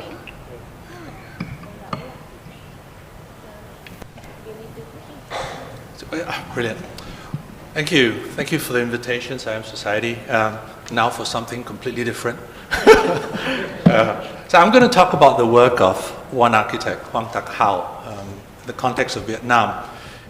His work represents the urban-rural divide, giving voice to the many communities that are left behind in the countryside. His work is also representative of a new Vietnamese sensibility. He adapts a vernacular architectural form to contemporary realities. It is this act of interpretation, this intersection between the traditional and modern, that Mr. Hao finds his voice. His work also implicitly acknowledges the exigencies of our time, environmental problems and social inequity. Before I begin on the presentation proper, I'd like to acknowledge my co-author, Alakesh Datta, who's not here, who is also a colleague at the National University of Singapore. So, as covered by the previous speaker, rapid urbanization has been declared the root of many of today's problems. Here we see an aerial view of the city of Mumbai by photographer Johnny Miller, and it so graphically demarcates the city into social spaces. The blue patch to the left, the slums, the buildings to the right are your upper middle class houses, and to the far left, a polluted river. The failure of infrastructure to keep up with population growth has led to an increase in environmental risk. This image of floodwaters in Bangkok is a familiar sight across Southeast Asia in cities in Vietnam and Indonesia. So in the building construction sector, we ask ourselves, what can buildings and urbanism do to mitigate the risk of some of these problems? So we're seeing a response to the environmental issues around us. Here in the work of architects like Singapore-based Woha, who advocate that buildings should be seen as constructed ecosystems. So this is a mixed-use tower in the heart of Singapore, which has a green wall that rises over 100 meters and has become a habitat for small animals and birds. Or here, we see in the work of Thai landscape architect, and I'm going to say the name, I'm going to do my best, and I apologize to my Thai colleagues, Kochakon Vorakom. Kochakon, okay, got it. Who uses large landscape projects to create new social and ecological relationships. So while cities struggle with the influx of people, we see the hollowing out of the countryside, small villages and towns where there is disrepair. In the Vietnamese context, the Doi Moi policy in the 80s and 90s led to a progressive migration of people from villages into the country, into the city. Every year, for example, 100,000 people move to Hanoi, 130,000 to Ho Chi Minh City. And this is a problem for both the city and the countryside at large. So Hoang Tak Hao was born in 1971, trained in Hanoi and in Italy. He's currently based in Hanoi, where his firm, 1+1 is more than 2, focuses on community architecture. He sort of fashioned himself as something of a community architect, focusing on buildings, small community buildings in the countryside. There's something special about his approach, this blending of traditional form and craft and materiality with a unique sort of modern twist. I'll very quickly show you a few images before I talk about the principles of his work. Here is Cam Tham Community Center outside of Hoi An in central Vietnam. This is the Jungle Flower School in Vo Na District, which is a mountainous area north of Hanoi. Nam Dan Homestay and Community House in the Quang Ba District, northwest of Hanoi, on the border of China, and the Ta Pin Community House in the Sapa District, which is a famous tourist area. So Hoang Tak Hao is very much an activist, an agent of change. He's often the initiator of the projects. He solicits and defines needs and finds the funding for the projects. The buildings are as much a product of process as they are the subjectivities of architectural thinking. In each project, he brings multiple stakeholders and resources, and these include members of the community. A lot of what happens on site is driven by both the community themselves, but also the craftsmen that do the building in the final. I'd like to talk a little bit about his process in the context of one specific project, the Earth Village in Nam Dan. Since 2013, Hoang Tak Hao began collaborating with an NGO in Vietnam to lend his design skills to a particular problem. And this problem had to do with an existing village in the mountains which was struggling from a loss of income through the migration of people out of the village. And so they had to relocate the entire village to further downslope, closer to infrastructure, where they could create new business model where the village would live off tourism. So it was a relocation of an entire community. Now, key to the redevelopment of this village was creation of this new lifestyle of tourism, and so many houses had to be redesigned to include accommodation for paying visitors. The buildings are very highly crafted, made with local material and by local craftsmen. In the discourse of architecture, we often talk about place making. The term place is specific to the discipline of architecture, which refers to this combination of social, cultural, climatic attributes of a location that give rise to an architecture that feels as if it belongs where it is and that it is embedded in its place.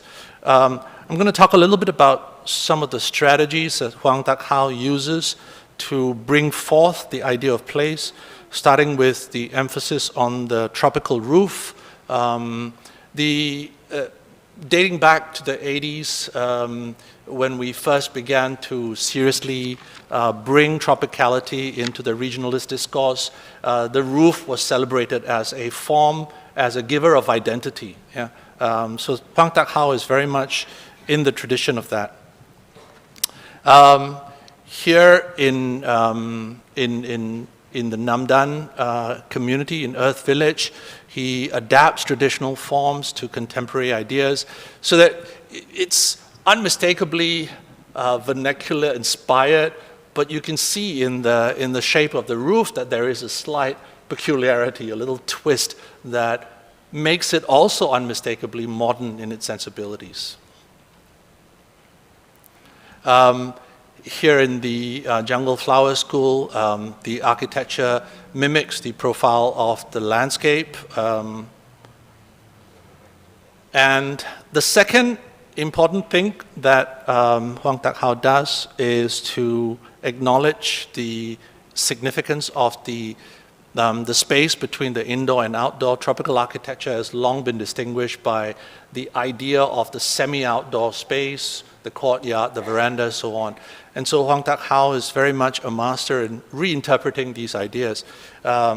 Here you see in the Kamdan community house, the courtyard with the deep pitch roofs. I mean, I think that what's really interesting about his interpretation of it, which is very different from, for example, the presentation you saw earlier about the shop house in Penang, is that there is this idea that there is a pragmatic to it, which is about creating comfort and about creating protection and shelter. But there is also this kind of exquisite idea of discomfort, if you will. You know, that there are parts of the building where if it rains heavily, you get wet. You know, there is joy in that. And sometimes in the sections you see this exaggeration of line and structure, which both speaks to porosity, but also speaks to an attention to the edge between the inside and the outside. One of the things that is very interesting about his work is that even though he's dealing with very basic structures, he brings an environmental outlook into them. And so I didn't put this into the slides, but very often he will do energy modeling, he'll do daylight modeling to look at how these buildings are performing before they're completed. Yeah. And a big part of what he conceptualizes is also the connectivity of the elements, so how rainwater is collected, how it gets stored, and then it gets reused. So I personally think that his work is filled with these many sublime moments where the relationship to nature, the outside world, interacts or blends in with the inner sanctum of shade, shelter, and privacy. And all of these, there is one other very important ingredient, which is materiality. He showcases an amazing ability to handle local materials. He's very much a master of the low-impact materials, such as rammed earth, stone, adobe bricks, timber, etc. And most of what he does is built by local craftsmen. So there is this kind of implicit in the construction process an upgrading of the skills that are in that industry at that place. I think he's been incredibly successful in the way that he's brought materiality into the conversation. And in some ways, the materiality of his architecture speaks to the question of environment. So low-impact materials, very much in the vogue right now. We talk about rammed earth and brick and stone, but he uses them to contemporary effect. And finally, I think one of the unique characteristics of his work is his use of cultural motifs. Here you see him using in the Tapin community house, he uses the pattern of the scarf or the women's headgear of this small community in the north of Vietnam to kind of echo that in the creation of his architecture. So like every successful architect, he's had to move out of his comfort zone. He gets commissions now from peri-urban and urban projects. And what we see is continuity of ideas. Here in the Da Hop Kindergarten and Primary School, on the outskirts of Hanoi, you see the use of form as a way of echoing topography, the landscape. We also see in the porosity of form the same kind of intent with regard to passive design, the introduction of courtyards, of air wells, and light shafts. As he moves into even more dense urban settings, they become even more challenging because the city is, unlike the countryside or even peri-urban areas, can be inhospitable. It can be polluted, it can be noisy, and so the idea of the building open to the world around it has to be reimagined. Here in the Institute of Mathematics, Advanced Study of Mathematics in Hanoi, we see the courtyard, the inner sanctum, repeated, with the vegetation now becoming very much a part of the vocabulary of the architecture. So the courtyard becomes a kind of an urban oasis here, becoming a way of shielding residents from the noise and the pollution of the city.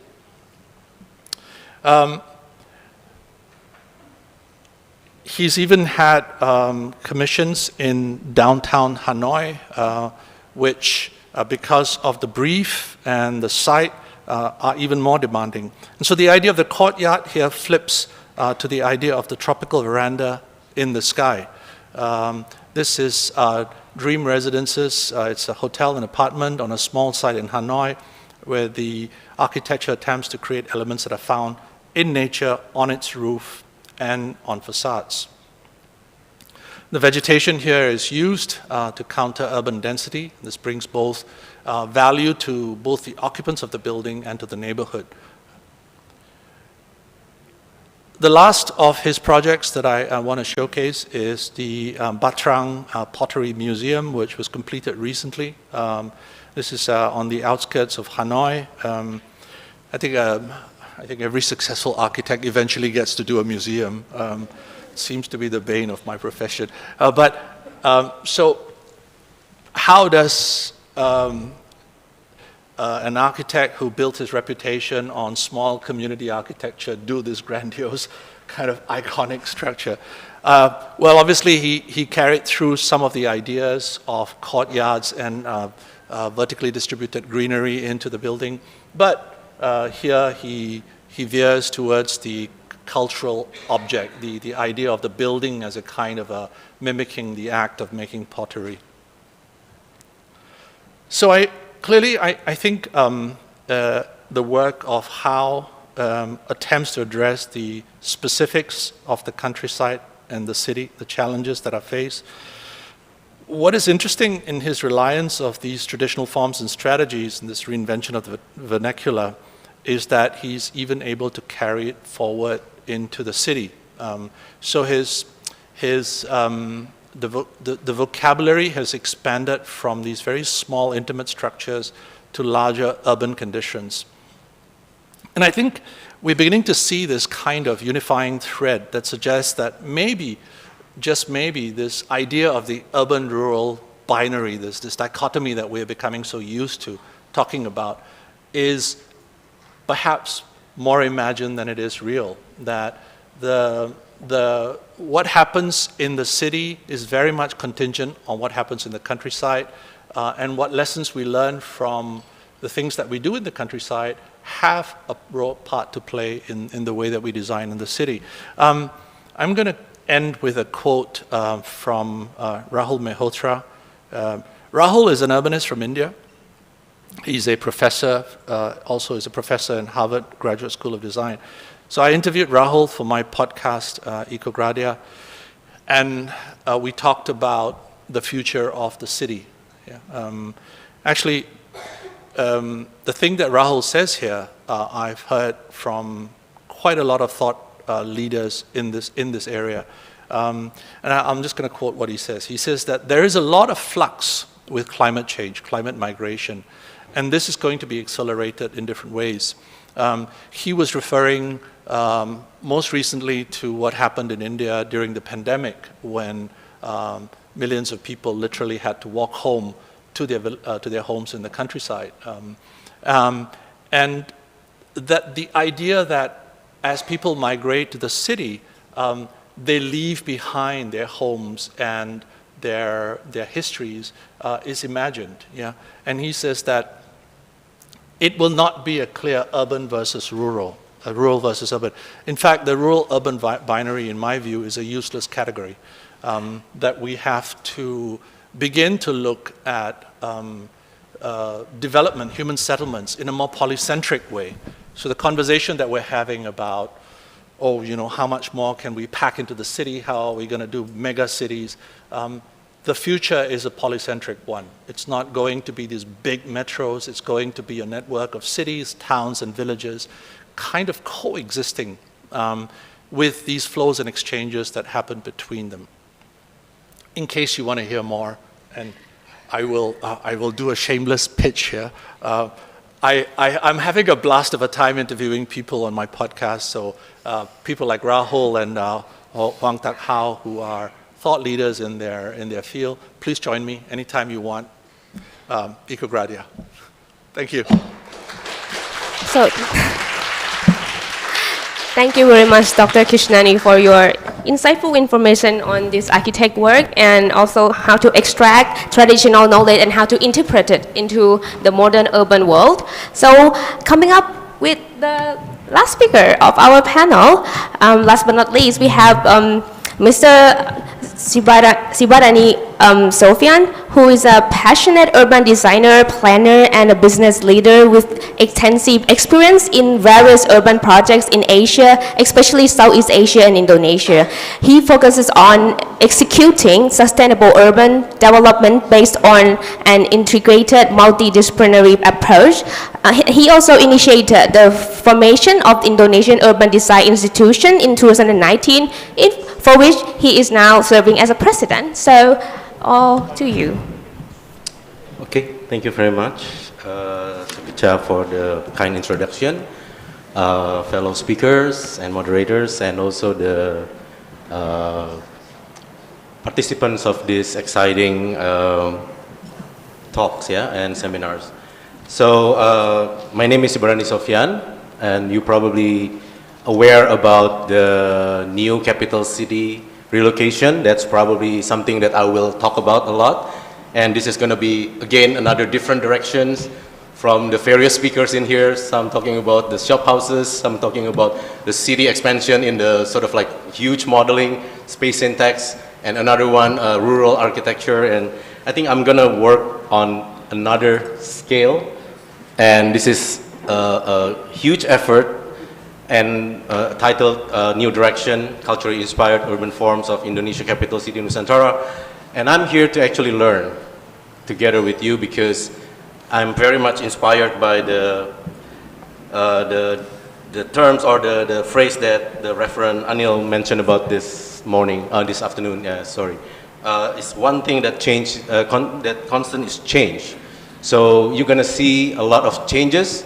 You're going to see also a lot of the changes in different scale, different topics, and also different probably execution of how this new capital city will be coming. So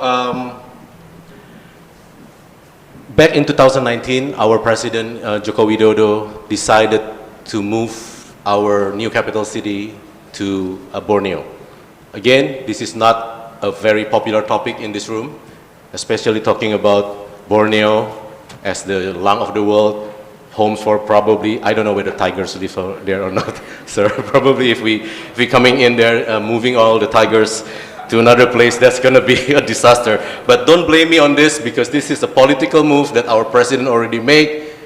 It's been decided, Borneo is the place. And our fellow Malaysian, watch out, we're gonna come into your border because we are in the border to Kuching and Sarawak, So, but there are three pillars of the vision for our IKN that our president already decided.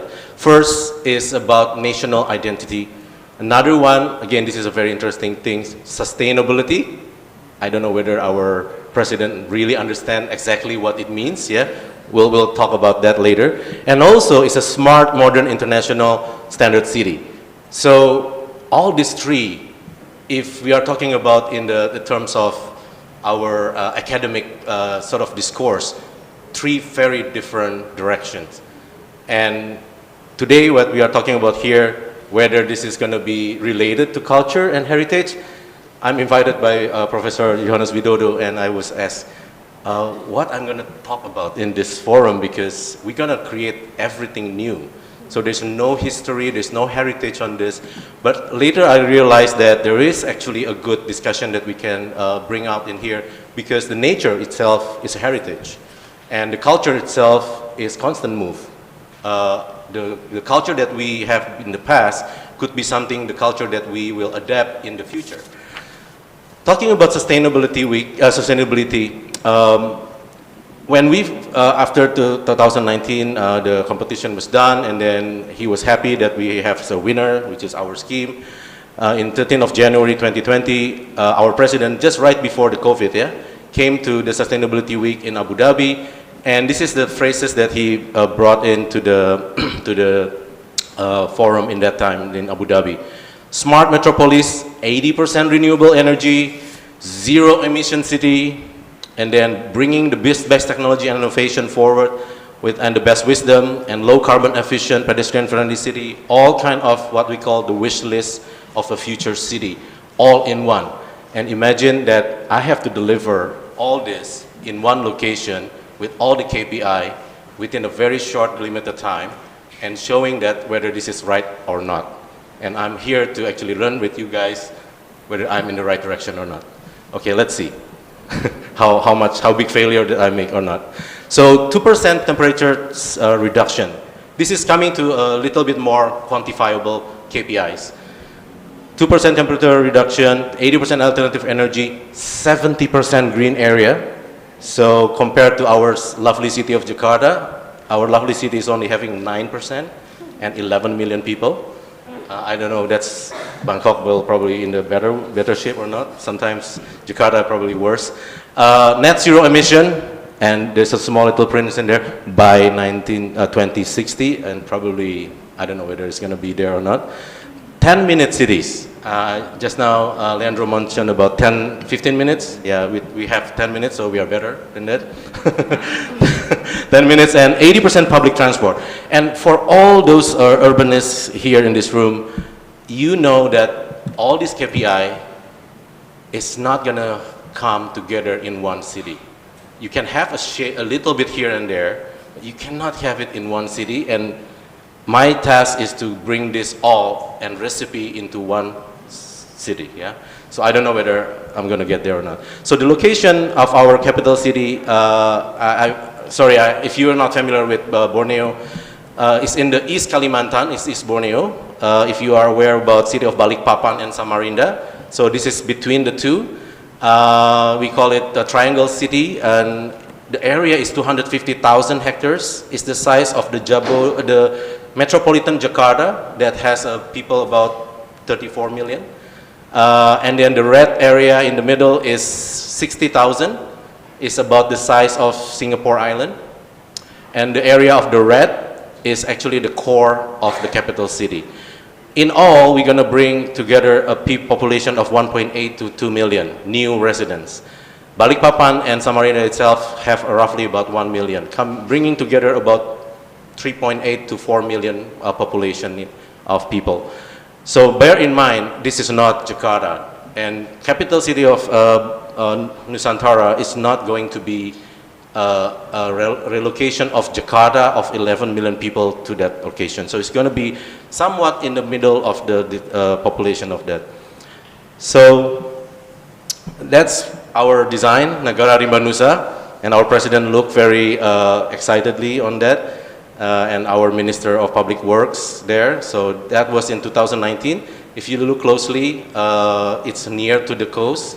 And this is, again, when I mentioned about changes number one, change the location of your competition, because we think that it's near to the water, is near to the climate change, so the water will be rising. The president's afraid that it's going to be flooded, just like our Jakarta Palace was flooded in 2008. So move it up. Okay, so we'll move it up.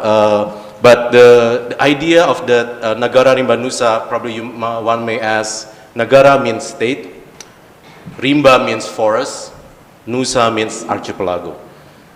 if you ask the Indonesian here, what does it mean? It means nothing because it doesn't actually even create a phrases, you know. Nagari Manusa is just a brand name, but it encapsulates three different things. That the city is going to be there. We cannot deny the fact that we're going to bring in a full-fledged city with all the system in it. But it is very much happen in the area of the jungle. But just to bear in mind, it's not really a primary virgin jungle. It's actually a production forest, yeah? So in every 3 years, the tree is going to have to forested, crop, and new plants will come in. So this is not necessarily, you know, the area where we actually have the orangutan or the bekantans living. So the government already picked an area that is actually not near to that. And the archipelago is basically coming in together as our identity as the largest archipelagic country in the world. And initially we wanted to be near to the water, but now we move up to another location, then we have to bear with the archipelago in the different definition. Yeah?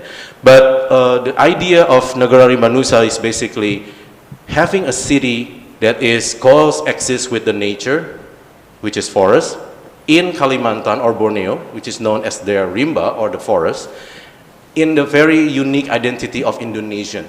Because we are archipelagic country, there should be something to do with our identity. And there's also the word of transformative and inspirative, because it's part of the brief. It needs to be a transformative and inspirative.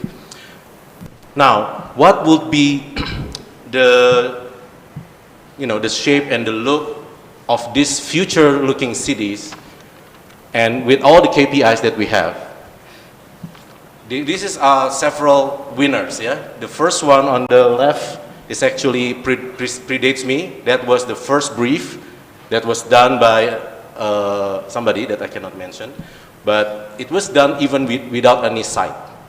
So it's just imaginary city for creating certain level of concept. And it looks very much like, I don't know, you know, the five, they call it Baphomet, right? It looks like the five different, but that's probably related to our 5 rules of Pancasila, yeah, in Indonesia. And the other one is called Infinite City, the second winner.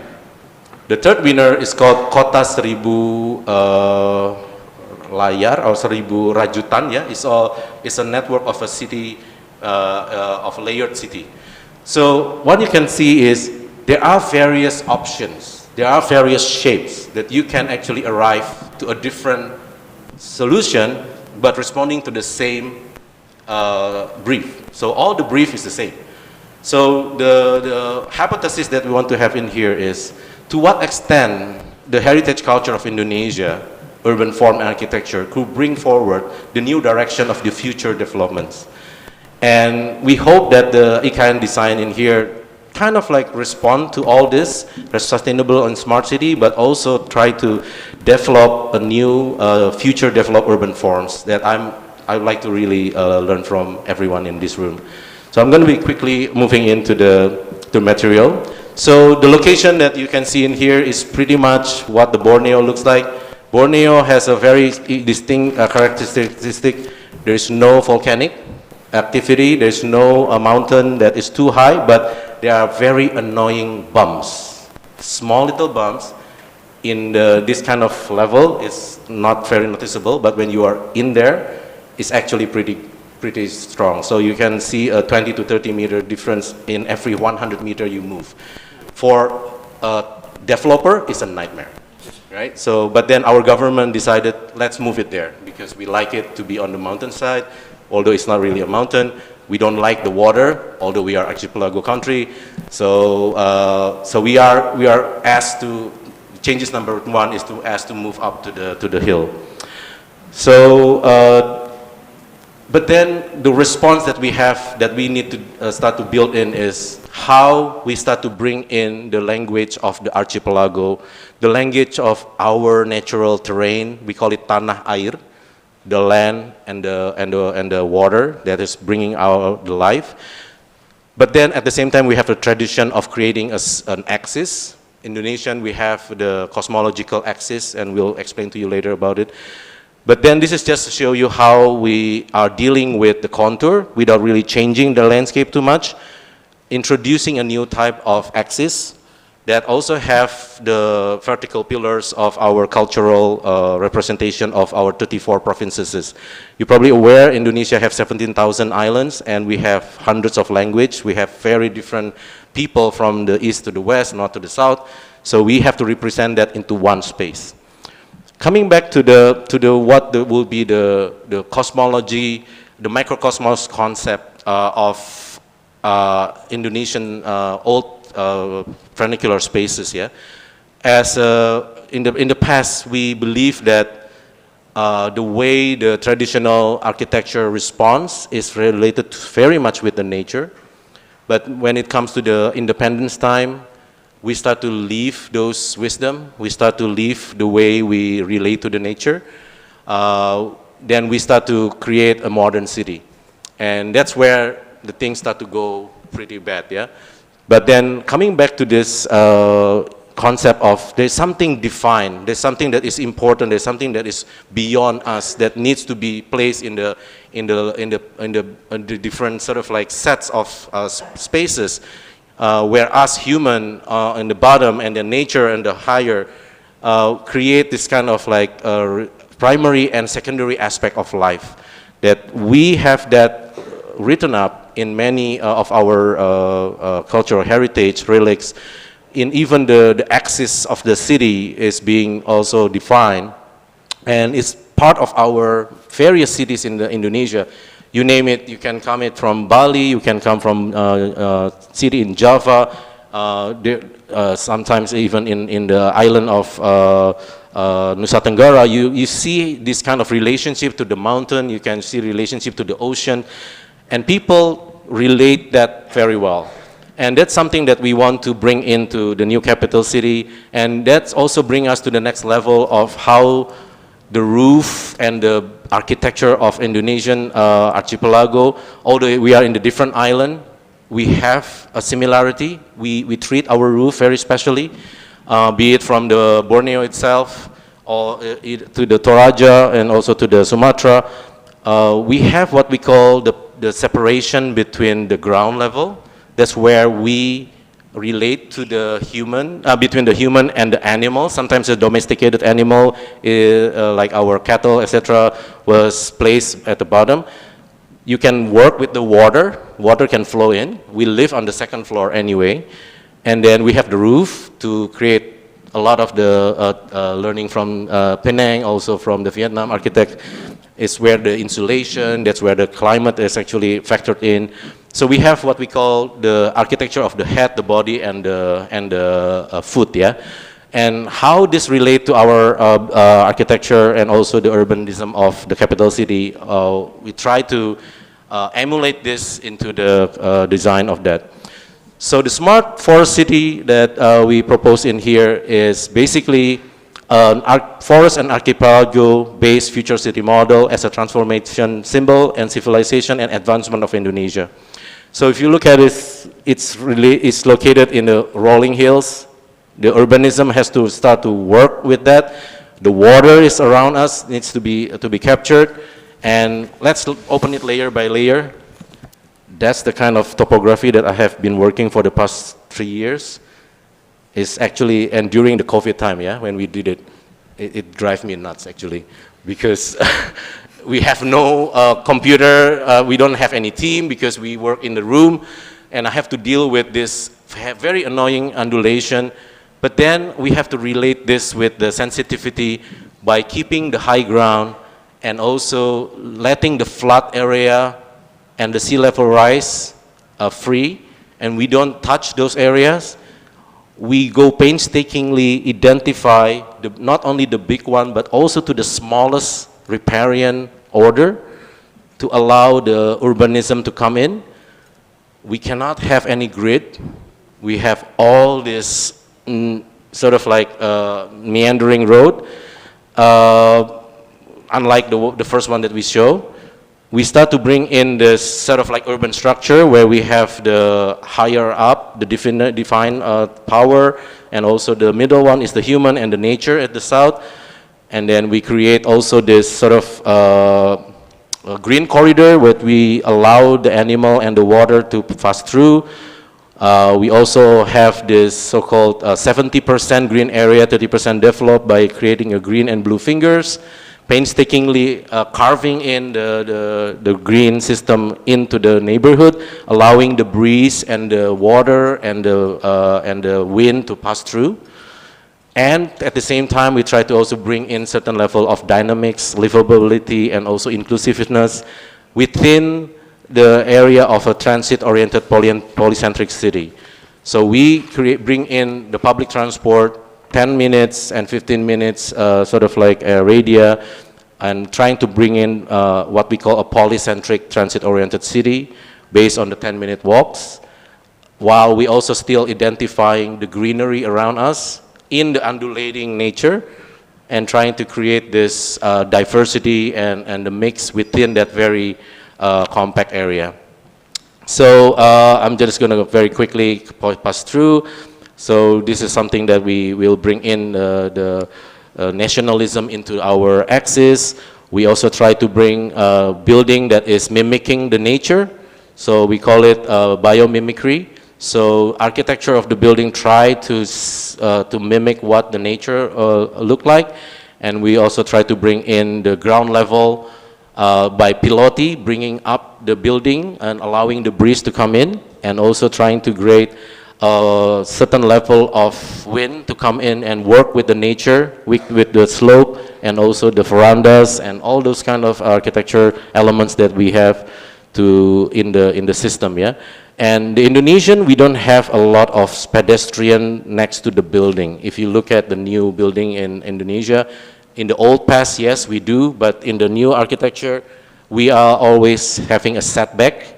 So we try to bring that setback now to the main street level.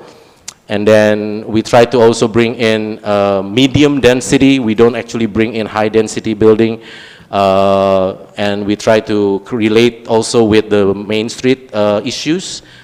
Because Indonesian live on, a lot of the Indonesian urbanism in the kampung, especially in the kampung, we live on the road. Road is our social space. So emphasis on the road system in our public system, public housing is also identified. So what we have as a ending of this is, what do you think the city look like in the 50 to 100 years? Will we see the same character of the city in the future? Does culture, geography, or climate significance have a significance in the city? Will survive without them? Now, the changes that I want to mention also the last is, so this is the changes that happen on the ground today. And if you look at this, the way it's being implemented is not necessarily the way it's designed. So this is another changes that I'm surprised.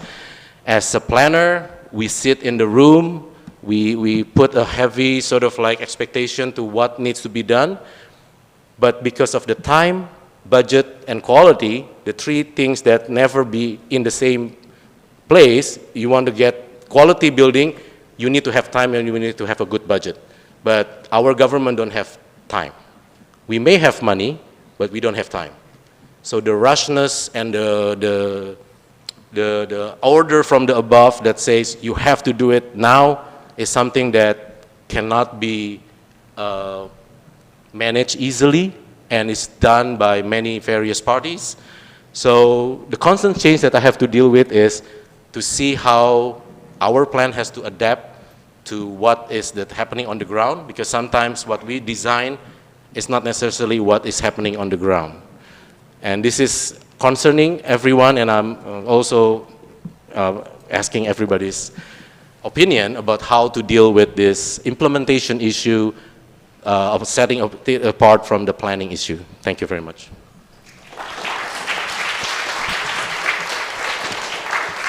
Thank you very much, Mr. Sofian, for this insightful information and to underline how important communication is needed between authority heritage practitioner and everyone in this room also to give advice and also bring up some comments. If you have already have questions in mind, I think we will start one by one, no, Momo? Yes, I'm very interesting to hear that the new city, totally new city, to be built in somewhere else, and I wish that the people willing to come to live to make a city very successful in the future. And shall we collect the questions from the one by one would do. Yes, from the speaker one about the Penang houses that. Also, if you can share it to people that you know online, and maybe there will be more of the question coming up. Oh, so we have our gentleman in the front row here with a question for Ms. Kexiang, please. This is Penang. Yeah, thank you. Thank you for the opportunity. Penang is cultural heritage by UNESCO, right? Now, what criterions of UNESCO? Because so many typical cities like in Penang, not only in Penang, I think, you have Banda Neira in Indonesia, which is being exchanged to the Manhattan city during the spicy era for the trading. And so, what was criterions you find? Thanks for the question. Actually, it's not a whole Penang as a UNESCO heritage site. As I explained on my PowerPoint, Penang consists of the island and the mainland. And on the island, there's only a small portion, 2.62 kilometers square is the UNESCO heritage site, which will fulfill the criteria number 2, number 3, number 4. Yeah, but I don't have the list here, it's on the PowerPoint. Yeah, sorry. So thank you for your question. So is anyone else want to ask a question regarding the first presentation in our panel? Please raise your hand. Oh, you? Okay, please. Between the speaker, can we ask each sure, other questions? Sure. Okay. Thank you very much, Ms. Lim. I'm very intrigued with the Georgetown transformation project, right? I think it was called GTTP at one point. We were involved before. That's why we have, as a consultant, yeah, before. One of the big questions of the so-called revitalizing Old Town and having a UNESCO is how the business and the new economy come into the old fabric that has so much limitation. Whether the success, because at that time I think one of this recipe was to bring in certain level of creative and young generation and youth to come back to the old town. Was that successful at some point, and how the architecture and the development pattern can still take shape without compromising the heritage aspects? Thanks for the question. Actually, we have conducted a comprehensive inventory of traditional trades, artisan and artists, which we cover 92 streets. This was conducted in 2020. Because at that time we was telling the government that we need to keep the traditional trades, you know, instead of bringing new thing inside. So the government was asking, how many? So that's why we did. So we sent 200 surveyors to do interview to every house, okay, interview them, and then in the end we found there are 600 over traditional trades inside Georgetown Heritage Site. Unfortunately, nobody is stepping on that. So the other people have the idea that, oh, we should bring in new things to the old city, but they forgot that they have to keep this is why we are heritage sites, you know. We have to keep the old traditional traits that in part of the intangible heritage that we have. And we are very sad that we have seen all this losing out. And then, you see, there's one thing interesting that people coming to Georgetown is because they like it's a World Heritage Site. Yeah. They like the old Georgetown before listing. Correct. But then, after listing, we are chasing the people away. And then trying to replace with new thing. But that's not the thing that we like. So every time I got interviewed by the reporters, I say, in the end, Georgetown will be like the tourists come and see the tourists, not see the heritage. I'm sorry, I don't think it's quite successful, that gentrification project, okay? But then we know that some of the traditional sort of carpenters and also the coffee shop owners and also even the joystick makers, they are probably in their 90s now, right? Or 80s. Joyce Maker has passed away. Yes.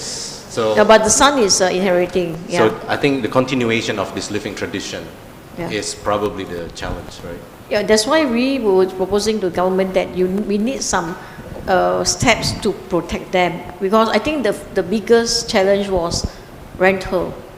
Yes. The rental. You know, the prices of the heritage building has increased 10 times. Increased by the tax, yes. 10 folds. That means rental increased by 10 times. So only left those people who own the owner of the house, then they afford to stay. But then some of them thinking, oh, if I can only make $2,000 per month, why don't I rent it out at 20,000? Then I can shake my leg. Yeah. You know, so there wasn't any protection. So this is a sad thing, but I mean today's topic is not about that. Yeah. Okay, thank you. So thank you very much for the question. Is there any other question for Ms. Xiang before we moving on? If there is no one, I have a question. Well, as a heritage studies student, I always love to hear about heritage sites. So, because you mentioned in the slide that not every building that convey the outstanding universal value, so like because there is of course a lot of buildings in that area, but only the few were in that World Heritage Site area, no? The buildings that which was inscribed were only like in different number. Yeah, of the whole valuable building in Georgetown. So I just wonder how development and protection goes in the long term. I don't get what you mean. There are 5,000 over buildings and then there are 3,800 heritage buildings. There's been categorized as category 1 and 2 heritage buildings. Yeah. So there are a lot, not a few. Yeah, I know. Like, but you just said that only 52 or something that it was recognized by the plan. Oh no. There's outside Georgetown World Heritage Site, not inside. Right. Okay, inside World Heritage Site there are 3,800 something, and then we expect there are more outside because inside is only 262 kilometers square. Outside is 295 minus 2.62, right? Yeah. So outside should be more, right? But then in the local plan, the consultant identified only 52, but outside. In my figure is 8,000 something. That's outside. So it's still. It's not inside. It's outside. Yeah. So it's still like also not under protection, right? Yeah. No. So you're asking about outside, inside now. The outside also. No. It's not gazetted. Yeah. And then I just have a question also, like all the building which is inside, this time it's inside, is it all public owner or like is it private ownership? Private. Private. So how can you as like, maybe because you're involved in the, let's say heritage conservation, how can architect and the owner of the building and authority like manage to meet and talk to build let's say sufficient, like let's say effective conservation with the example that you put over there, like the falling, the replacing of the roof, and also like the wall with the green, with the limestone and everything. Is there any? Okay, these are the original materials being used. Yeah. So we don't rebuild. So, but we restore them, okay, we don't rebuild. But then after we listed as UNESCO, actually we have the local city council. The local city council set up a panel called Technical Review Panel, TRP. So I'm one of the panel members, and then all projects that any applications, they have to apply. The owner want to apply if they want to restore the building, okay, they have to apply to the government, or they want to build a new building, they have to apply. So all applications will come into the TRP for us to go through to approve. So then we have made also a very thick special area plan, and in the special area plan we call SAP. The SAP spell out what you can do and what you cannot do. So the SAP is the Bible, as what I mentioned just now. It's our Bible. So every time we'll say, according to the SAP, okay, you only can build double story and not 3 stories, something like that. So there's a very comprehensive guidelines there. And is there any plan to extend the area of the boundary of the? Oh, of course I want to. It's my dream. It's a lot of them, so I was like, ooh. Yeah, because initially when we started to do the UNESCO listing, we wanted the original boundary is until there's area called 7 precincts, and then until cover the bungalows of Sultan Ahmad Shah, Northern Road. But then we shrink it, So now I want to lobby for tertiary zone. Right. Can I ask also? Yeah, please. No, because we also have, I think, 2 World Heritage sites designated. But what I feel is when UNESCO has designated World Heritage Site, and then that somehow encourage the development because of the tourist attraction. So being designated as a World Heritage Site really helpful for the heritage conservation. Or my thinking is that actually if the local government or local people who really value their landscape, historic landscape, and with their own way of making this continue while also allowing people to stay on or to, in their own places where they originated. There must be a way instead of world-class heritage site, because I think Penang is always struggling with that, the boundary, the number, the way of keeping the properties or the threats of being transformed or gentrification. Do you have any? Okay, actually, there's something, changes always happen, right?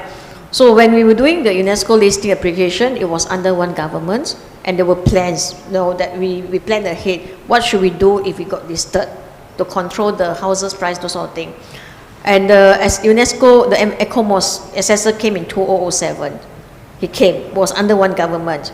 And then the announcement made in 2008. But before the announcement, we changed government. So the government doesn't know what is happening with UNESCO. So he thought that they only think that, UNESCO World Heritage is about tourism. Yeah, it's unfortunate. So, and then at the same time, I also advisor to the Teochew city in China. And Teochew has a very intact heritage city that the people staying there. So the government invited me to give talk about World Heritage Site because they have interest. Of course, the first time I went, I told them what is a heritage site about. Second time I went, I give them injection, vaccination. I said, before you do UNESCO listing, you must have your legislation, that means your law in place to protect all those things first. Otherwise, don't do UNESCO listing. That's my comment. Yeah. Yeah. Thank you. Thank you so much. So maybe we can move on now. Oh, we have an online question for. Okay, I am Apichai. Since the focus of this forum is on Southeast Asia, and Indonesia has recently decided to build a new capital city. Now I can see that it's go to our last on the phone. Okay, can we learn from other countries in ASEAN which had undertaken such initiatives like Malaysia and Myanmar, and what issues can be drawn from these precedences? Well, Do we have like 5 hours for this panel or something? No, really? Let me also inform you that we have planned to have our coffee break in 10 minutes. So we have about 12 minutes. So we Okay, can so move maybe you can answer this. Oh, okay. So we can save this one. Yes. All right. So our second panel, then the second speaker of the panel, please. Is there anyone want to ask the question to Lian? 15-minute. Oh, you. syntax. Okay, our beautiful SEACHA representative at the back. Youth representative. Here you go. I'm surprised that now technology get involved more into the culture. My question to you is, what is your opinion of urban morphological analysis play a role on consistent the cultural patterns of living the traditional life of the local people? Actually, this is a very good question. Urban morphological studies is actually very important. I had my grounding in urban morphology under Dr. Johannes Widodo at the NUS, and he was my dissertation advisor. And one of the things that he kind of helped me understand is how cities are like trees. They grow in layers, and there's always layers of meaning and historical patterns that tend to repeat themselves. Except that if I were to present it fully, it would take a full hour or more. So actually, the full slide, the full paper, or my full dissertation, layers also those meanings in the typomorphology of Metro Manila. I just chose to highlight specifically the fine-grained urban fabric related to pedestrianization. But I think that's why there's a danger that data science and computational dynamics enters into planning without understanding the human element of urbanism. Because they're generalists, they think they can march into a domain and all of a sudden, we know everything that has to be done. So that's where we have to hold the line and remind people that there are meanings to cities, there's semiotics, there's semantics, and that cities tell a story too. And part of preserving the form of a city is also preserving the livelihoods, the economy, and not just the structures, but the underlying conditions that create the city. So I love the question. Thank you. Thank you very much. Is there any more question for Lian? If not, we will move on to. Oh, we do. I just want to add what Dr. Lindro has said. No PhD I think for the 15-minute walks, you are trying to encourage that the people can more moving on using the street and reaching out and more connection happening, right? So maybe the culture, I don't know, in the Philippines, probably the same. But for the Burmese people, like, wants to live on the street, because most of the activities are trying to be happening in the outdoor traditionally. Children playing, because of the streets are also the part of the living. So would this 15 minutes that urbanism would help that traditional way of people living partially on the street? Yes, definitely. Actually, before air conditioning, as what was mentioned yesterday, before air conditioning, a lot of Metro Manila's people were out on the street. We also had arcades. The Americans introduced arcade-type structures that are not, similar to the 5-foot that you'd see in shop houses. Unfortunately, new building codes eliminated all of that. And the internalization of spaces within malls, within large buildings, that took away life from the city streets. I think one thing that Space and Tax helps bring back is that it reminds people that streets are places. That it's not just a street, it's not just a link between places, but streets themselves are places. And that streets are venues for activity, and they're the theater of city life. So yes, definitely. Can I probably question about the because I'm dealing with the 10-minute cities too. So, but then my city is a lot of high and down, up and down, yeah? So would the 10-minute and 15-minute circumference still works when the city in the contours area? And how much climate plays some role in that? That's a very you're now asking questions on the cutting edge of space syntax. One of the latest PhD papers was about PhD dissertations was about space syntax and terrain, and how distance and ranges reduce.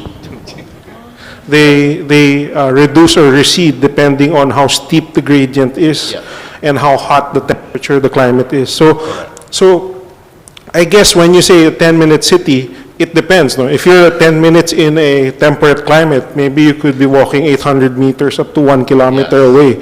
But if you're walking in the Philippines with a hot weather and a lousy sidewalk, maybe 400 meters is a stretch already.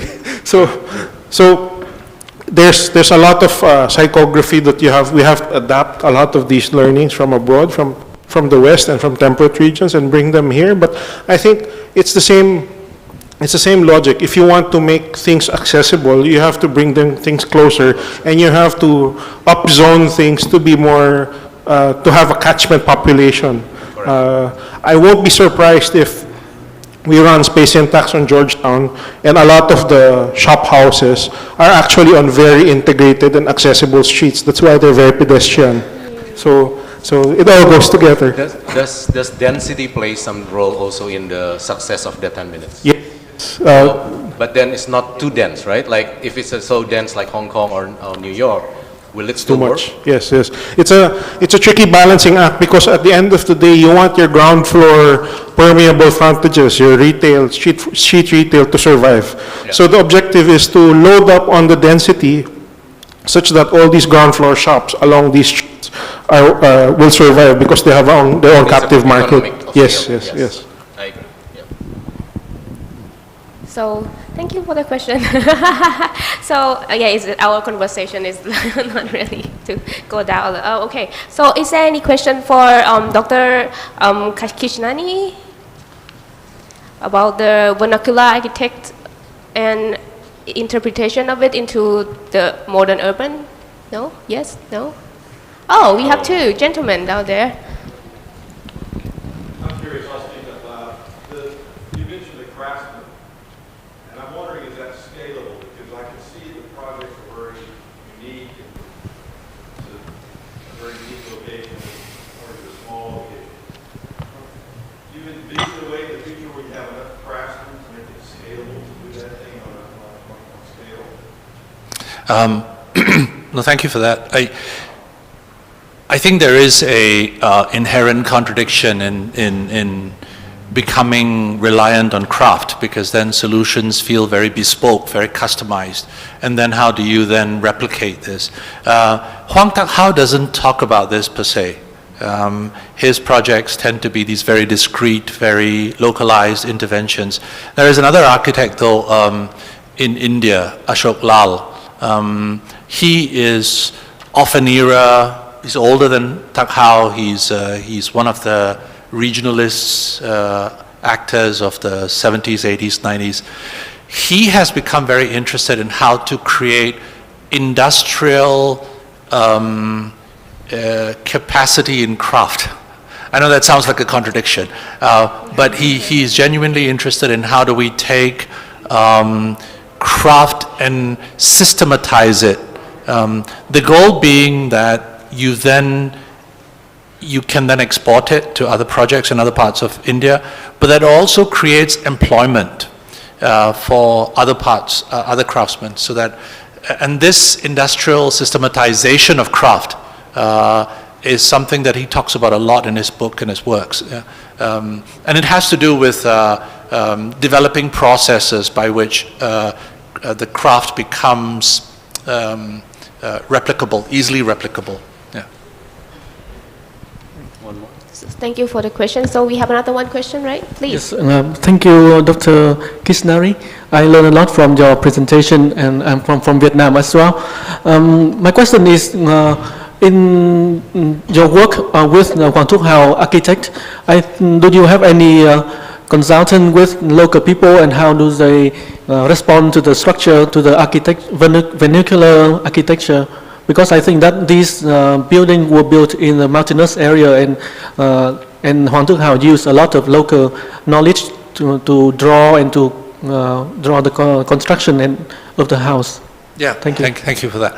No, I maybe it didn't come across. Maybe I went too quickly, but a lot of what he does is create community participation. So he begins a project usually with local stakeholders, local craftsmen, and the project emerges from that. So there is the idea of local craft and the architect's vision kind of intersecting. In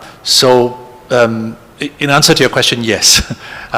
It is central to what he does. He doesn't import skills or materials. Everything is on site within the community. And the brief, the formulation of the ideas is done, it's not preconceived, it often emerges from these discussions and town meetings, village meetings with people. Yeah. So he's very much about participatory design. Thank you for the question. Then I think we can have only time for the last question that has been asked online, and then we need to go to break, or else someone will come and take microphone from me. Yeah. Okay, thank you. The question is whether how much we can learn from the other countries in ASEAN that's already undertaken similar initiatives. I'm afraid I have a Burma example on Napidao and also Putrajaya, yeah? Yes, of course, that building a totally new city into somewhere else is quite a challenge, and it was also made kind of by force. And it also happened because unless you are forced people to move to stay. Correct. But it happened because of its administrative city and designated as a capital, so it happened. But what I see, not myself, but my friends, planners, what they have having challenges because designing the city, laying out the plots, while the actual field works is already have started. So when the map of all the survey map received in office in Yangon, and when they are trying to lay out, and next day when they go to the site, there's some of the hills already bulldozed. Yeah. So it's always the plan and the implementation. Correct. It's because, as you say, it's a time constraint. Correct. And it's so rushed. Yes. I think adding to that, it's very true that what the plan and what the implementation is two separate things. Top-down approach is always has this type of tendency, and forced sort of like relocation also has this kind of consequence. But we learned from that. We knew about it. We know Napidao has certain issues. We know Putrajaya takes a long time for people to relocate. The design is well done, executed. It was 20 years ago. Now we have different technology. Now we have, the pandemic give us certain wisdom. But what I'm trying to kind of differentiate is implementation and planning is one thing. The design and the idea and the ideals is there. We have KPIs. The KPIs will keep us on that level as long as, this is the difficult part, communicating technical aspect to a political leader is amazingly hard. And to make sure our minister, our president, let the professional to work and believe in them. Because in all this Putrajaya and Naipidao, there is always a hint of the flavor of the taste of the political leaders to be there. During Sukarno time, Jakarta is heavily influenced by Sukarno, and thanks God he's an architect, yeah? And the next one is an army guy. And the third guy is, I don't know what she is. We have a religious leader, Pak Abdul Rahman Wahid. So the personality of the leader does take shape. And this is something that is difficult because as much as our president mentioned about the ideals, but the translation of this KPI is technical. How can you do a 70% green, 30% development area, but has to be 10 minutes? You will be surrounded with the sea of green. Unless you put everybody in one location like in Europe, but then it's not going to happen because the mentality of our government is, why we want to move from Jakarta to Kalimantan? Because we don't have land in Jakarta. We have land in Borneo. So let's just basically ransack every area in the Kalimantan because we have land. But they forgot it's only 30% of the land. So the choices of creating a city that is with this so high KPI, come back to that comfortable level, Prof. Nirmal say, it's not going to be comfortable. If you want to walk, 10-minute walks, if you want to have 80% public transport, you will have to leave your luxury of your car. You have to walk uphill and downhill. You will be in sweat. You don't like the space because you'll be crammed into a limited 30%, but then it has to be public transport oriented. There's no car park for you. There's no, alternative energy, 100% zero carbon city. It means everything will be coming from the sun. You're gonna have to drink your own pee, your own waste. It's not gonna be easy. So communicating these ideals is hard, and it needs to be coming from the top level because the direction will be all over the place. That's probably what happened in two different examples where the political leader doesn't understand what it takes to get there, but then intervention coming in and things start to fall apart after, they believe that, oh, Jakarta is a mess, so we have to do a better job in Borneo, so I'm gonna have twice the size of my minister office because it's too small in Jakarta. At the same time, in the 5-minute city, we have to bring everything closer, right? So these things doesn't gel very well in the higher level of the ranks. So the failure sometimes coming in the miscommunication too, not necessarily time and quality and is misunderstanding of the concept.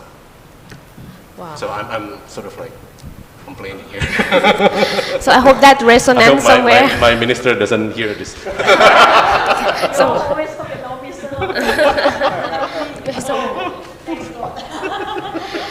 Okay, thank you every speakers and everyone for the attention for this beautiful panel. So we learned a lot from this panel about how our culture roots our architecture and urban planning. So coming up on the next session, we will have the youth panel. So please for now go for the break and then we'll come back in. Anyone with the time?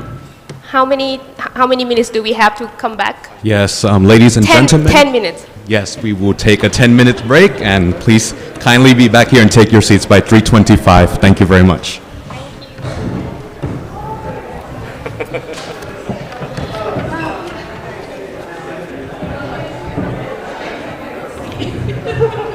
I'm scared as well.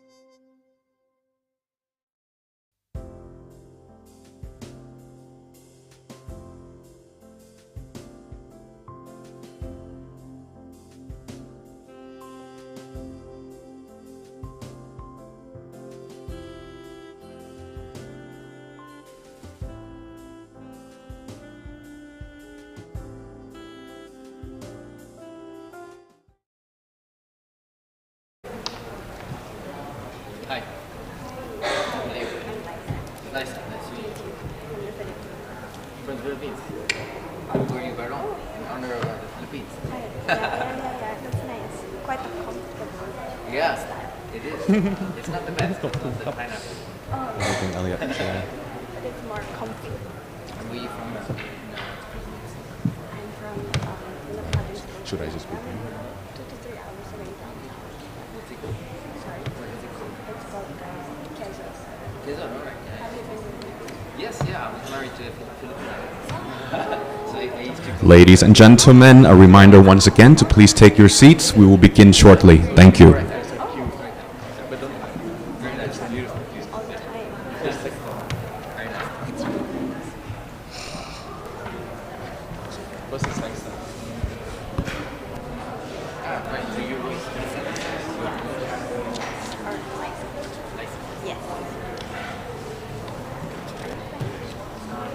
Yes. I studied it. Yeah. Do you what made you think that? Interesting. I studied there. I'm pretty sure.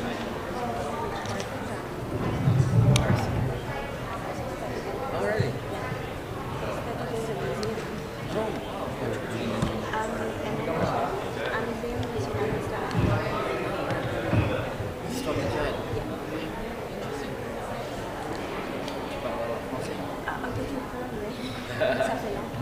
Okay.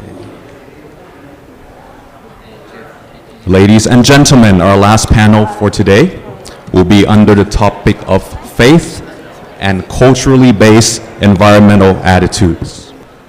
This panel will be moderated by Dr. Johannes Widodo and Mr. Leo Horn Patanotai. Dr. Widodo is our SEACHA advisor from Singapore. He's also an associate professor and director of graduate programs at the National University of Singapore's Department of Architecture. Dr. Widodo also holds a number of key positions: a founding executive of Modern Asian Architecture Network, executive committee member of the Asian Academy for Heritage Management, a jury member for UNESCO Asia Pacific Awards for Cultural Heritage Conservation, and many more. Mr. Leo is a nonprofit entrepreneur, environmental economist, author, and advocate dedicated to a world rid of extreme poverty and hunger in balance with nature. Based in London, he currently heads the World Resources Institute UK office and is the Director for Strategy and Partnerships at the WRI Ross Center for Sustainable Cities. Ladies and gentlemen, please join me in welcoming our speakers and moderators with a round of applause. Thank you. I know this is the last sessions this afternoon. It's a very long day and a very short break, so not enough even for coffee and snacks. But I believe that this panel will be as exciting as yesterday, because the presenters here are the youth. So because I'm the oldest here, so I will be much quieter. And I like Leo to lead the conversations. Thank you, Johannes. It's a real pleasure to be here today. And I guess as the second oldest, I'll try to speak the second least. But yeah, we really want to engage you all. This is going to be a fabulous 2 successive panels that we have. And we'll take them in succession and then open it up for panel discussion followed by Q&A. So we'll start with the first panel. Here we have the youth advocates from the Philippines, Ms. Lisa here, from Brunei, Mr. Joshua, as well as from Singapore, Mr. Alex, and from Indonesia, Mr. Al-Fikri. And I believe you are going to present this, the next half hour, make this presentation collectively as a group. Starting, I guess, with you, Lisa. So I'll hand it over to you. Thank you very much. I would like to apologize in advance because at some point I might sound like R2D2 or C3PO because of my voice, because of changing weather conditions, so hashtag climate change. So I have the privilege and maybe a bit of a burden to open up for our group. Our team is going to be discussing about faith and culturally based environmental attitudes. We've been practicing this for quite a long time over the past few months. And in the beginning, I am supposed to tell a story, but then I realized in the morning while I was reflecting, perhaps I should ask a question to the audience, because this is a downtime, that people are quite sleepy, everybody's just drinking tea and really trying hard to be awake for the last part of the conference. So my first question is this: when was the last time you looked up? Not just at the ceiling, actually, but to go outside and look at the weather conditions. Because I believe that more often than not, rather than looking up, we just look at our phones, right? And maybe I'm inviting all of you to check out your phones, go to the weather application, and it would tell you perhaps today is maybe 26 degrees here in Bangkok, right? But what if we don't have the Wi-Fi connection? What if we don't have that data? Would we be able to find out what the temperature would be today, right? And so the meat and the heart of our presentation this afternoon is about faith. And I believe that when we talk about faith, sometimes people say it's synonymous to religion, belief systems, and we know that sometimes religions are quite complex, right? But then if we boil down the concept of faith, it's actually about connections, right? The intimacy of our connections. And because of social media, we've been losing much of these connections, the intimacy of these connections. Because in the modern world, like Gen Z, millennial, talk about connections, it's about Instagram, LinkedIn, right? But really, what does connection truly mean?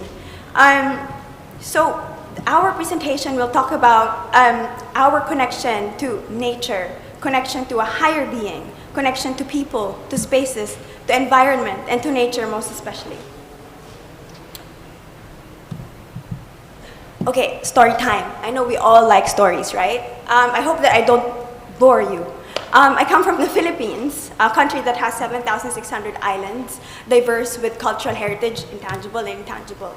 I spent a period of my childhood in an island called Bordeos.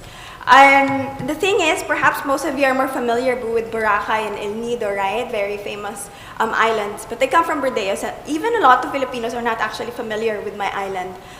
This is a small island facing the Pacific Ocean.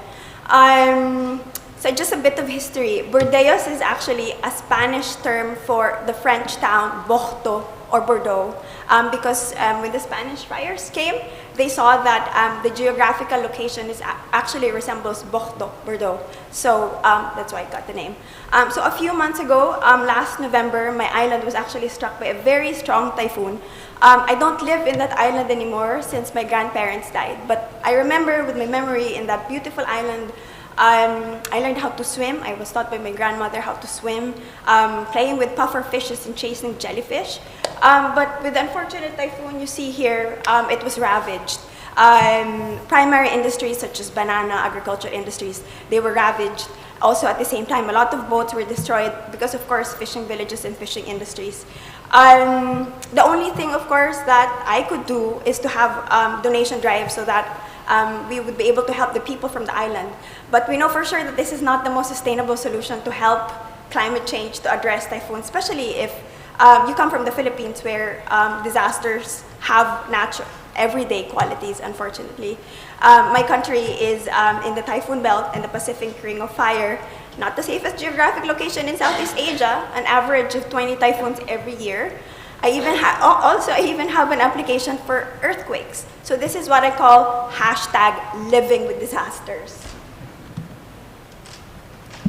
So just a few photos of my island during the typhoon. A bit of history, perhaps in 2013, you're all familiar with one of the strongest typhoon that actually struck again my country, Typhoon Haiyan, or Typhoon Yolanda. It struck the provinces of Samar and Leyte, one of the strongest typhoons in the world. Some people say 6,000 people died, but the thing is the government stopped counting, so perhaps it's more than 10,000 people, and not including the missing ones. Almost 3 million people were actually affected, and it took months, actually 3 months, they say, for the water to actually go down in Tacloban and in nearby places. Life stopped in these islands. I'm sure you've seen it in the news, all over the news, and dead bodies were basically everywhere in the streets of Tacloban. Of course, when typhoons happen, marginalized communities are affected, particularly young people. Schools stop, basically. But An interesting phenomenon, I would like to introduce you to the Mamanwa indigenous community. The Mamanwas, they have a very strong spiritual connections to nature. They actually settled in the provinces of Samar and Leyte, where the Typhoon Haiyan actually struck. And what's interesting is that among the community, they did not have any casualty, no deaths during the onslaught of Typhoon Haiyan, thanks to their knowledge systems that allow them to predict the typhoon 2 weeks before it hit the Philippine area of responsibility. Thus, they were able to prepare beforehand. And we know for sure with natural disasters, preparation is very much important so that we avoid casualties. According to one of the elders in the community, I had the chance and privilege to actually visit the community a few months ago. And according to one of the elders, 2 weeks before the typhoon, she had an omen in her dream that a calamity will actually happen. So they were able to prepare amongst themselves within the community. These are called kurobs. These are evacuation shelters that they build, which they were able to construct weeks or days prior to an onslaught of natural disasters such as typhoons. The kurobs are built adjacent to caves or huge rocks and along elevated areas within their village. The elevation assures them that water will be prevented from flooding their areas. Kurobs are typically built low. This is a mitigation measure in reducing the probability of the structure being ravaged by strong typhoons and winds. According to the Mamanwas, the evacuation and adaptation structure played a crucial role in their safety and protection during the havoc of the typhoon. The case studies that my great team, will be sharing this afternoon highlight the narratives of indigenous communities that actually hold tenure 25% of the world's land surface and 80% of global diversity. We will attempt to give justice to their ancient wisdom derived from their spiritual connections to nature that have allowed them to survive for thousands of years. In spite of the systemic and intergenerational struggles that they have experienced, more often exacerbated by disasters, they have epitomized what Weisner calls as survivance, an active resistance and repudiation of dominance, the unbearable sentiments of tragedy, nihilism, and the legacy of victimry. So now I would be sharing the floor with my great teammate, Alex. Alex, please.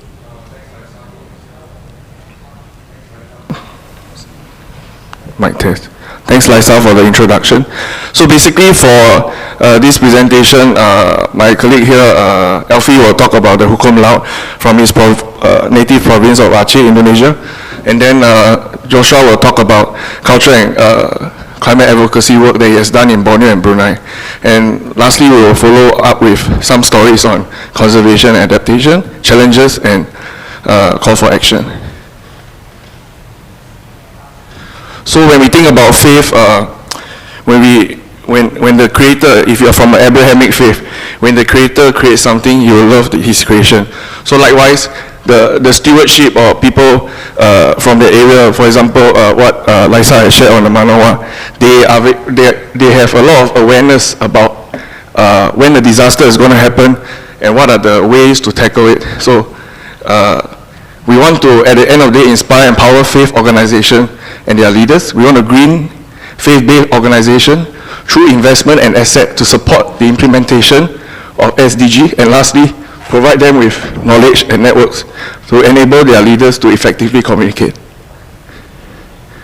Yeah, so I'll pass on to Elfie to share.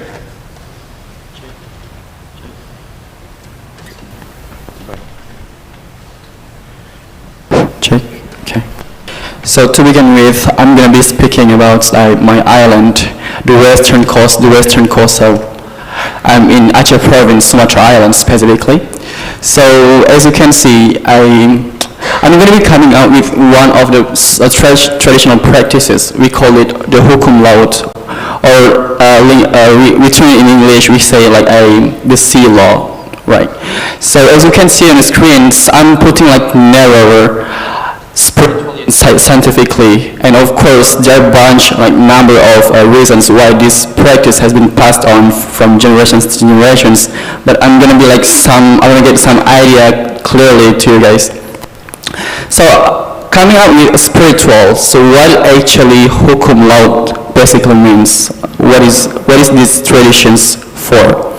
So in terms of spiritual reasons, as you can see, Muslim male And for information, most of the populations in my island or Aceh province are Muslims, Islams. So Muslims males are mandated to practice their 2 rakah prayer, or we call it Jummah prayer, at the mosque like on Friday regularly, like every day. And just like in other traditional practices or like traditional implementations, that has been actively passed on from one generation to another. And likewise, same to these hukum laut practices. So this has been like something cultural. That's like no reasons that people have been doing this like time on time, right? And moving to the scientific reasons, like a little bit scientific. The hukum laut practice also can benefit life underwater, or we can say like marine life from the human touch or human activities that day. So just like to release the nature itself, right? But on top of these things, we have also like the community don't have such a so-called of like a weekend break, or we are witnessing people are from the government workers or like at workplaces worker, they are like having like break on the weekend. But apart from that, we are coastal community people, we literally have no weekend break. So like including weekend we still work. So Friday kind of like a free day for them, for my family as well, because I come from my father used to be a fisherman, my bad. And yeah, this is actually one of like a family time or like family relative times on Friday, will be on Friday. And also on top of those things, also ship or like fishing equipments and all other maintenance will be on Friday. So like I say, they don't have like a weekend, so Friday also will be like a free day and also like maintenance day for their jobs. So that's pretty much like for the coastal community in terms of like our hukum laut practice. And the next I will be handing over the story for my friends Joshua from Brunei. Thank you very much. So today we are going to basically talk about natural calendars and how it helps to conserve and adapt, provide adaptation to the Kedayan people of Brunei. The Iban mostly is found in most western to central Borneo, even the Sarawak state, and Manmanwa community in the Philippines. So kind of a spiritual aspect to this, it is they believe in a celestial concept where they rely on the stars to see to determine certain time frame and certain period to do certain activity, which leads us to the first aspect of kind of like the uniqueness of the Mamanwa and the community in Borneo. And I can relate in a sense where why Indonesian government wants to go to Borneo to set up their capital city, because Brunei is, I think recently in the article is stated as the second most safest area in ASEAN, because the only worst thing is just flooding and there's no natural disaster in terms of tsunami, or there's no cyclones or earthquakes that is quite rampant in all of the coastal areas in Indonesia.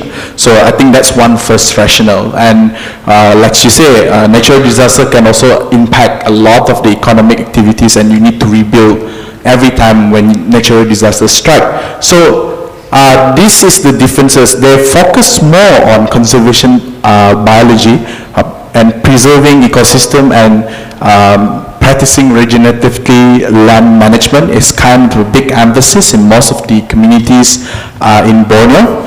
And first we go to this ritual. This is an Ibam community in Sungai Utik.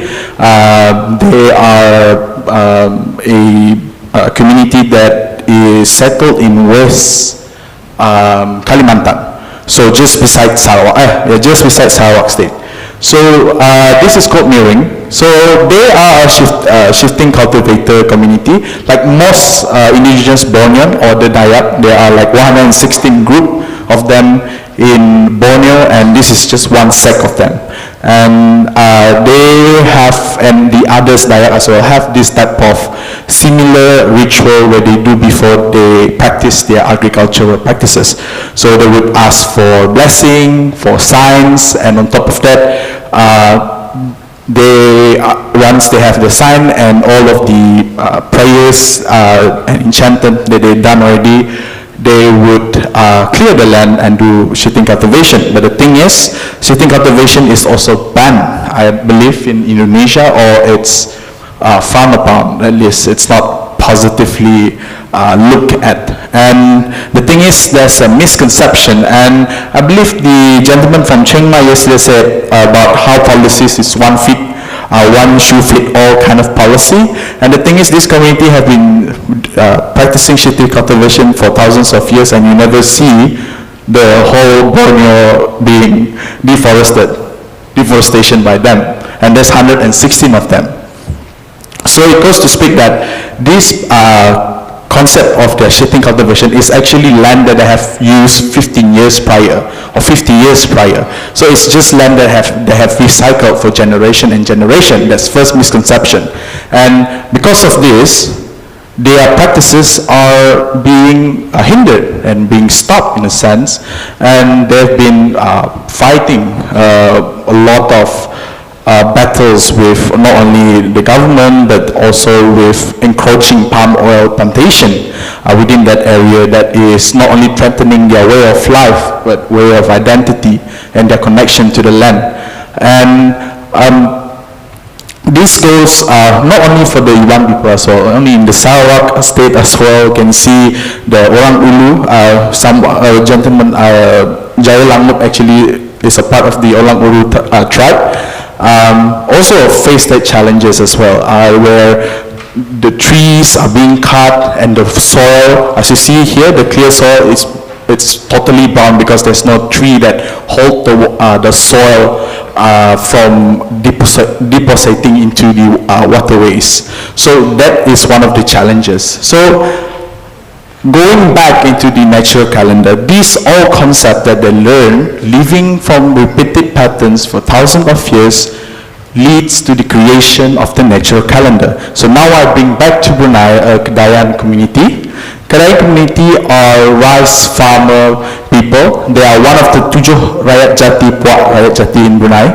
Or Rakyat Jati means indigenous people of the Brunei constitution.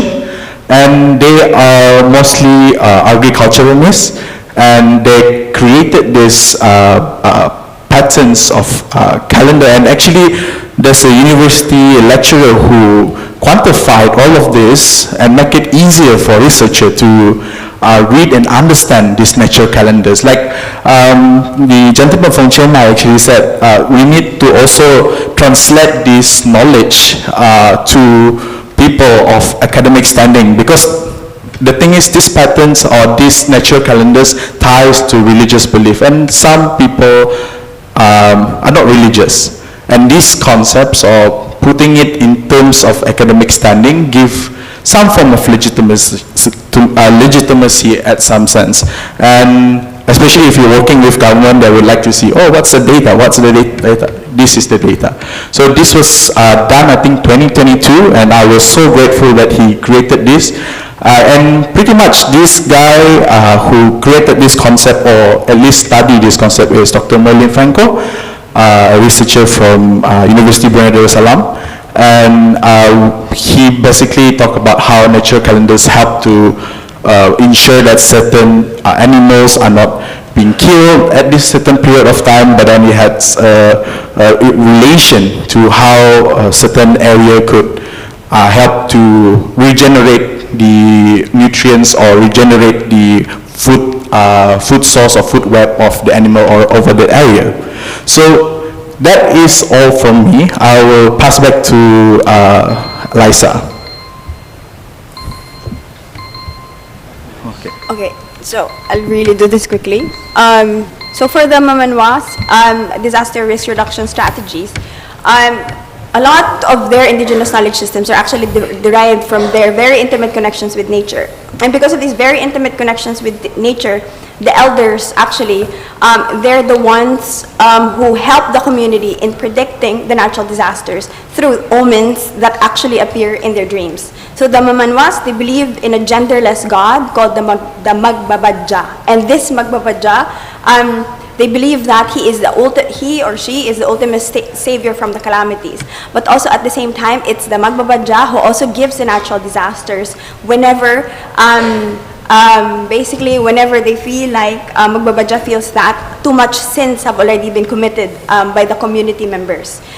In terms of the commonalities between the communities in Borneo and communities of the Mamanwa, they're both very good in resource management and food security.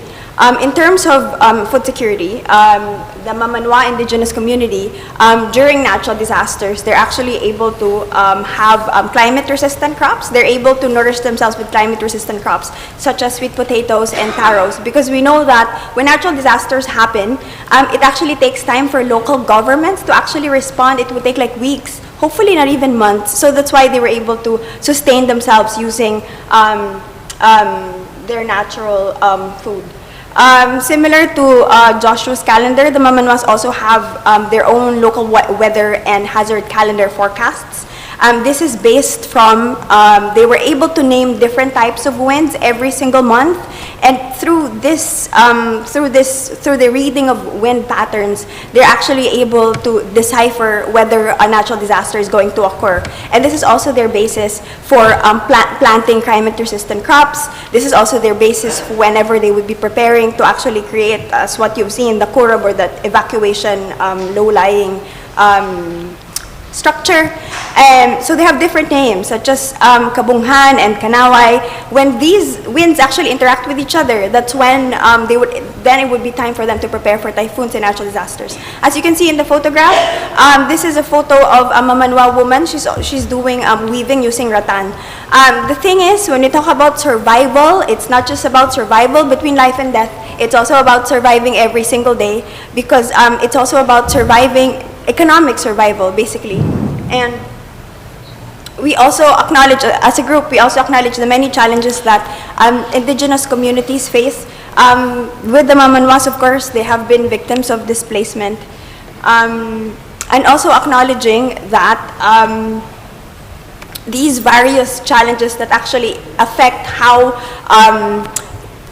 indigenous communities experience challenges in terms of being able to practice their indigenous knowledge systems through their intimate connection with nature. So the first challenge is basically the Western episteme's marginalization of indigenous knowledge systems and practices, because of course these international legal frameworks, for example, are all backed up by data, but then people would ask, so what is the basis of somebody dreaming about an omen that in 2 weeks there's going to be a typhoon? I mean, would local governments, or would national governments, or would international people actually believe that? So there is a traction between this Western epistemic knowledge that needs to be validated compared to the indigenous knowledge systems that are basically that's based from their faith and their intimate connections to nature. And another challenge would be, I'm sorry that I'm talking too fast because time is limited. The second challenge is the institutional policies that are incongruent to the realities of the grassroots. I think we can all resonate because we come from different countries here in Southeast Asia, wherein some of the policies, whether they're international, particularly national policies, where local communities are actually not integrated in the process. And it's also a question of what is the level of participation of local communities and indigenous communities within that, within this whole process of actually helping them or saving them. Because if we're all trying to save them, why are they not part of the process? And finally, we would like to acknowledge the systemic struggles of indigenous communities. We don't want to turn a blind eye. Most of the discussions also talked about yesterday, talking about issues about land rights, human rights, colonizations. I mean, these are struggles that are still ingrained to the very long struggle of actually giving agency so that indigenous communities can have self-determination. And so in summary, our team believes that it's crucial to convince faith and cultural groups to invest in green initiatives to minimize the effects of climate change. Most communities in Southeast Asia have cultural and spiritual connections with the environment, but it is threatened by a more dominant contemporary culture. The role of indigenous people in ecosystem restoration is crucial, as they possess the vast knowledge which were accumulated over thousands of generations. And finally, we are ending our presentation with a call for action. The first one, we would like to call for an enabling and agentive environment that will allow communities to practice their faith and cultural-based environmental attitudes, beliefs, and knowledge systems. Number two, we would like policymakers, disaster risk reduction actors, and actresses, and institutions should recognize the contributions and effectiveness of indigenous knowledge systems and practices in reducing and mitigating disaster risks. And finally, as rightful stewards of the environment, the participation of indigenous communities should be enhanced in local, national, and international development agenda that focuses on environmental conservation. So I began our presentation by asking, when was the last time you looked up?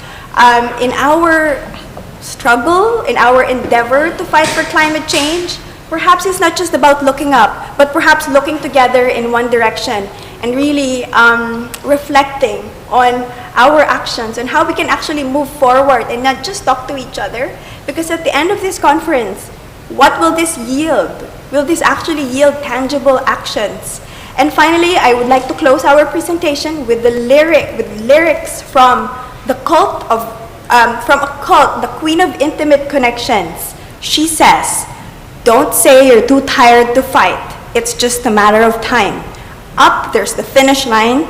They think that it's over, but it's just begun. Only one thing can save us. Only the young." 2020 Taylor Swift, Only the Young. If the old people are curious, you can check out Spotify, Only the Young, Taylor Swift. Thank you very much.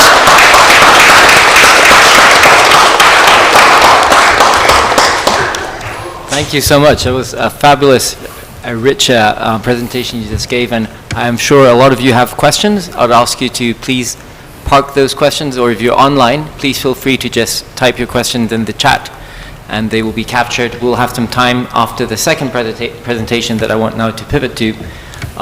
We'll have time to take your questions and to hear further from the panels. Thank you once again. Fabulous presentation. And we'll have you back momentarily, but for now I'd like to invite the second panel to please join us on the dais. Thank you.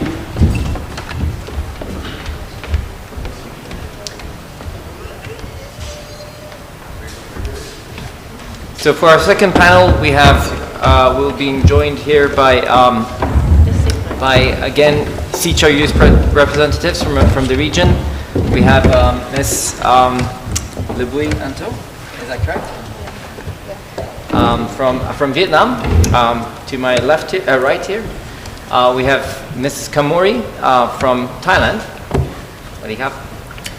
Mr. Nazrul from Malaysia, welcome.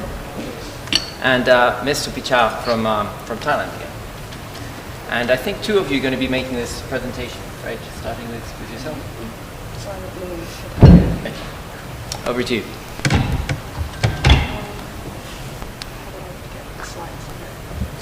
Oh.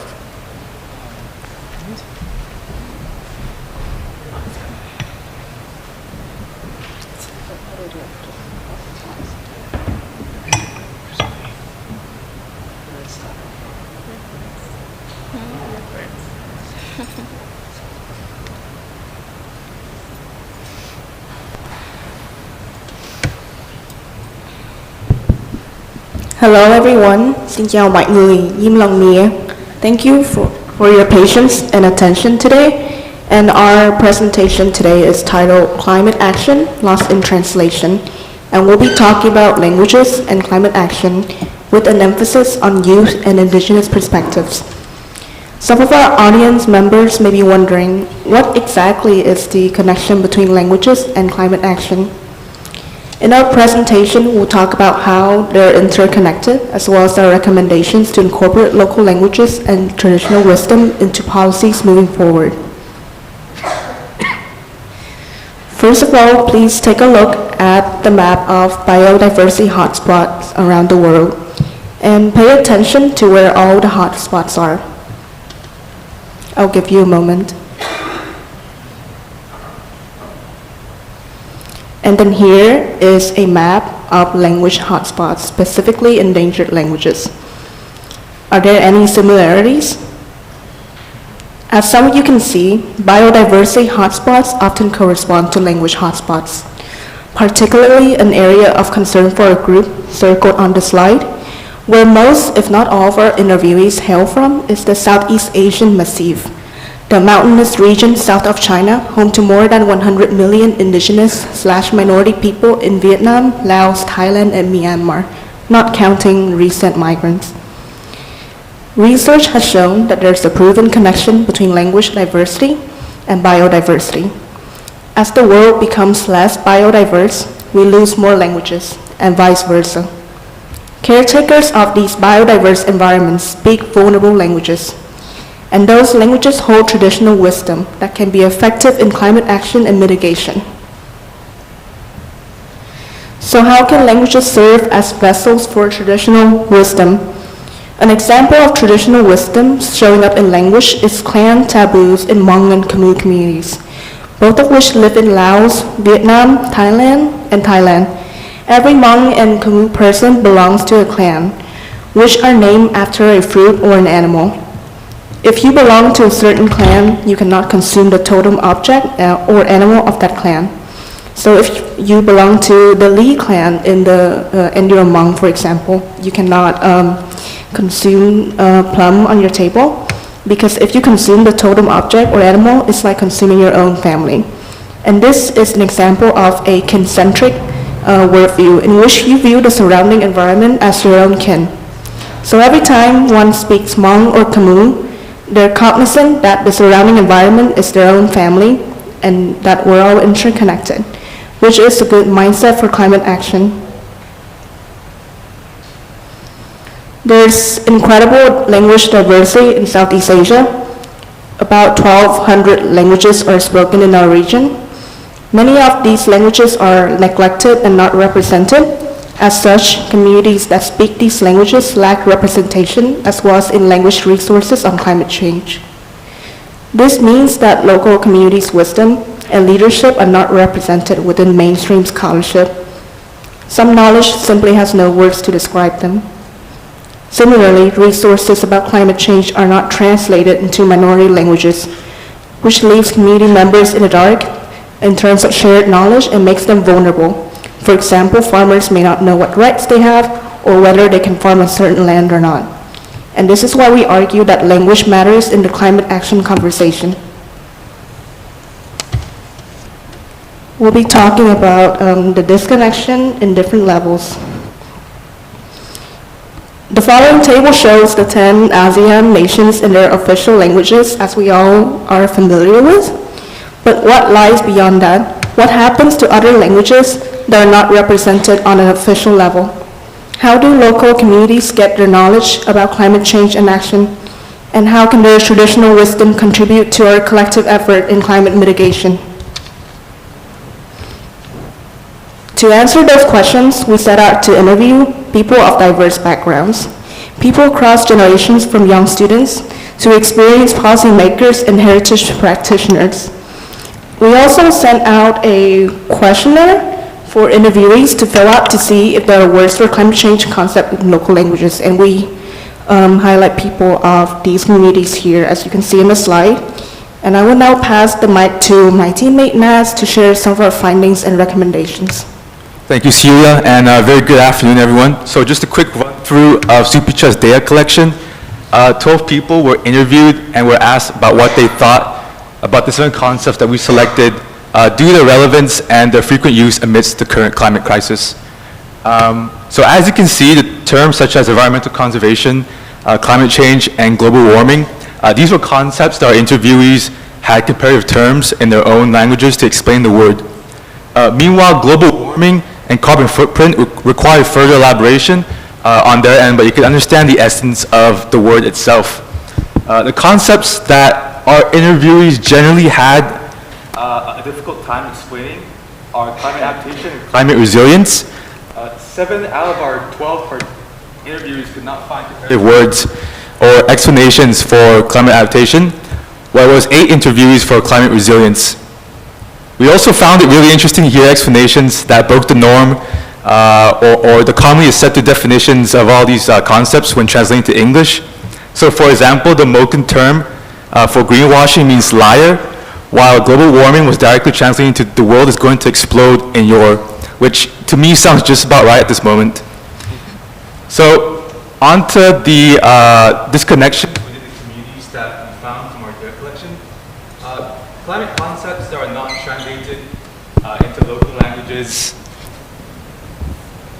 Climate concepts that are not translated into local languages, so local communities lack up-to-date knowledge about the climate discourse, which leaves them behind and vulnerable. So likewise, traditional wisdom from local communities is not translated into the dominant language, and painfully this effectively means that centuries of knowledge and wisdom from these communities who have taken care of these biodiverse environments are not passed on to the next generation. And additionally, communities do not tend to recognize that man-made actions are a part of climate change. Celia's interviewees described being affected by dam constructions, drought, wildfires, etc. But they didn't subconsciously realize that those are the causes for man-made climate change without further probing. Overall, language about climate change has historically been passive and abstract and fails to convey the sense of urgency of the issue, and these disconnections are only part of the problem. So there is also limited accessible information for speakers of vulnerable languages. For example, among farmers in California who continue to practice their traditions in the United States, they are often vulnerable to the intricacies of bureaucracy. Such traditions include an emphasis on organic farming and eating, and they rely less on chemicals and additives during their farming practices. The elder Hmong folk have limited English proficiency, so concepts like liability or insurance are difficult to discuss, as important as they are to present-day society.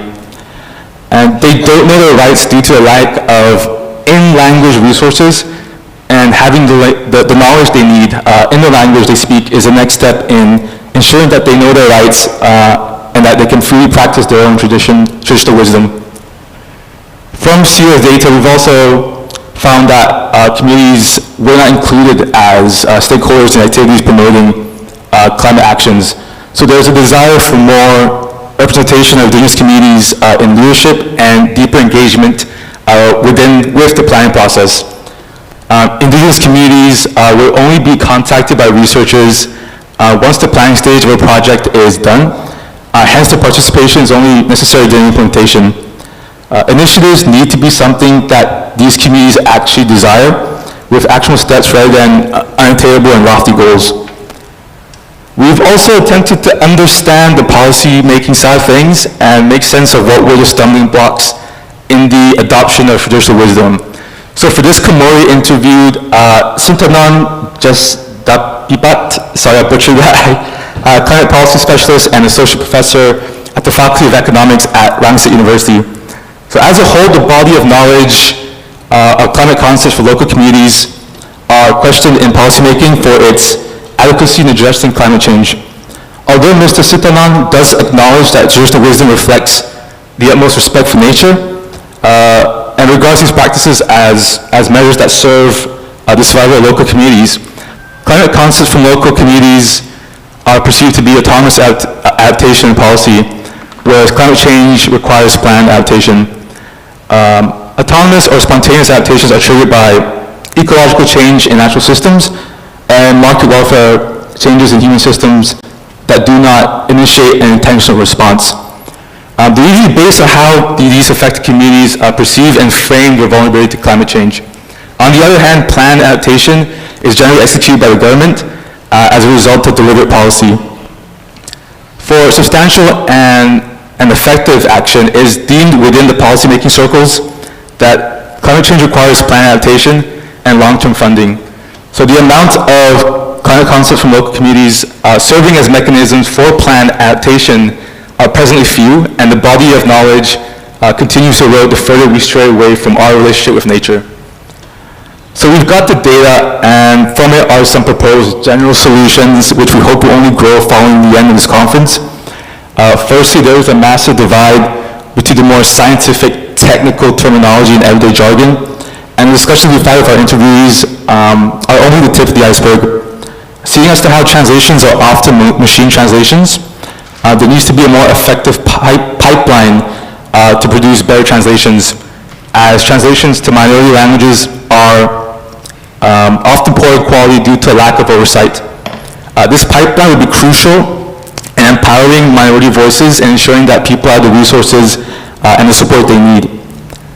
Speaking of policymakers, there is also a lack of integration of traditional wisdom in policymaking.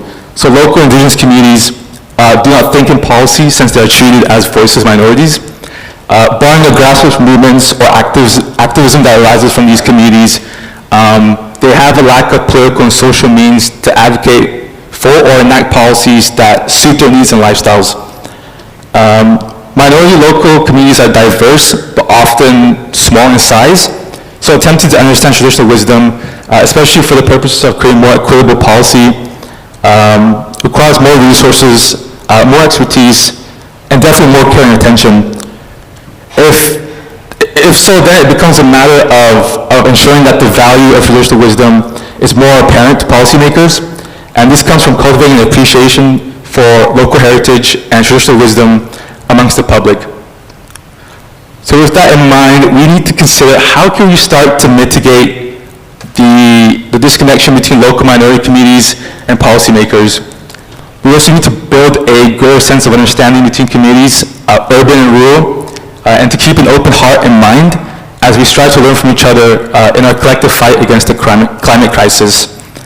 So on that note, we would like to end our presentation with a word of thanks to everyone in attendance today. Thank you to the SEACHA team and the board of directors for providing a platform to share our experiences and thoughts. Kun Jaruni, we appreciate your efforts in connecting us to these amazing communities in Thailand. To Shaw and Andy for the comments in finalizing our presentation. And to Kun Pirpat, Kun Aim, and Kun Dina for their patience and support. That's all for now, and we hope you've had a good time and discovered something new just as we did. So thank you so much.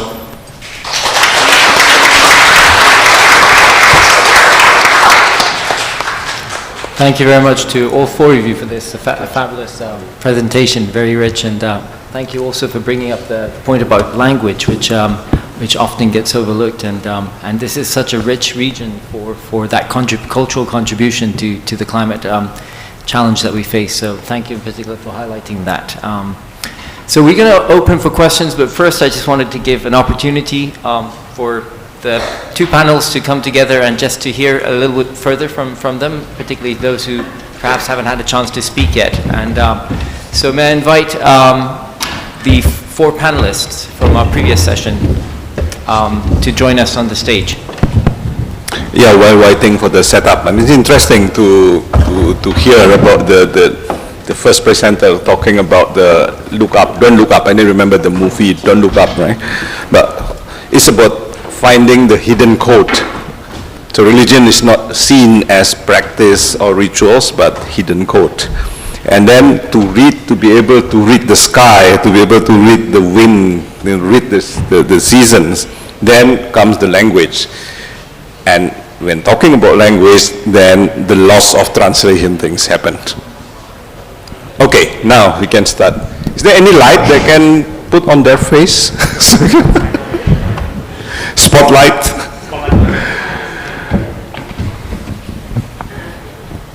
Yes. Yes.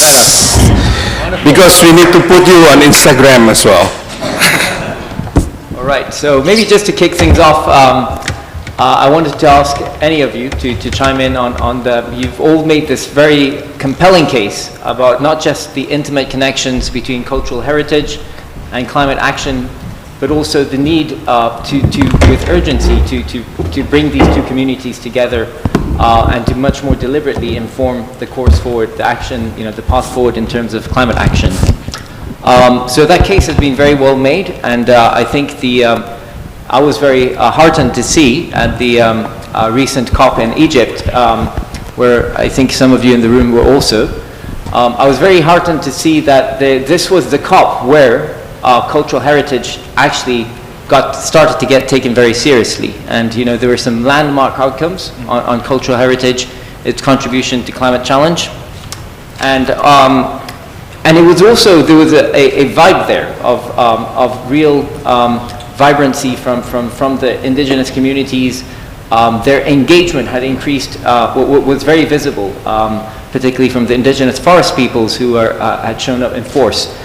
And we have a global outcome from the COP27 around referencing and recognizing the important role of cultural heritage as part of the climate action toolkit.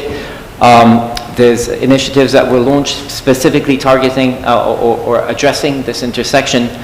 So what I wanted to ask you, having very compellingly painted the case for bringing cultural heritage and climate action closer together, what would you like to see happen this year? There's at the international level, we have COP28 that's happening in the UAE, or either at the international level in COP28 or at the national level in your respective countries. What would you like to, what is the one thing that you would like to see happen that would give you comfort that we're moving forward with the urgency and seriousness needed? Who would like to speak first? Josh. Thank you very much. I don't have anything internationally as of yet, but other than working on indigenous empowerment, I work a lot on climate policy and climate education in Brunei, and work closely with the Brunei Climate Change Secretariat. And one thing which I envision at least to empower more youths to be part of the climate policy decision making, because ASEAN in general are very lax in their environmental enforcement in a sense, and sometimes we put as token. We meet ministers, we talk in front of ministers, ministers say, okay, very good, empowering, I love this idea. Next time when they are having their legislative policies meeting or meeting in front of a press, they have another perspective or different outlook on things. And that's the first, I guess, concept or something that I would like to see in the ASEAN region. And subsequently, I guess it's maybe more emphasis on I think in my speech as well, I mentioned about supporting Brunei initiative in the ASEAN Center for Climate Change. I think that's quite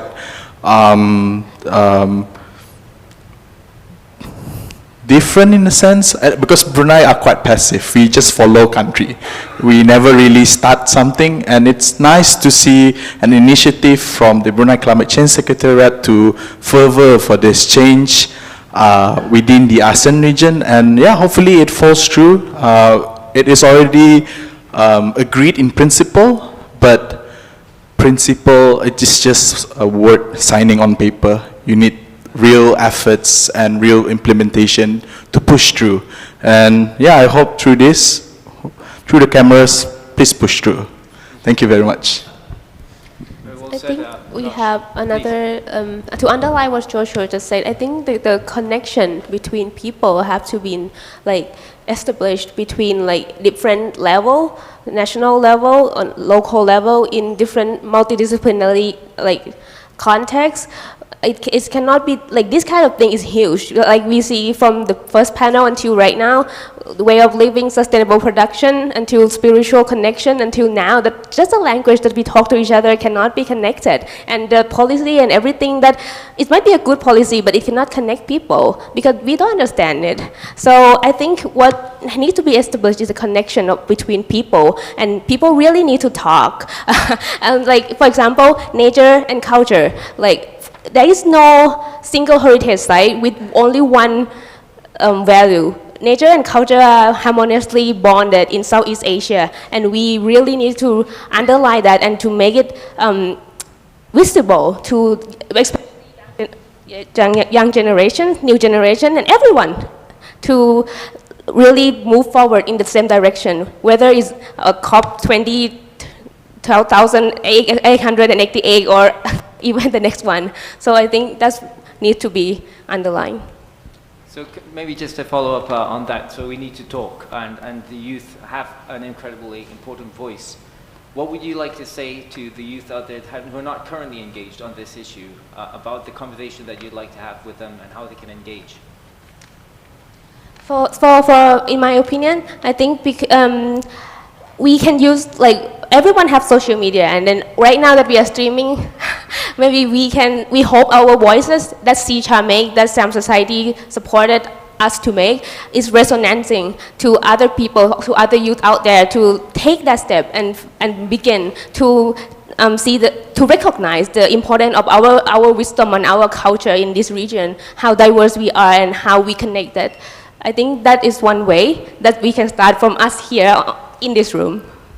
Can I just add from your previous question? In terms of the international level, I believe that what's really lacking in the international level is actually the level of participation of indigenous communities, young people from indigenous communities as well, because it feels like representatives are just mouthpieces for these communities. But really, are we really involving the very people that we are trying to help? Because this is why a lot of, I would say, a number of international development projects didn't actually work. It's because it's always an assumption that, okay, when we do this research, it's going to yield this data that will actually help the sustainability of a project. But how many community members have been consulted? I think that consultation, it would really give me so much comfort if there would be ethical practices and also consultations with all the members of the community. Because even within the community, it's also problematic because there would be like little, of course, like small groups. So it's that collective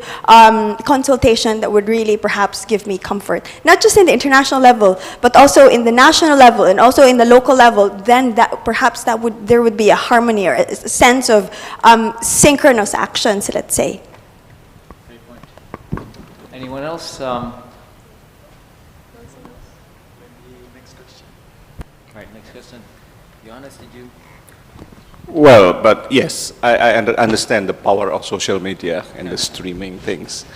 But of course, what you are doing now is not, because I saw from your research, your approach to the real people, how do you feel when you talk with these people, right? Do you want to do something?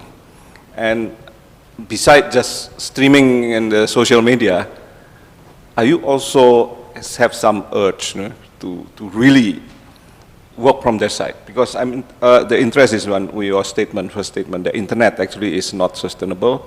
Internet is just, internet can disappear. And also the fact that walk the talk is more important than talk, right? So if you are challenged, each of you, what are you going to do after this? When you go back to your own country, are you going to walk the talk or are you going to upload everything first into the social media?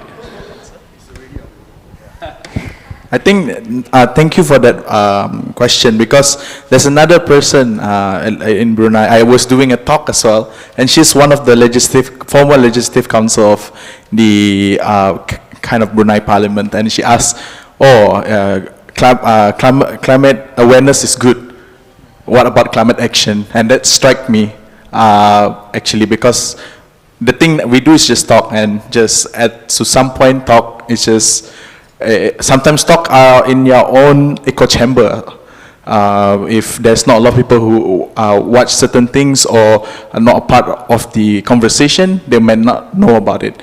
So I guess the thing that prompted me from that conversation was, actually doing a research, because I'm a biologist, and one thing which not only like I also want to give emphasis on trying to get more indigenous people in STEM, because people who are, before climate policy is done, data is presented to these policymakers, and these scientists they translate this into words so that people like politicians can understand. So for me at least, that's what I attempt to do. A personal project of mine with the University of Brunei Darussalam, we created a project which tried to regenerate a endangered species in Borneo. It's called Agathis boroniensis, and they are very distinct, they're quite distinct from other type of hardwood trees because you can spot them quite easily. That's why they got cut quite often or quite rampant. So yeah, that's for me. Maybe one by one, just quickly. Okay, so with me, for the Philippines, I actually started working with the Mamanwa indigenous community when I visited them in November. Walking the talk is not easy. It's very challenging, especially when you are working with, it feels that first you're working with indigenous communities, and then there's politics, local politics, and then there's local government, and then there's the mayor. So it's very complex. But we're starting from a small thing, and because I started in an NGO over the course of the pandemic, and we wanted to empower them first economically. So the community, they have weaving practices, and they need help in terms of marketing these weaving products. So we're starting from that. And also because I noticed, and I learned from their stories, that a number of indigenous communities cannot finish even elementary school because of the stigma that they have in schools. And also they don't have, because they're poverty stricken, so it's not enough for them to actually access university. So I'm trying to find sponsors to help them have scholarship grants so that they would be able to have fair chances in life. So this is me trying to walk the talk in very small ways. I'm in the carbon credit industry. I think someone has to pay for things, but at the same time, climate resources are being abused. Capitalism is being abused. Capitalism is not bad, but if you abuse its principle and take nature resources, it's bad. So I'm trying to reinvent carbon credit. Like in companies don't just like, oh, I have a pipeline here, and then I plant some tree somewhere, and then I'm off-laying carbon credits. It shouldn't be this way. There should be a ethical dimension to certain things. So I feel that there's a lot of, it's a growth industry, there's a lot of things to learn, so I'm going to deep dive and go in deep. Yeah.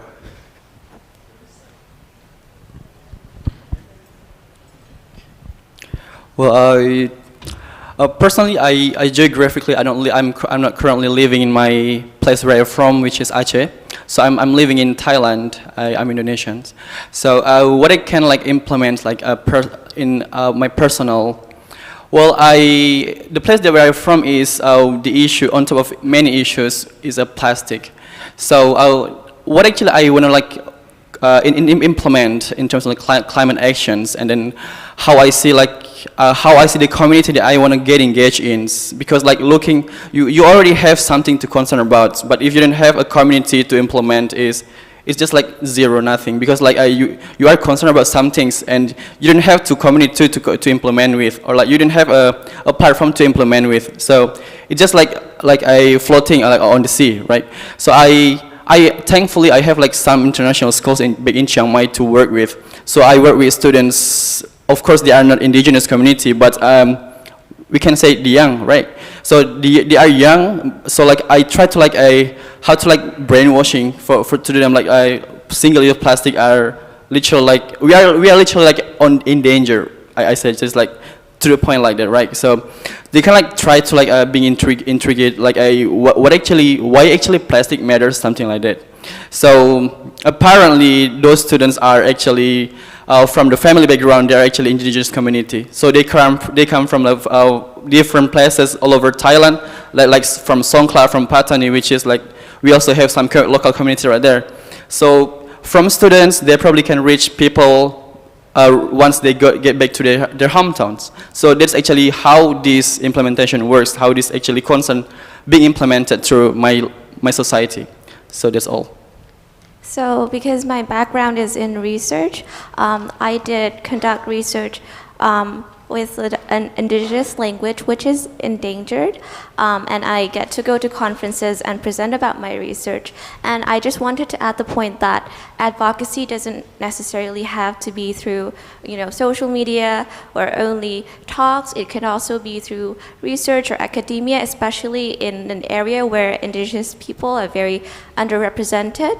And also keep in mind that to really actively engage with indigenous communities, they should not be only the subjects of your study, but rather the agents in your lectures and the participants, and or perhaps your guest lectures as well.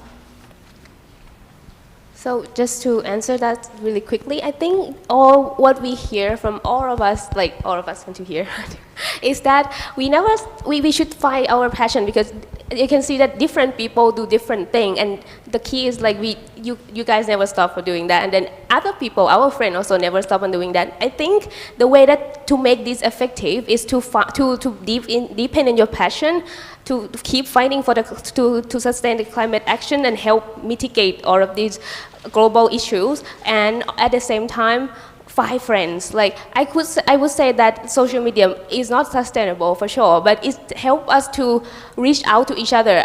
Without social media, I wouldn't know all of this that is happening, all about this amazing thing that is happening over here. So I would say keep deepen on your passion, integrate this cultural wisdom, and keep fighting for our climate to make it better, and find friends to just go with you, because it's really great it feels great to like know that you are not fighting alone, and this proof that we all can make it like bolder, stronger, and in the same direction.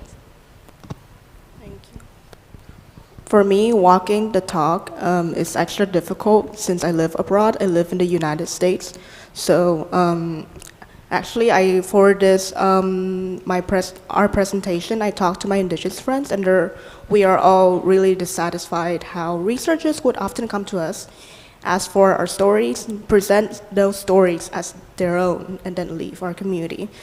And you have to wonder, why are there, I interviewed my Hmong friend in California for this, among other people. Why are there Hmong people in the United States? Why are there Karen people in the United States?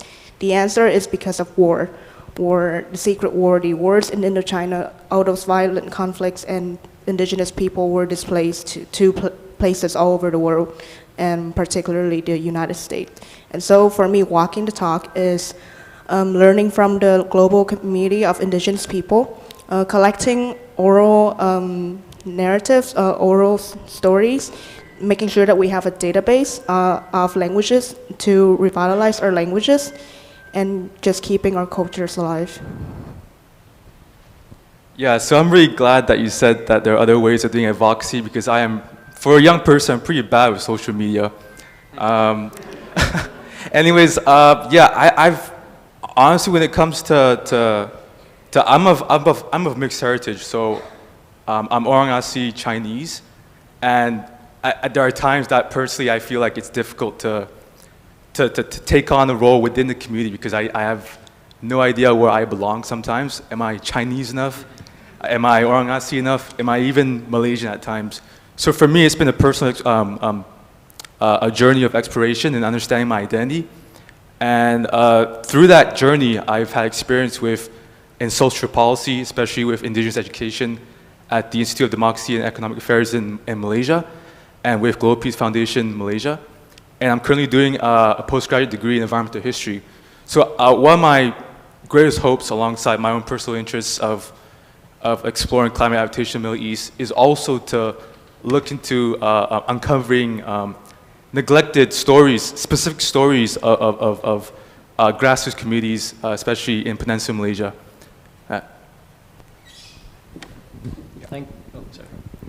Actually, maybe just one quick question before we open to the floor. On this, I think, this is a great question, by the way, walking the talk. And as you said, it is undoubtedly difficult for all of us, because we're trapped in systems that reproduce the very outcomes that we're advocating against, right? And, but one of the things, I've worked in the climate arena for the last 20 years, and the most ambitious leaps that were made in the last 2 years have been the result of youth advocates around the world. It's true in the US. President Biden called out youth activists in his speech in COP. It's true with what's happened in the EU. It's true with what happened in the UK where I live, where the youth advocates actually got the UK government to recognize a climate emergency as a starting point, and a lot have followed. So activists, you are all immensely powerful and you self-describe as activists, and that you take action, you walk the talk, but you also inspire broader action and activate broader ripples of action. So I want to ask you, what could help you? What would be helpful to you to be activists? And what are maybe some of the difficulties? And we don't need to go through, maybe just if you have, some of you have top line thoughts that you'd like to share on how you can be helped to take your activism to the next level.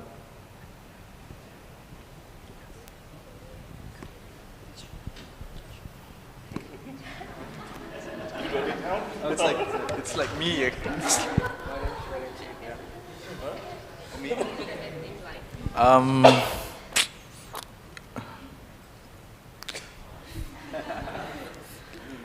Yes, it is. Yeah, like Najib like to say, cash is king. But no, jokes aside, yeah, of course, funding is quite quite crucial in the sense. I think not only just all types of advocacy just need money, right? And it does help to do certain things or create any initiative or ideas that you have, you know. Just for us alone, like the organization we have in Brunei, we're relatively quite young, but we were quite lucky that we have a lot of people who support us, and also like prior connections. Like if you meet, I think second to that is connections. It's meeting the right people at the right time, creating something at the right. Sometimes it's like, yes, you might say 80% is hard work, but 20% is luck and connections. Cash and connections. I hope you have another seat. I'd like to go on next. I think digital penetration is actually very important. So what you see here, you know, are representatives of different ASEAN countries, but there are also, you know, youth with different opinions and voices that have yet to be able to access digital means of saying their perspective and putting their stories online, or being able to access resources that they need. So I do think that digital penetration is important for youth, especially in marginalized communities. I kind of also think that in the next level, because every time that we like talk about, is it not the first panel talking about like climate action for sure, but everything is floating around, no? When we when we talk, when we do research, the thing to make it more solid would be like a good database to connect more people and to make it to be in the implementation level, which is like the one of the most challenging thing ever, because like there can be many plans, many laws as it happened. Like we have more than we have many laws, but to implement it for real is really hard, because people don't know what is out there. So I think I underline what she said about like the digital and also the database to connect people together, to let people know what is it already out there.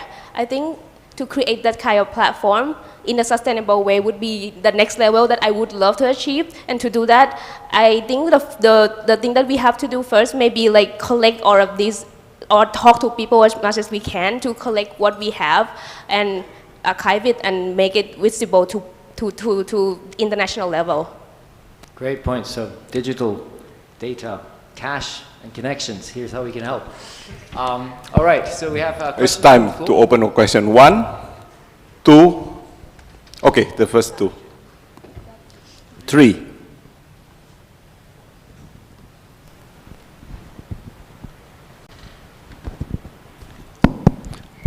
Thank you. Good evening. My name is Imtiaz Maqbul. I'm the executive editor of Travel Impact Newswire. I'm a journalist based in Bangkok. I had 2 questions. One to the girl, second from right over there, my right, the one who, yeah, you, that's right, in pink, about the issue of war. And one more question, which I will follow up later. One of the issues, of course, which you raised very aptly is the fact that on the cost of wars, not just the financial cost, but also the environmental cost.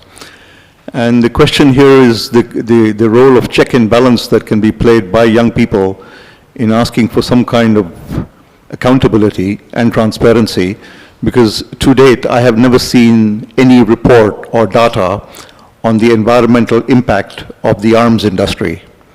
None. And the question is, why is that so? You've got a lot of research that is available on, for example, languages and culture and heritage, but the armaments industry is one of the worst polluters in the world, and there is no check and balance accountability.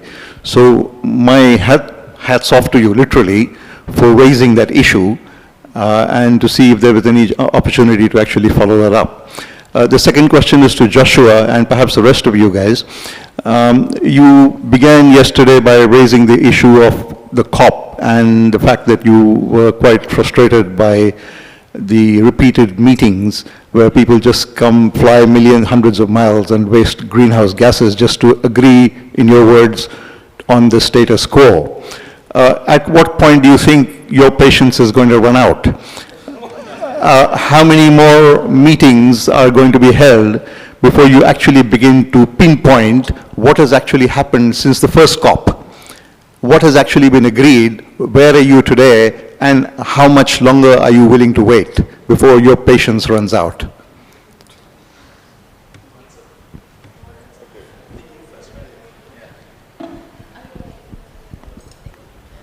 Right, thank you for your question. I definitely agree that there should be more accountability on the arm industry and more accountability on the environmental cost and just overall cost of war. My countrymen from Vietnam will be no stranger to the damages that Agent Orange has in our country. I specifically wanted to bring up the issue of war and displacing indigenous people. So as you know, in an Indochina context, indigenous peoples have been used as pawns by all sides in war. There was the secret war in Laos in which the US bombed the Ho Chi Minh Trail, which left indigenous groups like the Hmong, the Mien people, damaged, and they had to flee to the US. And so people, of course, there's the environmental damage. All the bombings means that there's no more land to farm on, there's no livelihood, so you have to move to a new place. And that's how war is related to displaced indigeneity. So indigenous peoples are displaced from the lands in which they came from, and they have to practice their own traditional wisdom on another land. But yes, I definitely agree that there should be more spotlight on that. And thank you for bringing it up.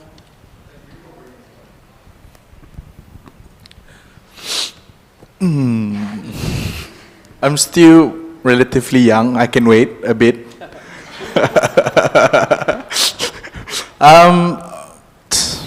For me, it's quite, when I do work or advocacy in the sense, it's quite difficult to tackle a large thing. So for instance, COP is a large thing to tackle, like something which I couldn't kind of like comprehend how complex it is, not only just the youth who are in there, but the corporation, the lobbyists, and that, and this, and that, relate to that meeting. So I try to have a different strategy by focusing more localized, or like maybe start from Brunei first. Even in Brunei, it's difficult.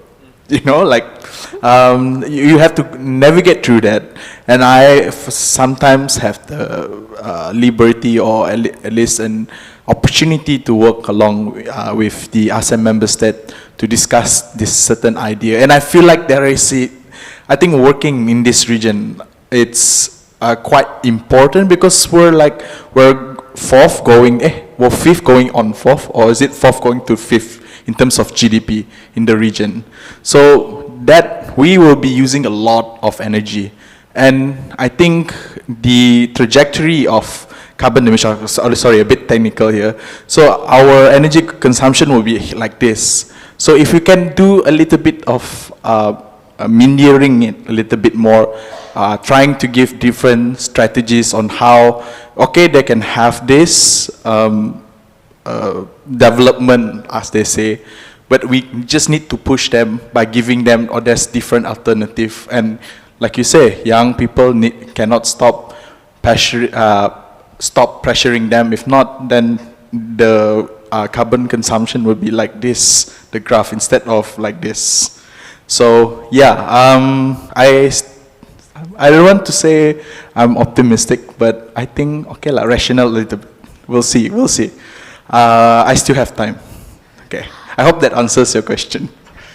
For me, I'm not patient, and but I don't really slap the table when like yelling. So what I did is like normally I practice, my background is architecture, and I shifted into heritage conservation because I kind of believe that we can find a way to do it through our culture. That's why I study World Heritage Study in Germany, and even now that I participate Simeo Spafa to also carry on this like willing to find out more about our wisdom and then carry on it with everyone to try to do something, not just like, because I'm the one who let the curiosity let me to direct me to the new stage of life. So that's why I'm not patient. So yeah, that's why I'm here. Okay, second, you want to add? I'll just give a very quick answer. Why do we have to wait when we can do it now? Good.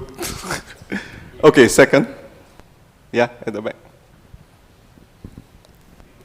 Afternoon, everyone. My question is, we are talking a lot about culture. Can you hear? I think you can hear, right? Okay, we're talking a lot about culture and context indigenously, so it's like geographically located.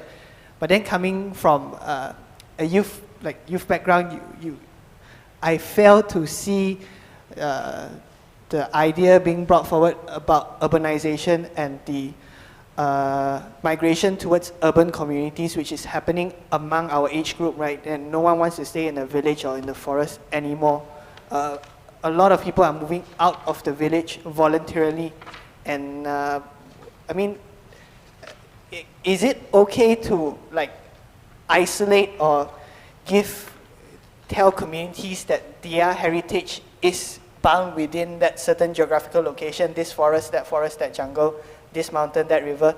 Or rather, is this a beginning of a transition towards evolution of cultural heritage with urban migration, especially among young people? Thank you. Thanks for asking that question. It's a bit hard question. I'm not an expert, but I'll try to answer. I guess we are always evolving, right? So whether we move to city, even if, let's say, the rivers happen, we have to go back, imagine we become cavemen, go back and live in a cave. That is something that we have to accept. It's true, because humans have evolved from primates. Where were we before this? We were primates, right? What else? I'm trying to understand, because I had a long day, very tiring. I'll help him a bit. We have to, in a way, I'm not an expert too, but just based on my observations, that heritage is dynamic, heritage is evolving, and we also have to acknowledge that we need to give decisions to communities for them to make decisions for themselves. So if they want to move to communities, if that is what they want, then let them do so. Because sometimes, I feel like it's too messianic, isn't it? That academics and people who've studied heritage or people who have PhDs, I'm so sorry, a lot of people who are doctors here, but aren't we all just looking in? If we're not members of the indigenous community, aren't we always just going to look in? And why would we have to decide for them? It's really just about listening to them, because a lot of the Mamanwa community, when I ask, especially the younger generation, so I ask them, do you still learn how to read the wind? And I asked them, how do you know if there's going to rain? So young people said, we have phones. So we check it from the phone or we hear it from the radio. And I don't think it's something that we should impose. I think it's something that they themselves have to decide. Because that's what liberty is, isn't it? That's what democracy is, isn't it? And that's my answer. And life will find its own way. Voila. Yeah, Jurassic Park. All right, the third one? Yes.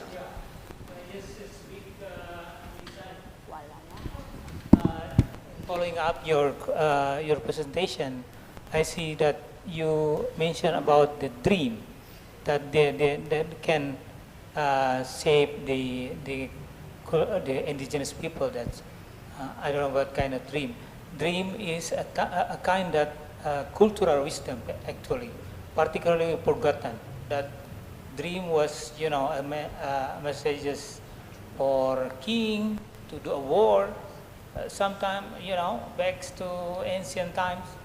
But what is your opinion and regarding this dream, and what is, you know, the design of that rather than dream? Because dream can secure people. I believe also in Aceh there's some dream before tsunami come. People have been, you know, signed by some dream, but it's even for the pure, sharp people who can feel that. Elders can be. King, different from live people dream. Thank you. Did you hear the question?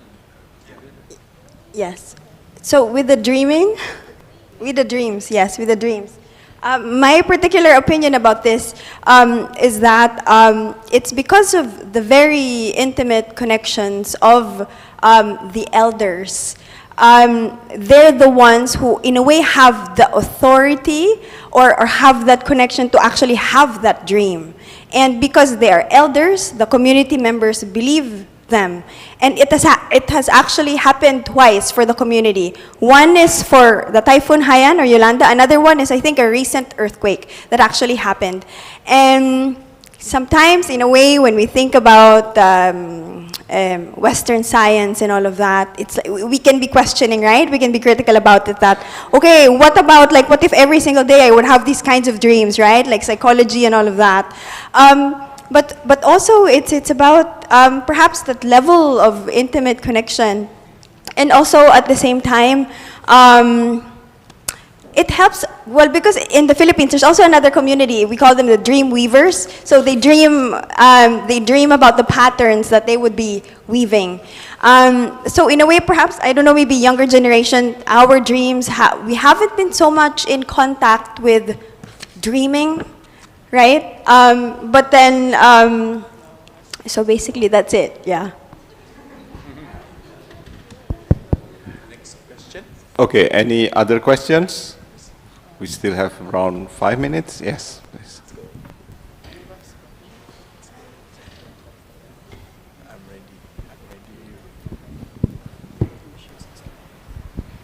If you will forgive me, it's not so much a question as an awed comment.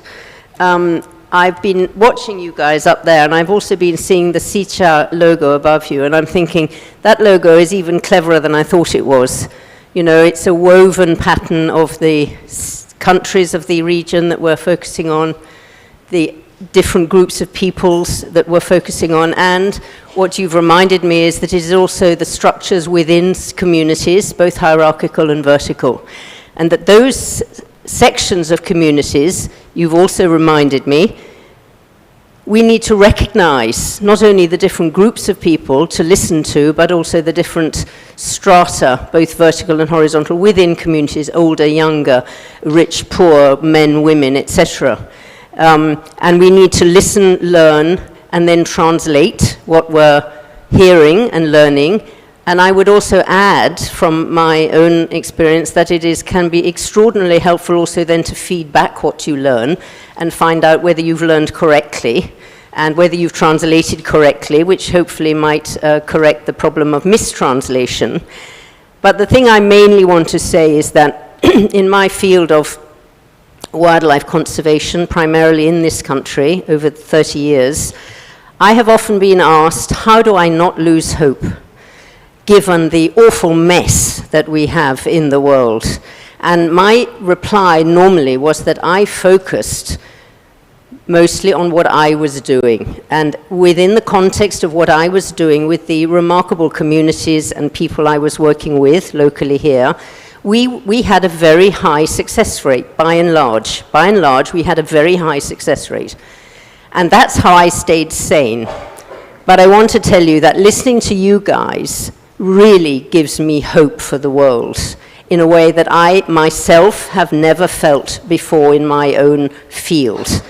If you guys can keep going in the way that you are inspiring me, certainly, and I'm sure I am not alone in that here, then I will relax. Even at my grand age, I will relax a bit more because I'm leaving the future in very safe hands, it seems to me.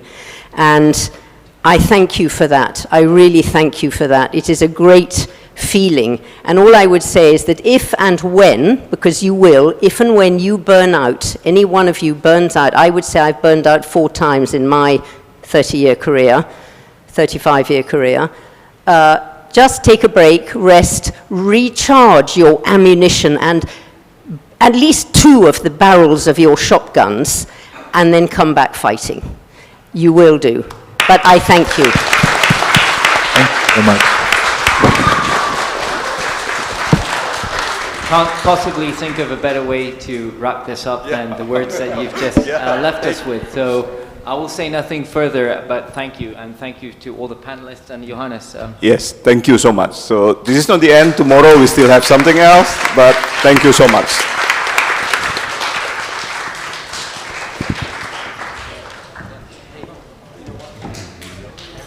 Thank you. Thank you very much. Shall we take group photo here? Group photos? Tired. Okay. Okay, let's take group photo first.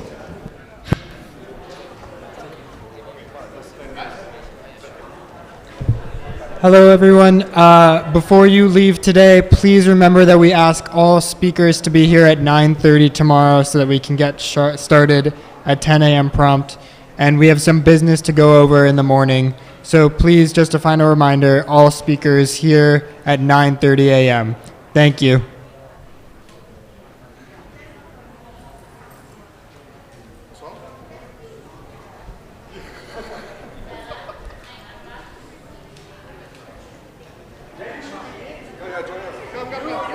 Can we have all of our youth representative friends over here, please? Just to take a photo, dude. Come on, ได้ไหมเดี๋ยวกระโปรงไหม